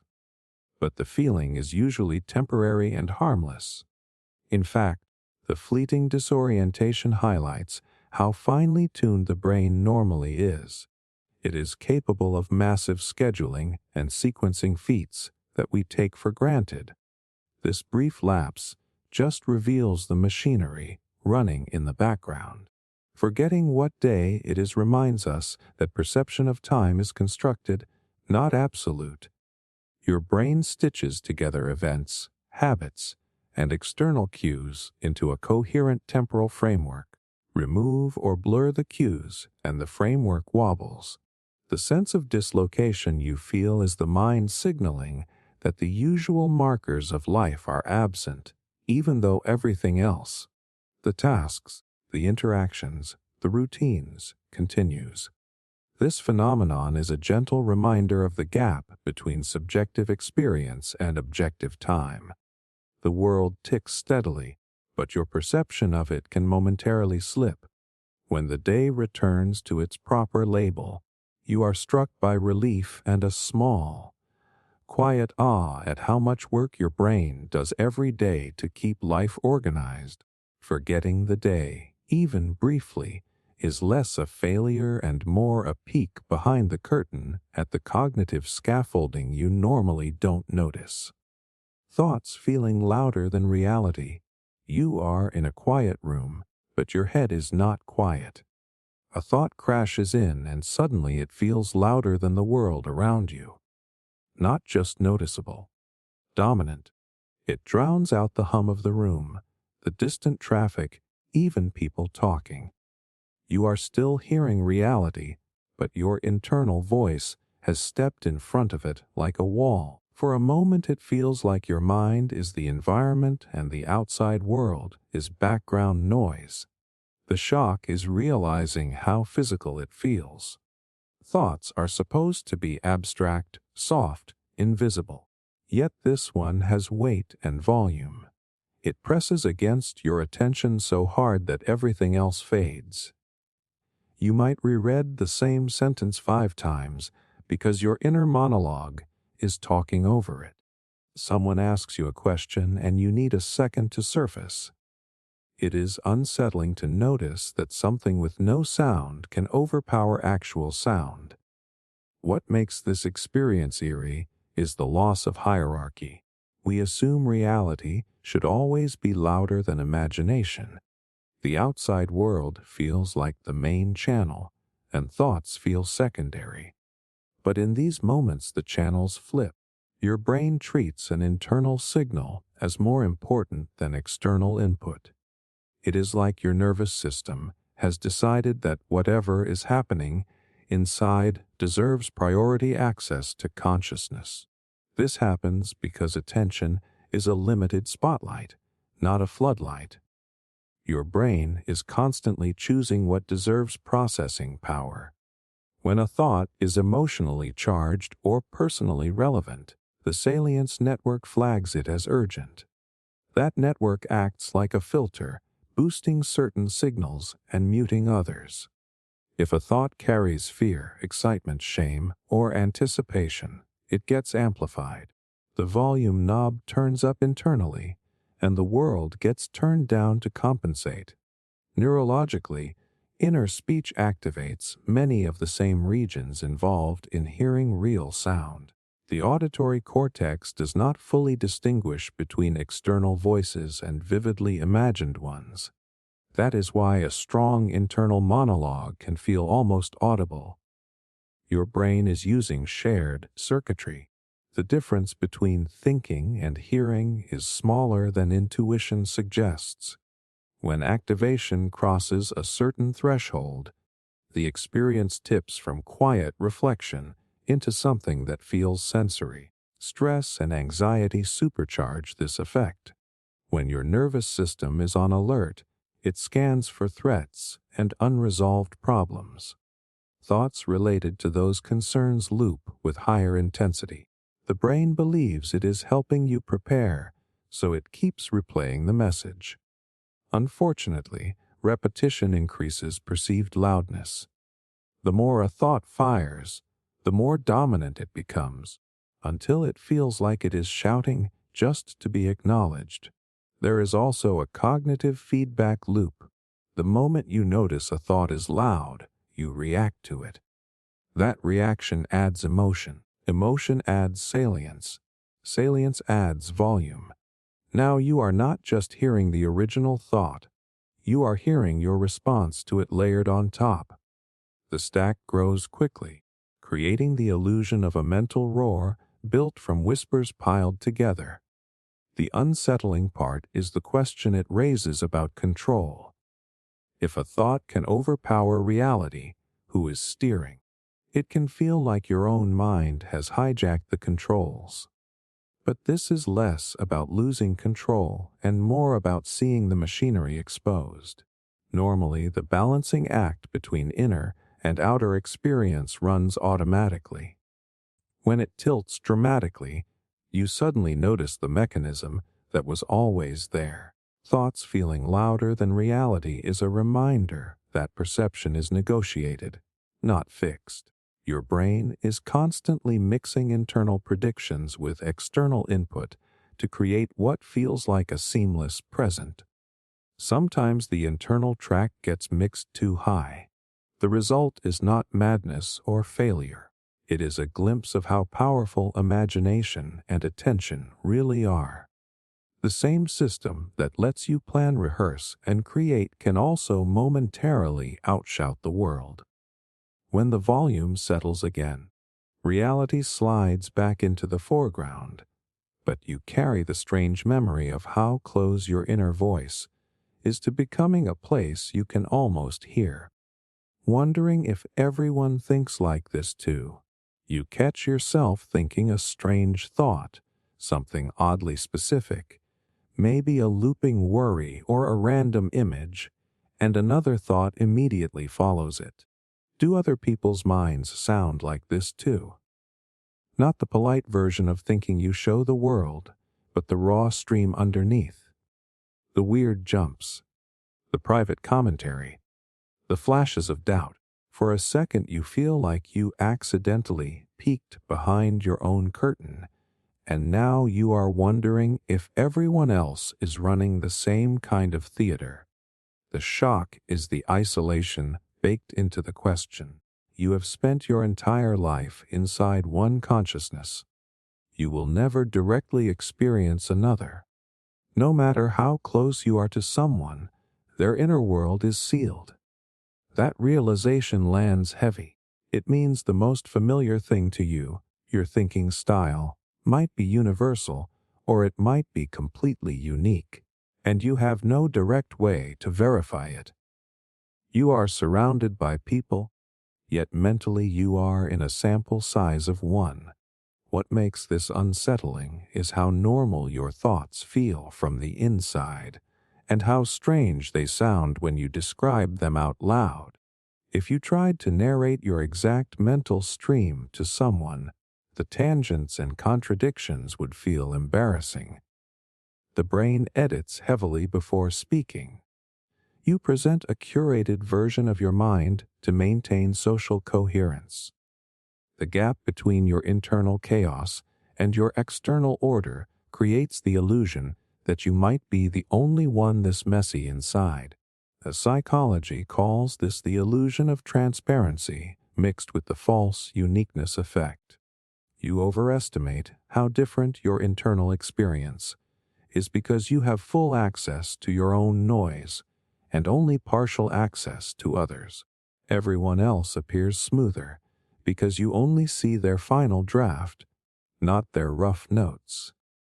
Your brain compares your behind-the-scenes footage to their highlight reel and concludes you must be the outlier. Neuroscience adds another layer. The human brain is built from broadly similar architecture. The default mode network, the system active during self-reflection and mind wandering, lights up in remarkably consistent patterns across people.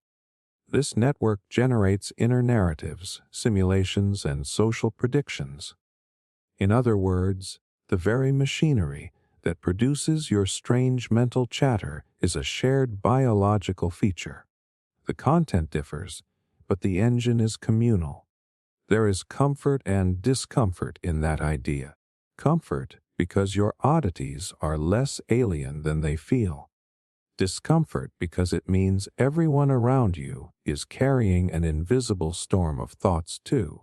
The quiet person next to you might be running intense debates in their head.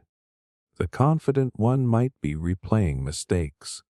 The calm face in the crowd hides a private universe as loud and layered as yours. Society functions because we agree to interact through simplified channels while these internal worlds roar silently in parallel. The curiosity about other minds is deeply human. It is tied to theory of mind, the ability to imagine what others are thinking and feeling. This ability lets you cooperate, empathize, and predict behavior. But it also exposes a permanent boundary. You can model another mind, but you cannot enter it. The question, do they think like me, is both a bridge and a wall. It connects you through imagination while reminding you of the separation. Interestingly, when people do compare notes, they often discover shocking similarities. Many assume their intrusive thoughts, strange associations, or internal monologues are rare until someone admits the same pattern. These moments create instant relief, not because the thoughts disappear, but because they are reclassified from personal flaw to human feature. Shared cognition becomes a form of social bonding. Wondering if everyone thinks like this too is your awareness brushing against the limits of subjectivity. It is the mind trying to triangulate itself, using other people as reference points. The question itself is evidence of social intelligence. You are mapping your inner terrain and asking where it overlaps with the species. You will never get a perfect answer. Other minds remain translations, not originals. But the very fact that billions of brains evolved from the same blueprint suggests more overlap than your isolation implies. The strangeness you notice is not a glitch in being you. It is a signature of being human. Every person you pass is carrying a hidden narrative just as dense, just as bizarre, and just as convincing as yours. The silence between you is not emptiness. It is a crowded space filled with thoughts that sound, to each of them, exactly as loud and personal as yours does to you.